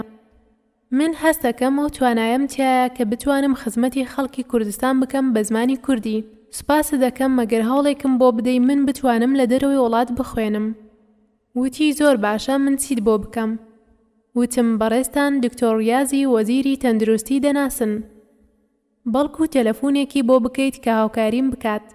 ئەو کات تەلەفۆنی کرد بۆ وەزیری تەندروستی و ڕاستەوخۆ چوومە وەزارەتی تەندروستی. وتیان چیت دەوێت؟ وتم هاتووم بۆ وەرگرتنی مۆڵەتی خوێندن. وتیان عەریزە بنووسە. منیش داواکاریەکم نووسی و ناردیانە ژوورەوە و دواتر ئیمزای لەسەر کرد. ئیتر ئەوە بوو بە خێر. دواتر مۆڵەتەکەم وەرگرت و بوو بە فەرمان، بەڵام نووسرا بوو بڕوات بە مەرجێک قبوڵی هەبێت. کەواتە چۆن توانیت قبوڵ بەدەست بهێنیت؟ لە بەرژەوەندی و شانسی مندا بۆ یەکەم جار سەنتەری ئاڵوودەبوون لە بەغدا کرابووە لە نەخۆشخانەی ئیبن ڕوشد. خەبیرێکی ڕێکخراوی تەندروستی جیهانی کە لە هەمان کاتدا پزیشکی پسپۆڕی دەرونی بوو لە یەکێک لە نەخۆشخانەکانی لەندەن هاتبوو بۆ هەڵسەنگاندنی ئەو مەرکەزە کە ئایا پەسەند ئیعتیرافی پێ بکرێت یان نا، و هەروەها ڕێنمایی پزیشکەکان بکات لەسەر چۆنیەتی مامەڵە لەگەڵ نەخۆشەکان. ئەم پزیشکە ناوی پولدوربان بوو. ماوەی 1 مانگ لە نەخۆشخانە مایەوە. لەو ماوەیەدا من تاکە پزیشکی نیشتەجێی دەرونی بووم لەو نەخۆشخانەیە و بە ئینگلیزیەکی باش قسەم لەگەڵ دەکرد و لەگەڵ 3 پزیشکی پسپۆڕ بووم لەو کاتە. کاتێک کە ئیشەکەی تەواو بوو وتی کوڕی من ئەمیشەی تۆ ئەیکەیت ئیشی 3 دکتۆرە. لە بەریتانیا ئیشی 1 دکتۆر نییە. ڕۆژانە دوای دەوام کاتێک چارەسەری بە گروپی بۆ نەخۆشەکان دەکرد من دەبوومە وەرگێڕ. زۆر موعجەبم ببوو. وتی حەز دەکەم خزمەتێکت بکەم کاتێک دەڕۆمەوە. وتم زۆر مەمنونت دەبم ئەگەر قبوڵێکم بۆ وەرگریت بۆ خوێندن بۆ ئەوەی بتوانم بێم بۆ بەریتانیا بۆ خوێندن. بەو شێوەیە قبوڵەکەم وەرگرت. باست کرد کە لە عێراق خوێندنی دکتۆرانە بوو ئەو کاتە. ئەیکەی خوێندنی بۆرد و دکتۆرا لە بواری پزیشکی کرایەوە. دوای ئەوەی ئابلوقە لەسەر عێراق دروست بوو ئیتر توانای چوونە دەرەوە نەما بۆ پزیشکان. لەو کاتەدا بیر لەوە کرایەوە کە بۆردی عێراقی بکرێتەوە و پاشان عەرەبیش کرایەوە. بزەبت ساڵەکەیم لەبیر نییە. بەڵام لە زانکۆکان خوێندنی دیبلۆم هەبووە. ویستم ئەوەت بۆ باز بکەم. کاتێک من پزیشکی نیشتەجێی خولاوە بووم لە ساڵەکانی 75 بۆ 76 چونکە نمرەکەم بەرز بوو، یەکەم 50 کەس لە مەدینە طبی بەغداد دانراین. بیرمە ئەو کاتە دیبلۆمی پزیشکی هەناوی و نەشتەرگەری و پزیشکی لوت و قورگ و گوێ لە بەغداد کرایەوە. قبوڵت لە چ زانکۆیەک وەرگرت. سیستەمی ئەو کاتە بە شێوەیەک بوو کە تۆ لە زانکۆیەکی دیاریکرا وەرنەدەگیرایت. خوێندنی باڵا کۆلێجی شاهانەی پزیشکانی دەرونی دەیکرد. ئەوە زانکۆ نیە بەڵام دامەزراوەیەکی پزیشکیە. پیشەیەکی زۆر ئاست بەرز کە بڕوانامەی MRC ستایش دەدات. لە هەمان کاتدا خوێندنی دیبلۆمیش هەبوو. ئەم دیبلۆمە 2 دامەزراوە ئەنجامیان دەدا، کۆلێجی شاهانەی هەناوی و کۆلێجی شاهانەی نەشتەرگەری. بۆ باسی ئەوانم کرد لە پێشتردا هەموو ئەوانەی بۆ خوێندن دەچون بۆ بەریتانیا کاتێک حکوومەت مۆڵەتی خوێندنیە دانێ بۆ ماوەی 2 ساڵ و دواتر 1 ساڵ درێژ بکرێتەوە. دیبلۆمەکەش بۆ 2 ساڵ بوو. ئێمەمانان کە دەچوین لە یەک کاتدا ناومان تۆمار دەکرد لە هەردووکیان لە کۆلێجی شاهانەی پزیشکانی دەرونی کە خوێندن 3 ساڵ بوو لەگەڵ دیبلۆمەکە کە 2 ساڵ بوو. واتە هەردووکیمان بە هاوتەریب دەخوێند. ئێمە لە تاقیکردنەوەی کۆتایی دیبلۆمەکە کە ساڵی دووەم بوو نەدەچوینە تاقیکردنەوە هەتا لە ساڵێکی تر هەردووکیان بەیەکەوە بکەین. چۆن لە بەریتانیا ئیشت دەستکەوت. کاتێک لە نەخۆشخانەی ڕۆیاڵ فری هۆسپیتاڵ دەوامم دەکرد ڕۆژێک سەرۆکی بەشەکە بینیمی کە کتێبی نەخۆشیەکانی ژنان و منداڵبوونم دەخوێندەوە. پرسیاری کرد ئەوە چییە؟ وتم تاقیکردنەوەیەک هەیە دەبێت بیکەم هەتا ئیشم دەست بکەوێت. وتی ئەو تاقیکردنەوەیە چییە؟ وتم تاقیکردنەوەی پلاب. ئەو تاقیکردنەوە 2 بەش بوو. بەشێکی تاقیکردنەوەی زمان بوو، بەشێکی تری هی لایەنە زانستیەکە بوو کە بەشەکانی هەناوی و نەشتەرگەری و ژنان و منداڵبوون بوو. سەرۆکی بەشەکە وتی من ئەوەم پێ باش نییە. وتم من ناتوانم بە مووچەی مۆڵەتی خوێندنەکەم بژیم، دەبێت ئیش بکەم و دەبێت پارەی کۆرسەکانیش بدەم. ئەم تاقیکردنەوە زۆربەی زۆری پزیشکە عێراقیەکان دەبووبیان کردایە هەتا ناوی لە دامەزراوەی جێنێڕال مێدیکال کانسڵ تۆمار بکرایە. بەبێ ئەو تاقیکردنەوە کەس لەو دامەزراوە تۆمار نەدەکرا و بۆشت نەبوو کە ئیش بکەیت وەکو پزیشک. دوای 2 هەفتە زرفێک هاتە ژوورەوە بۆ ژوورەکەم نووسرا بوو لەسەر ڕاستپاردەی پرۆفیسۆر ئەنتۆنی وەیکلینگ. ئەو دامەزراوەی بەرپرسە لە تاقیکردنەوەی پلاب بڕیاریدا تۆ ببەخشرێت لە تاقیکردنەوەی زمان چونکە وای بۆ دەرکەوتووە کە زمانی تۆ بە شێوەیەکە کە دەتوانرێت ئیشی پێ بکەیت لە بەریتانیا. من تاکە کەس بووم لە عێراق کە لەو تاقیکردنەوەی بەخشرام. هەروەها لە تاقیکردنەوەی دووەم بە یەکەم جار دەرچووم. دواتر وەکو پزیشکی نیشتەجێی دێرینی دەرونی وەرگیرام. وەرگیرانیش بە کێبڕکێ بوو لە نێوان چەندین پزیشکدا. لەو کاتەوە بە موچە دەوامم دەکرد. پێم خۆشە بە کورتی لە چەند ڕوویەکەوە ئاماژە بە شێوازی خوێندنی باڵای ئەو کاتە بکەیت. دەوامی ئێمە پاش وەرگیران لە ئیشەکە لە سەعات 9 دەسی پێدەکرد هەتا 5 ئێوارە. من لە شوێنێک دەژیام بە یەک دامەزراوە ئەنجامیان دەدا، کۆلێجی شاهانەی هەناوی و کۆلێجی شاهانەی نەشتەرگەری. بۆ باسیەوانم کرد لە پێشتردا هەموو ئەوانەی بۆ خوێندن دەچون بۆ بەریتانیا کاتێک حکوومەت مۆڵەتی خوێندنی ئەدانێ بۆ ماوەی 2 ساڵ و دەتوانرا 1 ساڵ درێژ بکرێتەوە. دیبلۆمەکەش بۆ 2 ساڵ بوو. ئێمەمانان کە دەچوین لە یەک کاتدا ناومان تۆمار دەکرد لە هەردووکیان. لە کۆلێجی شاهانەی پزیشکانی دەرونی کە خوێندن 3 ساڵ بوو لەگەڵ دیبلۆمەکە کە 2 ساڵ بوو. واتە هەردووکیمان بە هاوتەریب دەخوێند. ئێمە لە تاقیکردنەوەی کۆتایی دیبلۆمەکە کە ساڵی دووەم بوو نەدەچوینە تاقیکردنەوەکە هەتا ساڵێکی تر هەردووکیان بەیەکەوە بکەین. کەیسمان کۆ کردەوە کە بیستنیان لەدەستدا بوو نەخۆشی شیزۆفرینیایان هەبوو لە کۆنفرانسێکدا کە ئیسرائیل پێشکەشی کرد. باسی 80 بۆ 83 دەکەم. ئەگەر عێراقیەک ناوی هەبێت لە ئیسرائیل ئەوە بگەڕێتەوە لە عێراق ئیعدامی دەکەن، نەشگەڕێتەوە مخابەرات تیرۆری دەکات. لەبەرەوە داوام لێ کرد کە ناومی تێنەکات. ئێستا ئەو کەسە لە ژیاندا ماوە. کەسێکی تر هەبوو بە ناوی هەنتەر. کۆچی دوایی کردووە لە بواری پزیشکی دەرونی ئەندامی ئۆرگانیک سایکاتری کاری دەکرد. خەڵکی تر هەن کە تاقیکردنەوەیان کردووم و کەسانی گەورە بوون لە بواری پزیشکی دەرونی، بەڵام وانەیان پێنەوتوم. ئێوە وەکو پزیشک لە سعات 9 بۆ 5 ئێوارە چیتان دەکرد؟ زۆر شتمان دەکرد. وەکو ئەنجامدانی چارەسەری دەرونی نەخۆشمان دەبینی لە ژێر چاودێری سەرپەرشتیارەکان. چارەسەری ڕەفتاریمان دەکرد. 1-2 جەلسەی خەواندنی موگناتیسیم کرد. فایلمان پڕ دەکردەوە، تێبینیمان دەنووسی. هەر نەخۆشێک لەلایەن پزیشکی گشتیەوە بنێردرایە دەمانبینی و فایلم بۆ پڕ دەکردەوە. زانیاریەکانم تۆمار دەکرد لەسەر تەیپێک، کاسێتێک. سکرتێری بەشەکە تایپی دەکرد و ئەیکرد بە نامە و ئەیناردەوە بۆ پزیشکە گشتیەکە. ئێمە هەر ڕێنمایی و سەرنجێکمان هەبوایە بۆ پزیشکە گشتیەکەی دەنارد. دواتر ئەخرایە ناو فایلی نەخۆشەکە. ئەو کات کۆمپیوتەر نەبوو، بەڵکو بە تابیعە کۆنەکان دەکرا. دواتر سەیرت دەکردەوە و ئیمزات دەکرد. هەروەها کۆبوونەوەمان هەبوو. هەفتەی 2 ڕۆژمان هەبوو دەچووینە نەخۆشخانەیەکی تر محازەڕاتی نەزەریت وەردەگرت. خەفارەتیشمان هەبوو کە هەتا بەیانی ئەماینەوە. لەو کاتەدا بە تەواوی بەرپرس بوویت و هەندێک جار پەیوەندیت بە پزیشکی ترەوە دەکرد. بەیانیان گرانتور دەکرا، لەگەڵ پزیشکە پسپۆڕەکان بە تیم نەخۆش دەبینرا. توێژەری کۆمەڵایەتی، دەروونشیکار، مامۆستا، پەرستار، پلانی چارەسەری دادنرا بۆ نەخۆش. ڕاکێشانی خوێن لەسەر ئێمە بوو. دەرزی کە دەماری خوێن دەکرا ئێمە دەوان کرد. لەو ماوەی کە لە بەریتانیا دەوامت کردووە ڕووداوێک کە لەبیرت نەچووبێتەوە چییە؟ زۆر ڕووداو هەن کە لە یادەوەریمدا ماون. ئەمەش چەند نمونەیەک. نەخۆشێکی سایکۆپاس کە لە هەمان کاتدا ئاڵوودە بوو بە مادەی هۆشبەر، داوای حەپی لورازیپامی، حەپی خەوە و دەبێتە هۆی ئاڵوودەبوونیش دەکرد. منیش لەبەرەوەی پێویستی نەبوو نەمنووسی. دواتر نەخۆشەکە هەڕەشەی لێکردم کە شتێکم لێ بکات. ئەوە شتێک بوو کە لێی دەترسام. نەخۆشێکی تر پێکەنی ناویە. کتێکی گەنج بوو. ئەو کات کەم کت شۆرتیان لە پێ دەکرد لەسەر و ئەژنەوە. کتێک ئەهات کە هەڵوەسا وەهمی لاشەیی هەبوو. ڕۆژێک هات وتی بڕیارم داوا بچم بۆ سعودیە عەرەبی چارەسەری خۆم بکەم. لەو زەمانەدا کەسێک بە شۆرتەوە بچێتە سعودیە پێکەنی ناویە. ئەگەر نەخۆشی عەرەب بهاتایە بۆ نەخۆشخانە منیان بانگ دەکرد.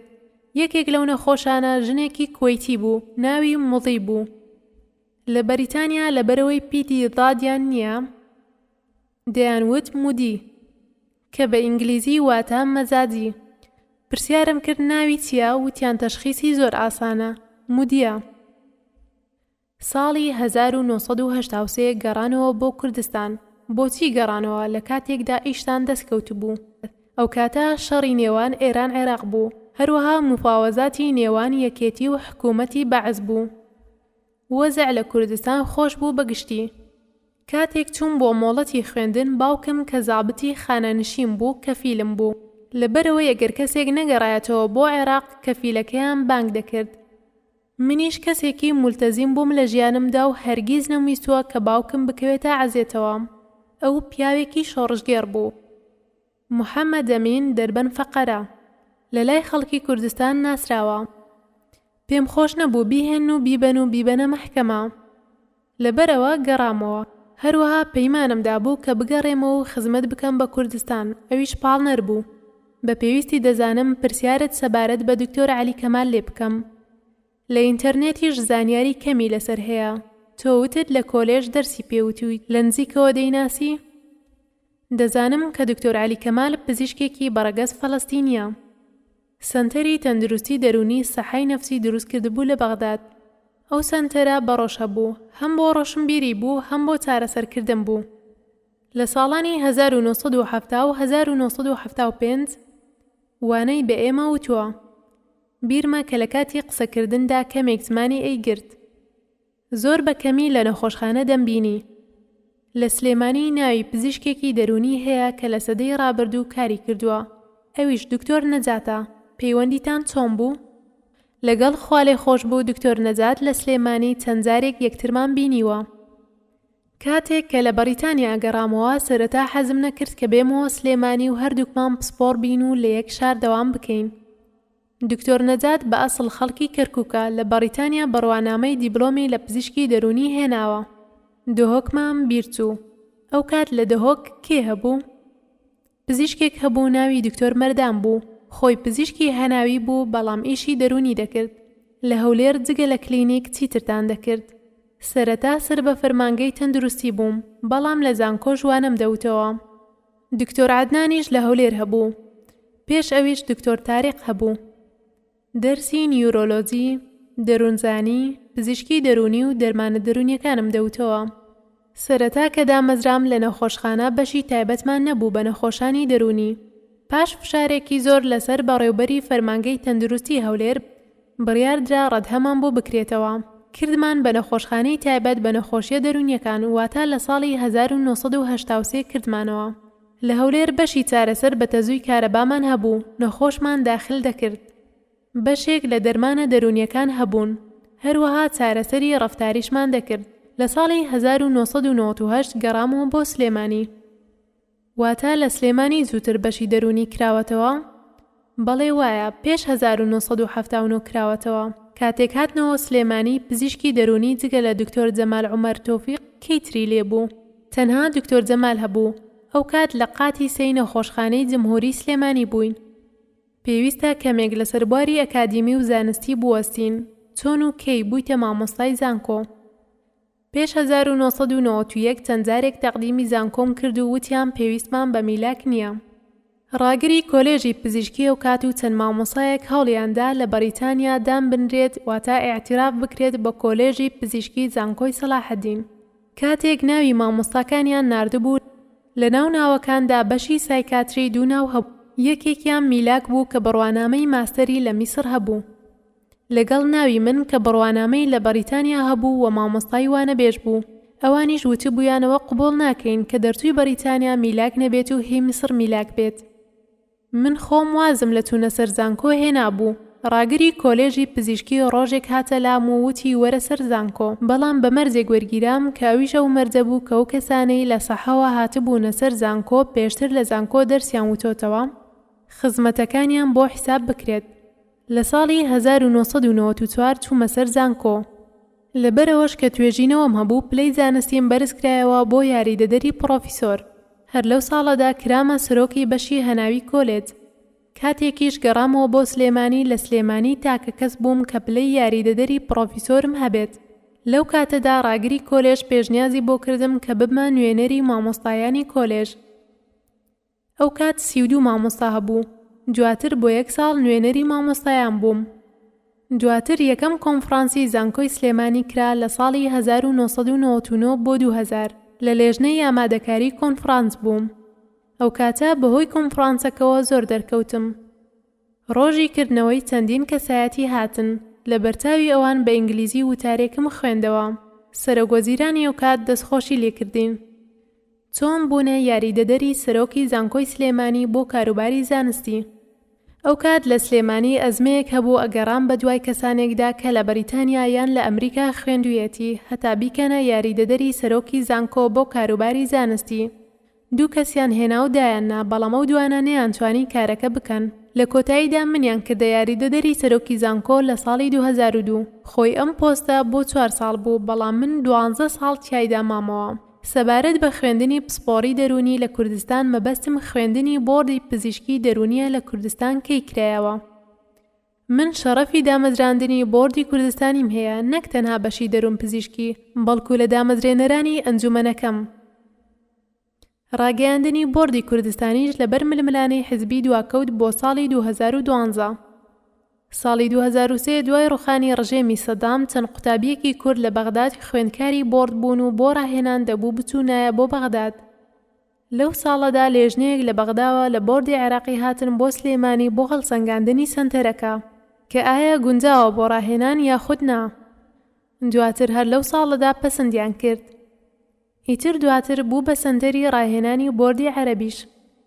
لە دوای 2012 بۆردی کوردستانی بەشی پزیشکی دەرونی کردەوە و سلێمانیش بوو بە سەنتەرێکی سەرەکی.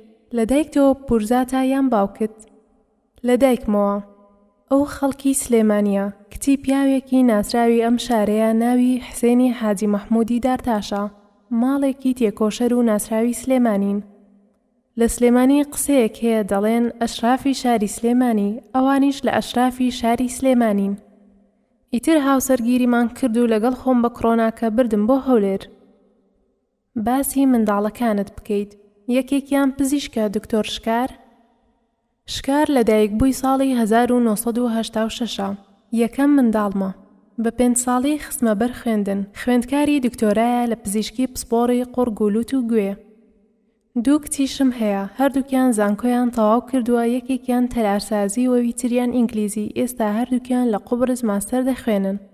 ئێستا لە ماڵەوە 3 کەسن. 3 کەسین. بەس وەکەوە وابێت 2 کەس بین. شکار دەچێتە ژوورەکەی خۆی و مەشغۆڵی دەوام و خوێندنە. هەندێک جار پێی دەڵێم کرێتیەکەمان. باوک داوا لە منداڵ دەکات ژن بێنێت. تۆش بە کوڕەکەت نەوتووە؟ نا، تا ئێستا پێم نەوتووە. لەبەر 2 شت. یەکەم خۆشم هەتا خوێندنم تەواو نەکرد، ژنم نەهێنا. لەگەڵ ئەوەشانیم کە زەخت لە منداڵ بکرێت ژن بهێنێت. من پەشیمان نیم کە بە 32 ساڵی ژنم هێنا. کوڕی ئێستا وەکو ئەو زەمانە نییە. حەز ناکەم بەهۆی زەختەوە تووشی کێشە بێت و با خۆی بڕیار بدات. باسێکی دایک و باوکت بکەیت. باوکم 1 ژنی هێناوە، بن ئامۆزای خۆی بوو. ئێمە خۆشیمان لە ژیانی خۆمان نەدیوە، چونکە ئێمە خۆمان جلی خۆمان دەشۆرد. زۆرجار زۆربەی ئیشەکانی ماڵ خۆمان دەمان کرد. دایکم هەتا خوێندنی ناوەندی متوانی خزمەتمان بکات. لەسەر جێگە کەوت بوو، نەخۆش بوو. نەخۆشی زۆری هەبوو. لە ساڵی 1989 کۆچی دوایی کرد. ماڵی باوکم لە بەغداد بوو. باوکت خوا لێی خۆش بێت کەی کۆچی دوایی کرد؟ لە ساڵی 2003 کۆچی دوایی کرد. لە ساڵی 2001 باوکم لە بەغداوە ماڵی گواستەوە بۆ سلێمانی. باوکم لە ڕێکخستنەکانی یەکێتی نیشتیمانی بوو. من خۆم لایەنگری حیزبی نیم و نەبووم. بەس باوکم حیزبایەتی دەکرد و شانازی پێوە دەکەم. ساڵی 2001 ئەو کەسەی کە باوکم کاری ڕێکخستنی لەگەڵ دەکرد دەستگیر کرا. ئەم ڕووداوەم لە زاری هاوڕێکی باوکمەوە کە ناوی کەمال محێدینە، ئێستاش ماوە 20. باوکم کەسی دووەمی یەکێتی بووە لە ڕێکخستنی یەکێتی لە بەغداد هەتا ساڵی 2001. ڕێکخستنەکانی یەکێتی کەشف دەبن لە بەغداد و سەرۆکی ڕێکخستنەکەیان ناوی حەمید سەردار خۆشناو بوو، دەستگیر کرا و شەهید کرا. ئەو ساڵا کەسێک لە دەستگای زانیاری هات بۆ لام لە نەخۆشخانەی جمهوری بووم. وتی بە باوکت بڵێ بە زووترین کات بێت بۆ سلێمانی، لە بەغداد بێت ئەیگرن و لە سێدارەی ئەدەن. تەمەنی 80 ساڵ بوو. ئەو کات تەلەفۆنی نۆرماڵ هەبوو. تەلەفۆنمان بۆی کرد و ڕاستەوخۆ هاتە سلێمانی. چەند خوشک و برات هەیە. برایەکم هەیە ناوی نیازە، لێرەیە، ساڵێک لە من گەورەترە. دواتر وەستانێک هەبووە لە منداڵدا و دواتر خوشکم لەدایک بووە لە ساڵی 1959. ئێستا لە سویدا. برایەکی ترم هەیە لە دایکبووی 1961، ئەویش لە 1989 چوو بۆ سوید و هەتا ئێستا نەگەڕاوەتەوە. چی شتێک هەیە لە ژیانتدا لەی پەشیمانی؟ 2 شت هەیە لەیان پەشیمانم. یەکێکیان ئەوەیە کە هەرگیز لە بیرم ناچێتەوە کاتێک لە پۆلی شەشەمی ئامادەی بووم دەرچووم و شەشەمی عێراق بووم. ئەو کات ناردنەدەرەوە هەبوو بۆ دەرەوەی عێراق، پێیان دەوت کۆلبەنکیان. کۆلبەنکیان پیاوێکی ئەرمەنی بوو کە پەیماننامەی نێوان عێراق و بەریتانیای دروست کردووە. لەبەرەوە لەو کاتە لە ناوتی عێراق ڕێژەیەکی هەبوو ساڵانە. ئەویش یەکێک لە کارەکانی کە لە عێراق دەیکرد بریتی بوو لەوەی کە ساڵانە نزیکەی 40 بۆ 50 کەس لەسەر حیسابی خۆی دەنارد بۆ دەرەوەی عێراق بۆ خوێندن. من چونکە شەشەمی عێراق بووم دەمتوانی بچم، بەڵام ئەو کاتە ناردنەدەرەوە بۆ پزیشکی نەبوو. من چونکە فروفێڵم نەکرد سوودم لە ناردنەدەرەوە وەرنەگرت. خەڵکی تر کە دەچوونە دەرەوە دەچوون 1-2 ساڵ لە پسپۆڕیەک بۆ نمونە لە ئابووری دەیان خوێند، دواتر وازیان دەهێنا و دەچوون کۆلێژی پزیشکیان دەخوێند. لەبەرەوە تەقدیمم نەکرد بۆ وەرگیران. خۆم شاردەوە لەو هەفتەیەدا هەتا لاوازی نەمگرێت و نەتم داوا پێشکەش بکەم. چووم لە خانەقین لە ماڵی باپیرم دانیشتم هەتا ماوەکە تەواو بوو.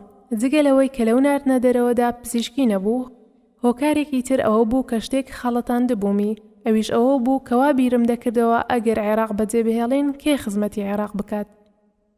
دووەم شتیش ئەوە بوو کە لە بەریتانیا گەڕامەوە. ئەگەر لە بەریتانیا بمایەتەوە ئێستا لەسەر ئاستی جیهان کەسایەتیەکی ناسراو دەبووم لە بواری پزیشکی دەرونی. چی شتێک زۆر دڵخۆشت دەکات لە مێژووی ژیانی خۆتدا.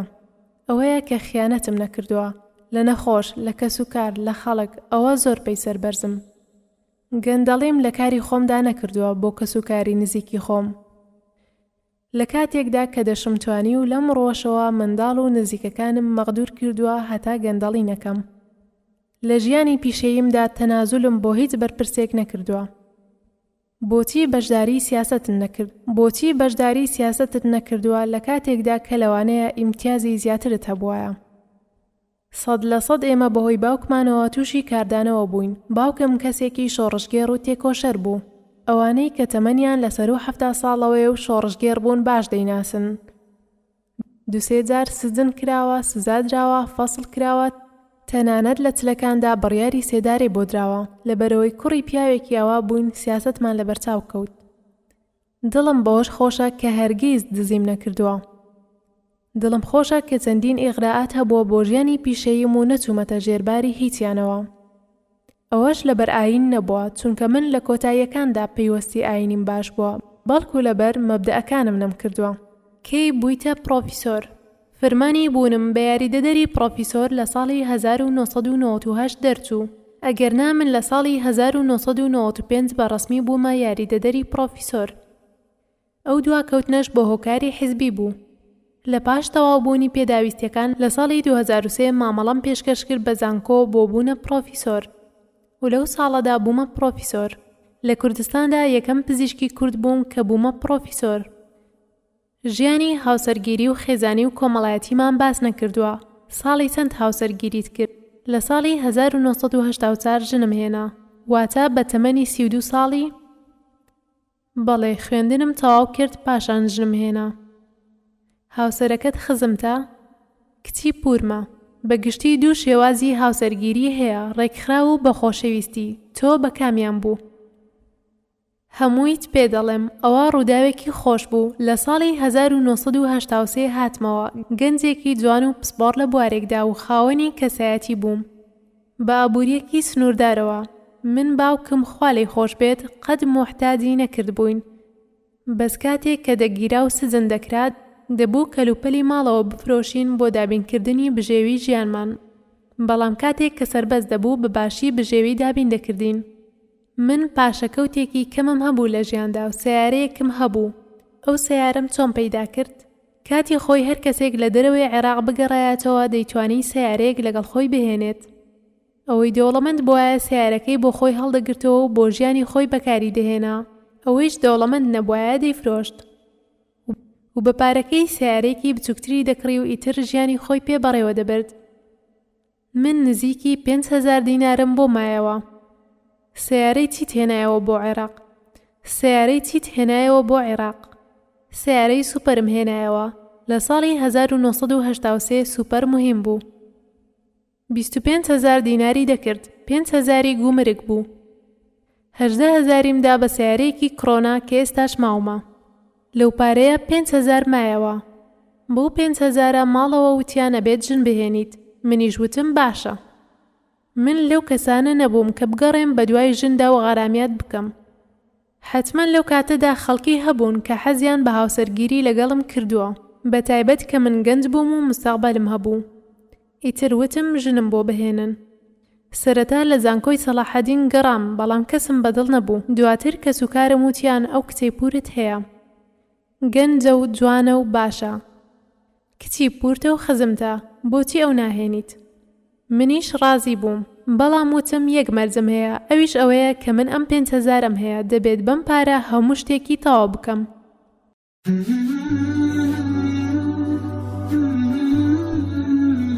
بسم الله الرحمن الرحیم. کتێبخانەی دەنگی ڕۆشنایی.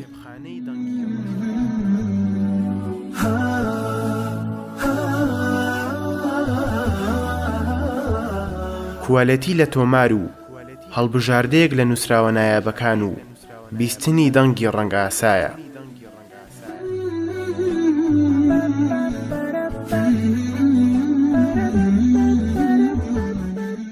هاوپێکی ڕەنگە بۆ دەنگ و زمان حاڵی بێدەنگانە. بەهرەمەندبوونە لە بەرهەمەکان و دەوڵەمەندبوونە بە سەرمایی زانست و معریفات. خۆری ڕۆشنە بۆ سارەی تاریکی دڵەکان.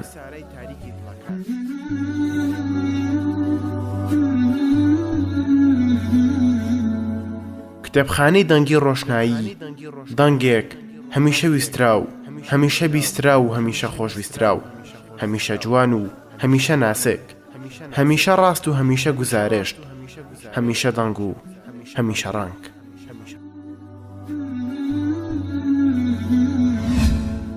بۆ ناردنی ڕەخنەوە پێشنیار و سەرنج و تێبینیەکانتان بۆ دەستکەوتنی کتێبە تۆمارکراوەکانی کتێبخانەی دەنگی ڕۆشنایی پەیوەندی بکەن بە یەکێک بەم ژمارانە 0750 442 08 72 0750 746 2007 0750 462 81 88 کتێبخانەی دەنگی ڕۆشنایی.